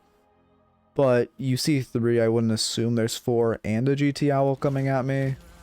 It's a pretty unfortunate series of events. They need to add stamina to spirit shielding. I mean, the big difference between spirit shielding and reactive barrier is that reactive barrier scales with 2.1 spirit. Well, spirit shielding scales with, what is it, 1 point something boons? Maybe 2 boons. I don't remember the exact boon scaling. TLDR is boons are 50 times worse than spirit, because also you get 1.1 spirit per boon. So it's also like rough. Are you asking your team about it? Oh, wait, what's happening here? Oh, you're waiting for it to be on your side. Grab it. Okay, perfect. I see. Okay, I'll fuck with that. That's a great way to play around turn. I know there's a lot of review, coaching, raffle, and stuff, but I'm early into learning, and for that to be really helpful. Do you think there's a solid metric I could use to measure my progress? As like, the issue is like ranking is so bad in this game. I honestly think the best metric is just do you feel like you're playing better? There is stat locker rank, which at least, I mean, it's not even that. It's not even that accurate. I mean, rank. Okay, the best metric to measure your improvement is rank, although rank is rough right now. But I honestly think just play for improvement, and you kind of know when you're improving. I don't mean that like you'll just kind of, oh, we're strafing too, which is great. I mean, our strafing's a little rough, but we have the fundamental, like we're trying to strafe, which is great. Obviously, learning how to. Oh, let me focus on your movement actually, since I've been super movement pilled recently. Because learning how to strafe is huge, like in your movements, just around the map. Just like leap next. I do feel like it's coming out late. We have CDR on our ults. Oh yeah, on our ults. What am I? Okay, ignore that. We have CDR on our ults. I'm so used to flog builds, man. Yeah, we're playing around supportive, playing for our ult, no points in it. Yeah, okay. I mean, I think Majestic Leap is coming out pretty late, but all things considered, there isn't. Reactive Barrier is kind of the only thing we could cut. Oh, that hurts. Do you know the tech for syncing up your Sinner's timers for farming them? Now there's a replay glitch where the dots just don't even move. That hurts. Oh, can you explain strafing for the noobs here? Exclamation point movement. Watch, there's a whole hour-long guide by Cafe DL. It is, I mean, basically, when you're in the air, it's perfect. Pause for me, actually. Basically, when you're in the air, I already forgot what I asked. Sonny, I'm sorry. When you're in the air, and if you hold W, you don't gain momentum because it's a Source 2 game. But if you use A and D, you do gain like momentum. So it's like when you dash jump, like the best way to move is like a snake, basically. Like you dash jump and then you like snake slide. It's best exemplified off a holiday pad, where if you jump off a holiday pad, you get 5 more meters if you just move your cam left to right and go like A and D like with the cam swings. But yeah, that's the best way. Wait, what did I genuinely forget what the fuck I asked. I'm so sorry, Sonny. Wait. What the fuck did I ask? Damn it. I mean, probably some movement thing. I do it later in the game. Oh, about the center stack. Okay, thank you. Yeah, it is. It's worth doing, although it's not. It's only 3, like, what? I guess 2-second save, but it is worth doing. Also, one thing that I've noticed a lot of high-level players do is they do the first farm, but then they, like, do halfway through. Like, if the lights aren't good enough to instantly farm the first one, they'll then hit the second one and then go back and finish it off, so it syncs them up. Hey, love, man, how's it going? Does the slide work correctly if you don't hold W? No, when you're on the ground, you want to hold W. But when you're in the air, you don't want to hold W. But when you're on the ground, you do hold W and you move faster. It's just, again, if you do exclamation point movement, Cafe DL explains this, or Caf DL explains this so much better than I do, or I can. He's the one who, like, taught me, or Piz Guide taught me. And then also, you know, moving on stream. A lot of damage. We should back out here. Yeah, I mean, Vin's just showing up, but, like, I was gonna do the classic. Like, your teammates are pretty far. I think we saw 2 here, right? And then now we see Vin, which is a 3rd, which is really scary. But we know our teammates are, like, 5 seconds out. They aren't really showing on map. This is a dangerous fight. And now that they're all here, there's Vin Tether, there's Hey Sleep. Did you get capacitored? Holy shit. They don't like you. Yeah, you take the capacitored. Yeah. Yeah, we just don't want to be... They're just not showing up on map. If they were showing, like, a couple people on right side, that'd be fine. Oh, this is not a good fight. This is mid-boss if we lose this fight, too. And it looks like we are. Oh, clear one. Oh, no, are we winning? Oh, wait, I'm looking at the wrong fucking team. We're winning. Okay. Okay, I'm locked in. Okay. I mean, it worked out. Wait. Let me look at our team calling mid. There's definitely a mid angle here. Instead of sieging 2 walkers. What exactly happened? Like, respawn timer-wise. I need to unsync my timers. Go back a bit. Because even if you're dead, you should be calling a good mid. We've killed 3. We're down 2. We're only up 1 after that Shiv dies. Why is my audio broken? This is that window. This is the window to call mid. Instead of chasing into their walker, we walk back mid. You're up in 9. We have a good advantage for 20 minutes into the game. That's the mid call right there. We can kill it quickly enough to keep 2 to 3 of them still dead when it falls. Well, we can kill it when we have a guaranteed 2-player advantage. Your team, I mean, it's not really, you aren't the one to make the call of pushing, but you can still be the one, like, calling mid there. Especially at this elo, if you say mid, they'll all, like, instantly react. Great leap.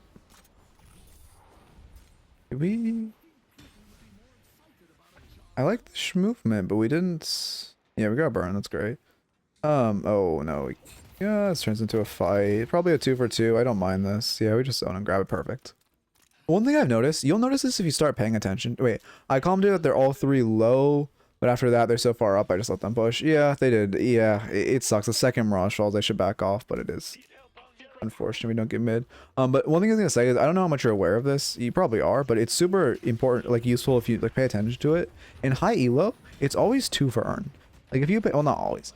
Like, I would say 80% of the time, they're sending 2 for earn if you pay attention to it. Like, right there was 2 people contesting you, you showed 2, they backed off. It's very, very common that they send 2 to pressure earn. I don't know why, like, or earn off spawn. I don't know why it always seems to work out to that, but it's very, very often 2 pressuring or pressuring back for earn. Tank Buster obviously hugely OP. I'm shocked this item escaped a nerf last patch. It does. If you just check, like, we'll check graphs after this game. It is just like, I mean, sometimes it's a 5v5 on spawn, but if it's not a 5v5, it's like almost always 2. It's weird. I don't know what it is about the flow of the game. Maybe it's just they want 2 in each lane, and it defaults to the 2 right or 2 on either side, end up going for it. But if you pay attention, if it's not like a big fight, it's never like 3 or 4. It's always 2. We're too locked in on this Mirage. We get him, but that wasn't worth. 1 for 1, and we burn Lash ults. Let me look at the specifics of this fight. We're coming into this. We catch him. I mean, this is all fine. Then we just get, like, rolled indoors. We're getting a ton of damage. I see the issue. Once he fumbles parry, we should just melee him. You shouldn't. You just rolled out. And that costs us our ult. The second he fumbles parry, if you just look to stay on him. Is there a specific spot in the Discord where I can ask questions if they come up? It's kind of just general. I should ask, you know, that's a good point. Remind me after this VOD, I'll add a like questions channel. But then also, we're kind of sunk cost. Well, the issue is like, it's kind of sunk cost ult that Mirage. No, it's worth. That ult is worth because we're killing Mirage and we're already dead. It just the second I think we grappled back in above that veil, like that's the issue. Once Mirage backs out, we should just try to back out as well. And the second we go back in, we have to ult because we're dead no matter what. Remover, yeah, remover is a little questionable. Here, let me focus on this fight first. Why is no one doing mid? Okay, please mid. Well, you're up 2. Great mid. Please mid. Please. Why is mid up 23 minutes in an E6 game?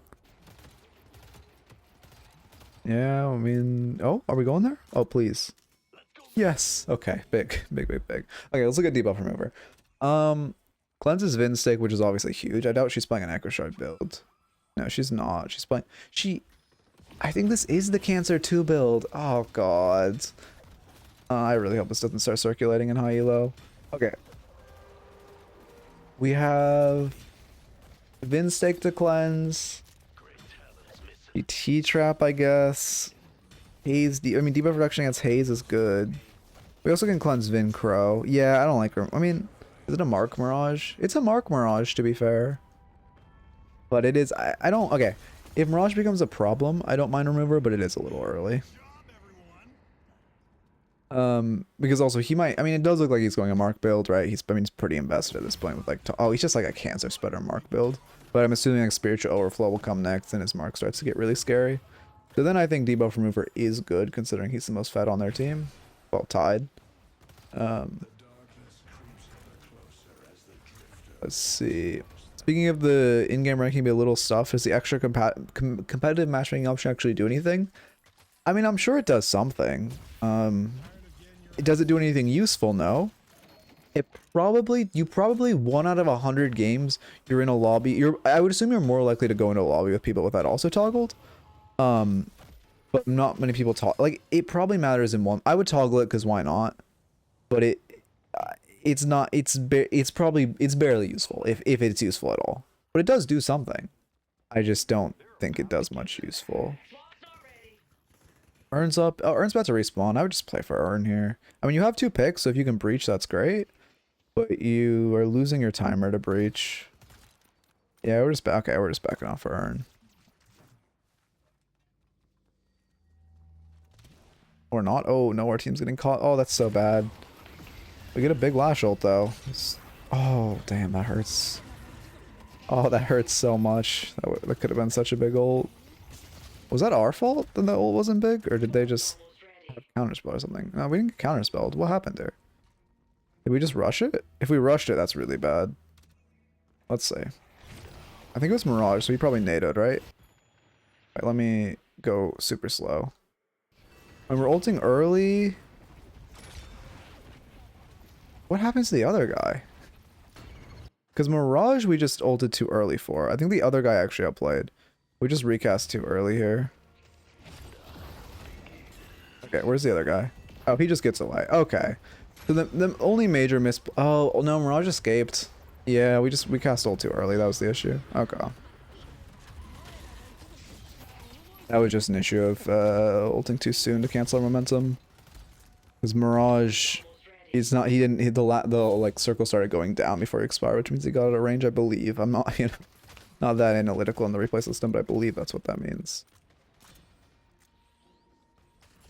Also, what's your goal, Sonny? Hit E6 or play pro? Like, I'm assuming if you're submitting for coaching at E4, you want you're at least trying to hit E6, but are you trying to go beyond that and go pro? Ooh, this is not good. Yeah. I get the idea if you're trying to pull some fire from the Hazel to keep your Shiv alive. But it's not worth. Because now, if you had just backed off, Shiv would have died, popped, you would have been -1 rejuve. Okay, you just get better and already hit E6. No interest in going pro? Fair enough, fair enough. Okay. I mean, that's fair. It is, this is a fun-ass game. Let's see. Well, So yeah, if you just backed off, Shiv dies, he pops Rejuve. Versus now you walked in, you die, you pop Rejuve, but Shiv is also like 30% HP, and now they get Rejuve off him. So it's kind of rough. You just like basically lost 70% HP on yourself. Well, I guess on your Shiv. Well, yeah, we're still down one. You need to be careful. Yeah, okay, we get out. You grab casting when your teammates grabs movement, right? Are you going for... Okay, are you going for movement over casting, really? I'll go for casting first. Oh, we're going for Urn, okay. And giving casting to your para, fair enough. You have great wave state. Assuming Drifter can get respawn in time. Oh, I can't see respawn timers, I'm not sure on this call. It seems good. I mean, worst case, we're just holding Urn for our whole team to respawn. We have good wave state. Yeah, I think we're just holding Urn for our team to respawn, fair enough. There's superior stam, yeah. Yeah, that's fine. We aren't gonna buy. Next buy is probably like Burn into Transcendent, I would assume. You need to be a little careful. Because we know they're gonna be looking to knock this Urn off you. Yeah, like right here. If Calico's fighting this aggressively and we know GT's here, we can assume there's like at least one more lurking in the shadows, right? Because they see you two, so they know there's two here. If they're choosing to take this fight, that means they at least have to have one player, like a one-player advantage. Their goal is just to knock this Urn off you and try to get it for themselves. So you should be careful in backing up a little. Just be careful. And we can look at map. Maybe they're just going crazy. Vin, okay, to be fair, they are just kind of going aggressively. Vin's close, but she's not that close. I expected one to be closer. So they are just kind of playing very aggressively. Burgie, we just grab it. Okay, I mean, works out. Now we're starting to look for Urn. You have to be the one to carry it. I feel like it sucks. You want to use your ults, but oh, great edge boost. Okay, wait, is there tech to how you do those little like micro? Oh, they're just giving it. I guess your team's zoning well. They're down a lot. No, wait. Yeah, they're down.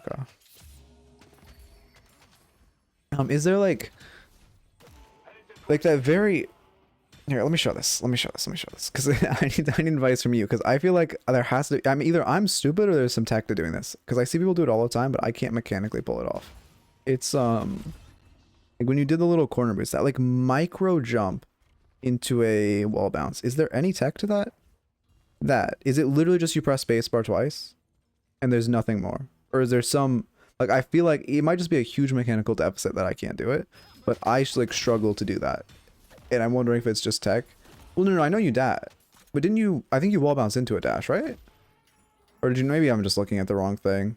There's some shit or people do where they like pixel perfect jump into wall bounce. I believe you'd wall bounce. Oh no, that's a sub stam dash. You're right. I forgot you had sub stam, so I thought you were wall bouncing into dash for that distance. There's something people do where they like... Again, I see this all the time in Eternus lobbies, but I can't figure out... Like, it might just be a mechanical deficit. But it's like a pixel perfect. It's like you're a pixel off the ground. You like instant wall jump, wall bounce. And it's not a jellyfish. I know what jellyfishes are, and it's not jellyfish jumping. Like they do it on the ground. It's so weird. Yeah, that's a mystery I'm trying to unravel for a while. I need to like... It can just be a skill issue though. Our team's fighting, we fix wave first. I don't mind that. We have to get here with our ults, but the fight's already kind of lost. Now we need to back out. No matter how well we play this, we don't win. You just need to back out. Mid's up in what, like 30 seconds? Let's see. I don't see a Rejuve icon.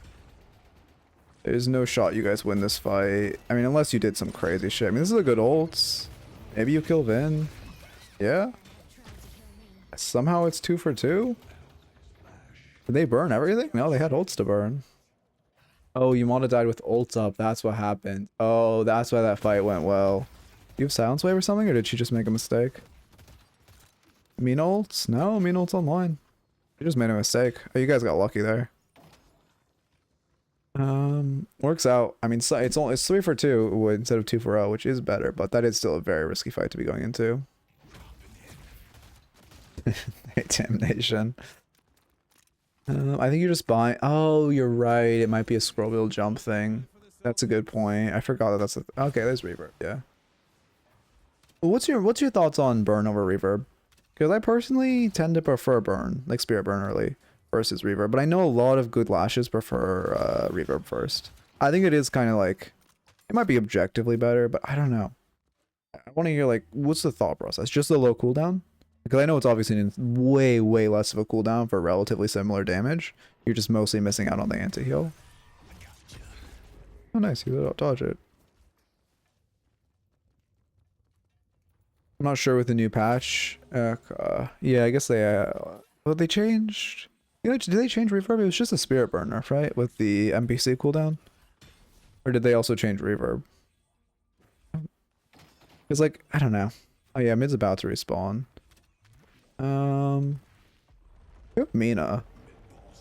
Low key, like, well, to be fair, you guys are showing, but like, if we look at map on mid boss spawn, well, they're running for Urn, but you could also have like baited Urn and then immediately killed mid boss. Even after the nerfs, Mina still does a lot to mid boss with max ult. New ground strike is worse. Wait, before you could insta proc it every 6 seconds, now it's every 8. I see. We obviously want to look for an ult. Majestic Leap should be back on. Like here, sorry, I have to go back up to fix cooldowns. It's important to see your cooldowns here. Yeah, we just placed this guy. Just to back up. Urn resets? Ooh, okay. Or no, someone's... No, we're still caching it. It just was exactly on top. We're obviously looking for an ult here. An unfortunate angle for the fight. A lot of damage we back up. How unfortunate she cleanses that with her ult. I do like Spirit Sap on Yamato though. I recently learned that Spirit Power can go negative. Didn't know that. So I'm very much a Spirit Sap believer, even more than I was before now. I mean, it works out. We're doing our job in this fight. Obviously, we haven't gotten an ult, but they haven't given us an ult. Oh,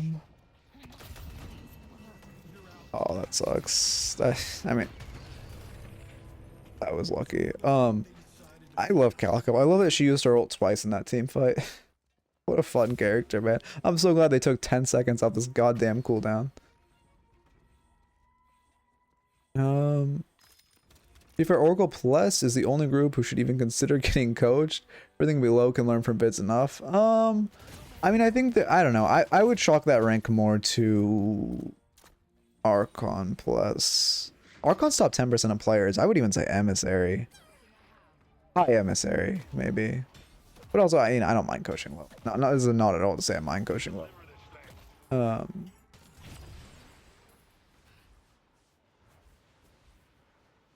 I got the we tried a wall bounce? Oh no, we're just going for shop. There's Spirit Burns, alright, yeah. Surprised. I'm surprised you don't go, especially with the changes. Well, no, changes you wouldn't want it lower. I'm surprised you don't go Transcendent cooldown. I feel like, I mean, having Transcendent cooldown on Barrier, Leap, and Tank Buster, I mean, it doesn't really affect Reverb, but Tank Buster is like huge.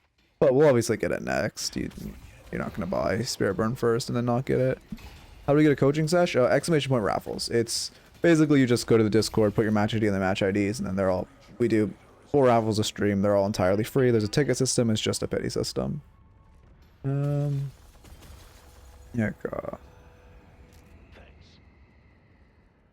I mean, this is good. Wait, what happened to the mid-boss call? Oh, we just did it off Calico pick. Perfect. Oh no, we did it off the massive team. Sorry. Spaced out for a second. Okay. Yeah, you want to fix all your waves. Be a little careful. We've given our time, obviously we're very healthy. We've given our team a decent chance to buy, but you do want someone to fix this wave before you guys look for the push through mid. Yeah, you're going there. Just, I would on mic. I mean, again, I can't hear your comms, which is a really good point. I should hear them. Or at this level, but you should probably tell your team just like, you know, be safe, man. Especially without Lash ult to fish a pick. Like, just 3 of your teammates are fixing waves. The only way you lose right now, like, okay, also, because keep in mind from their perspective, your team's showing on this wave. This isn't your fault, but your team's showing on this wave. If I'm the enemy team, we know they're all clustered in base, right? They're all sitting in base. I mean, I can show map to like, yeah, they're literally all sitting here. If I'm the, I mean, you can actually, they are looking for it. If I'm the enemy team, I see 2 fixing this wave. Lash is just picking up this wave. There's 3 here. Like, we just flood and kill and take off your rejuves. And, like, at least we take off 1, maybe 2 rejuves. I'd be very careful. They are postured so aggressively. We're shooting 3 on our sides. If they just, like, immediately flooded out and, like, used Yamada to... I mean, to be fair, they don't have great engage. Their best engage is, like, a Calico or Yamada going in. It could be very scary. And it looks like they were kind of looking for that. But they just... I mean, our team fortunately respected. But it was... they did definitely walk up a little too far. Like, not really on you. There's something to note is, like, also if you see that on a map, you should be like, hey, careful. We're, like, showing 3 on vision. We go boundless pre-transcendent? That seems criminal. I think you have to go transcendent at this point. Getting it on Tango Buster, Leap, and Spirit Burn are massive. And Sap and, like, Reactive Barrier are also pretty good. Oh, we might just be able to full end. If we get one more pick without losing a rejuve, we can full end. No night out, but thanks for the advice. Also, this is a reminder to open up the questions channel. Thank you. I 100% would have forgot. Hopefully I don't forget again. That is a good idea. Thank you, thank you. And yeah, thanks for stopping by. Okay. I mean, yeah, we can just end at this point. Oh, we lose a rejuve. That's a little unfortunate. You're just gonna Lash ult him out of spawn, right? You just majestically bolt. Oh, you have such a good ult right now. I see. Okay, yeah, we do go for it. Yeah, perfect. You get Haze and Vin. Okay, Vin has counter spell. Perfect. Also, just before this goes on. Oh, Trans CD. Am I calling it the wrong thing again? Unless it's the play here. Oh, I meant Trans CD as the play. Okay, yeah. Because it does feel like, I mean, I don't know. Again, I feel like you can make an argument for getting Spirit Burn before it, but there's Tank Buster just such a comical amount of damage, especially when you get Trans CD. But also, one thing I want to say is, one thing I wanted to note, as from like an analysis level, is the reason he's ground striking the 2 people in spawn is because he then applies Spirit Burn to them, which reduces the fountain healing. So now they have a lot harder time healing in spawn.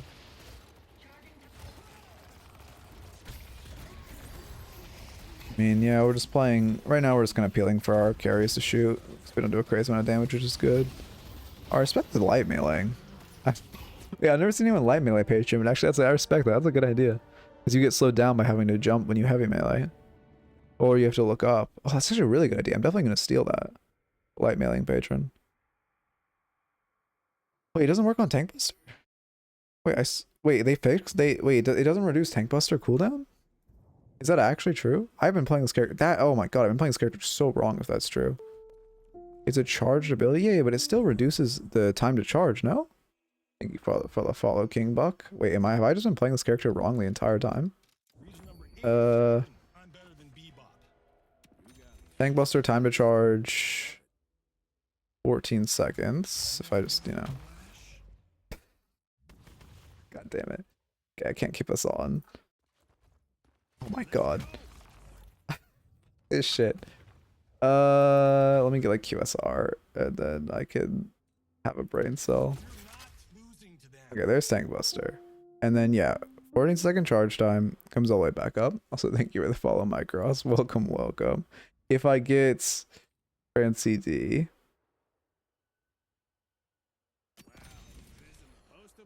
Oh my god, you're actually right. Wait, holy shit, I have to change my holiday build now. Wow, I actually never knew that. Thank you for pointing that out. What the fuck? Why does that... I know. Wait, it doesn't even apply on... Wow, that's actually... that I did not realize it doesn't apply on charged abilities. That's actually... Thank you for pointing that out. That is huge to know. I've actually been playing or using this item so wrong. Just came here to say that I appreciate all your guides. I just missed dash some timing. Coach, by the way. Just came here to say that I appreciate all your guides and educational content on YouTube. Oh, I appreciate... again, I really, really appreciate you guys. Just found you, been a YouTube sub. Yeah, of course. Thank you. I appreciate everyone who's... Again, I have a lot of imposter syndrome about doing this, so I really appreciate everyone who, you know, says it's all helpful. Okay, let me get this back up. Also, holy shit, that is... Thank you so much for telling me that, Sonny. That I'm actually going to go change my holiday build immediately. Okay. As far as the notes, I actually wasn't writing down that much. Laning stage generally played fine. I would say, again, if you can just like, if you do that jump and you give yourself like a 20% chance, a higher chance of committing or like hitting the Yamada, it's so worth it. It's just, you know, if you ever hit it with it, you're going to get so much damage. Only downside is you're putting yourself like 2 meters forward, which really isn't that much. Our last hits also aren't crazy. Oh, we actually kind of got hard crushed by our Mina last hitting. Wait, this is actually a problem if I see this. Why does Spirit Burn work with Tank Buster? Because Spirit Burn's a cooldown, Tank Buster, and QSR are like charge up times. Like if you use QSR or Tank Buster halfway through the cooldown, they do half their damage and go back on full cooldown. If you use Spirit Burn halfway through its cooldown, it just won't activate. Cloud Trance CD might be a bit early given the low amount of actives in the build. Yeah, that is. We know. I'll move it back now. That is. Okay. I swear last hitting can't be a problem for me. Yeah, I mean, it might just be a one-off game. I mean, you obviously know yourself if you think like last hitting isn't a problem. I mean, 18 isn't bad. Again, I generally say shoot for 22. 18 isn't that bad, but this drastic of a soul split is a little scary that it's an issue. We didn't respect Vindictus Snipe. That was a big thing. We respect Vindictus Snipe. I mean, also, not even that, like, but also Yamada's like dive potential is also huge. This lane, I love Monster Rounds Rush, but our goal is just to live. This is kind of like, you know, Thanos lane. We're scary too, but you know, if they're playing their characters correctly, it's very rough. We were just shooting at the same creeps and she hit them earlier. I see. I mean, that does kind of. I mean, if that is a thing, that if you're not shooting that, okay, if you aren't shooting the orbs frame 1, that is also kind of an issue. Even if it only means your team can steal it from you, you still want to be shooting the orbs frame 1 for both deny and secure chance. But yeah, you know, it's not that major if it's just like, again, 18 isn't even that bad. But if you don't think it's an issue, yeah, I wouldn't chalk it up to an issue. Also, so yeah, respecting this, I mean, insane lane, just trying to live. We should be focusing heal creep more. We weren't focusing heal creep enough. If you're ever in like a, well, okay, defensively and offensively focusing heal creep, right? Again, defensively, if you're low, hug that heal creep off drop, both of you. Get the heal, push with it, try to get a second heal. They immediately focus it, you won't get a second heal. But if you push with it correctly and try to keep it alive for a little, you can get second heal. But also, when they're winning like that, if you're allowing them to get 2 heals off their heal creep, it's really gonna push their lane. It's such a big difference if they're allowed to get 2 heals off of the heal creep. Definitely an issue for denying theirs with Lash. I can never get it denied. Okay. Oh yeah, because of the burst. Okay. I love hugging heal creep. Yeah, heal creep hugging is so good. But then especially also denying their heal creep because they were hugging their heal creep when they were pushing. And well, you guys kind of had a chance in this lane because you let Yamada get like 3 waves where she got double heal creep heal. She was allowed to get her health back up relatively healthy, and any chance you had at turning the lane around was just lost there. Because again, it's 120 HP in total that she's gaining. Well, I guess 240 in total, 120 extra that she's gaining, which is very scary. I mean, she didn't have to. Did she go Resto Shot this game? I wasn't paying attention to her build. But yeah, those are the main laning notes. You're laning, obviously, normally very clean, laning much more testament to micro than macro. In the late game, I should have been writing notes. I kind of forgot. This is more of a in-game review. We talked about the builds. I don't mind debuff remover here. Did Mirage go cancer build? Mirage did go cancer build. Like, I don't mind remover build. I just think it should be probably pushed back, like, after Tank Buster. You could also go, like, maybe even to past Superior. Yeah, I'd actually put it past Stand Master, because Stand Master is also a better option defensively. And then Reverb, yeah, obviously good. Spirit Burn, and then just have CD here. And you'd be perfect. Let's see. Okay, I'm sorry. I should have written down notes. Sometimes I get like space out. I'm trying to think of what were the actual game notes. I try to give like actionables, especially at a higher elo, things you can focus on. In lane, I would, you know, again, focus on trying to hit that heal creep and hugging your own heal creep. Really try to focus on playing around your heal creep. And then post lane, I don't think at any point we were taking the fights. Okay, I think what you were doing is you were checking your map before a fight, but you weren't checking your map during a fight. Correct? Please feel free to correct me, because this is not like, obviously I can't, I don't have an eye tracker, but it seemed like a lot of the time you were taking a fight that was good, but then something changed in that fight where it became very bad, but you weren't noticing until after you died. It felt like that was happening a lot. With like, you know, I especially thinking that time where you went in to peel for the Drifter ran away, you died for it. Where if you had just like been checking your map in the middle of the fight, which you should be doing at this elo, you could have, you know, you would have been like, oh shit, he's bouncing, and they're all leaving. I just need to get out as quickly as humanly possible. So I'd work on that. That's the biggest actionable. It's hard to train yourself. I tried to, but in these fights, it definitely happened like 3 times where I could have lived if I checked map mid fight more. Yeah, it's I have a drill that helps on my. I mean, okay, I say it literally just says map every 5 seconds. That's all the video does, but it helps. If you're in a fight and you're actively hearing map and forcing yourself to check when it says it, it'll help. Oh no, by no means it's like hard to do on Lash. It's very difficult. But it is something at this level. It is something you need to be able to do.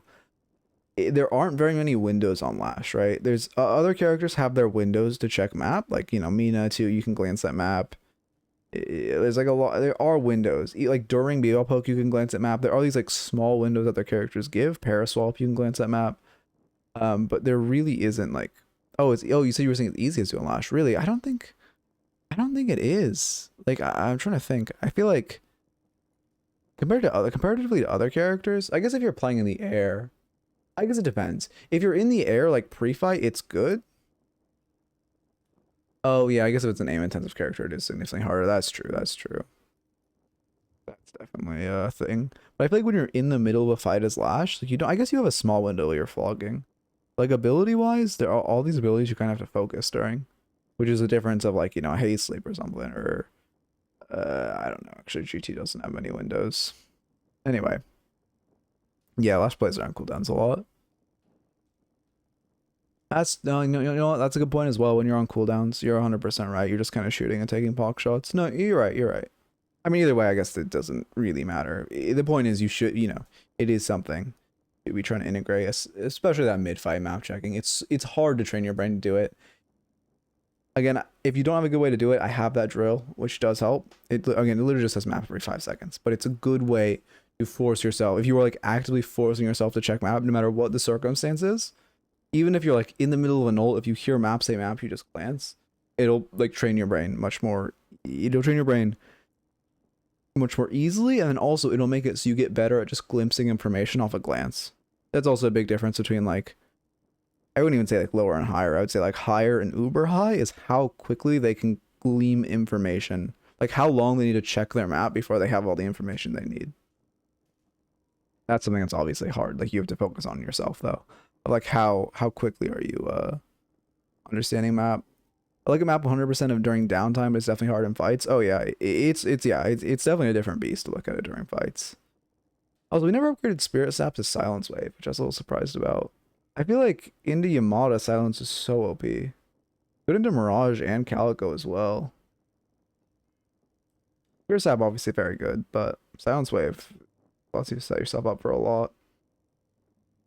And they didn't have that many counter spells. They actually had one. You're in a good spot to run the lobby. They're positioning well though. I think that's the biggest note. Honestly, there are obviously a lot of other like micro notes, but I think the biggest actionable is just to really focus on you looking at map during fights. You can also get something that like says map even more often than that.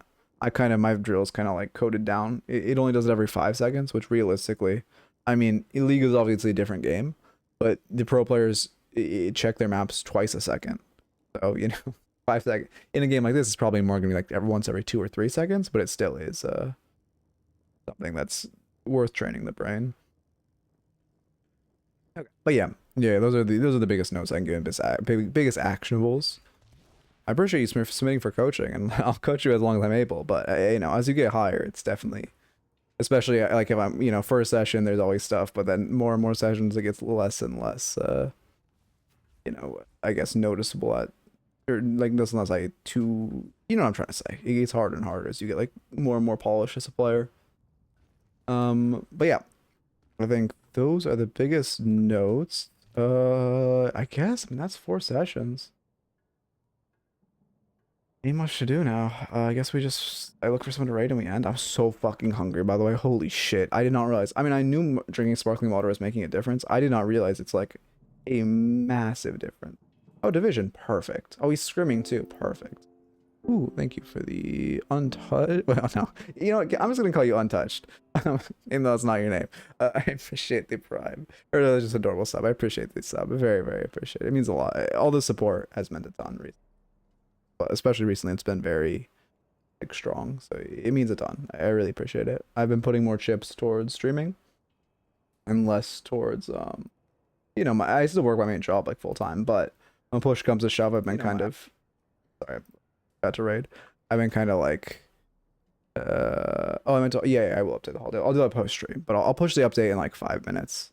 Maybe I should do that now. No, I want to raid Division with as many viewers as possible. I really Division's an amazing streamer. I watch him all the time because he's like one of the few high level like off support mains, and I'm an off support main. But yeah, I really appreciate support. It means a lot, especially when putting chips towards streaming.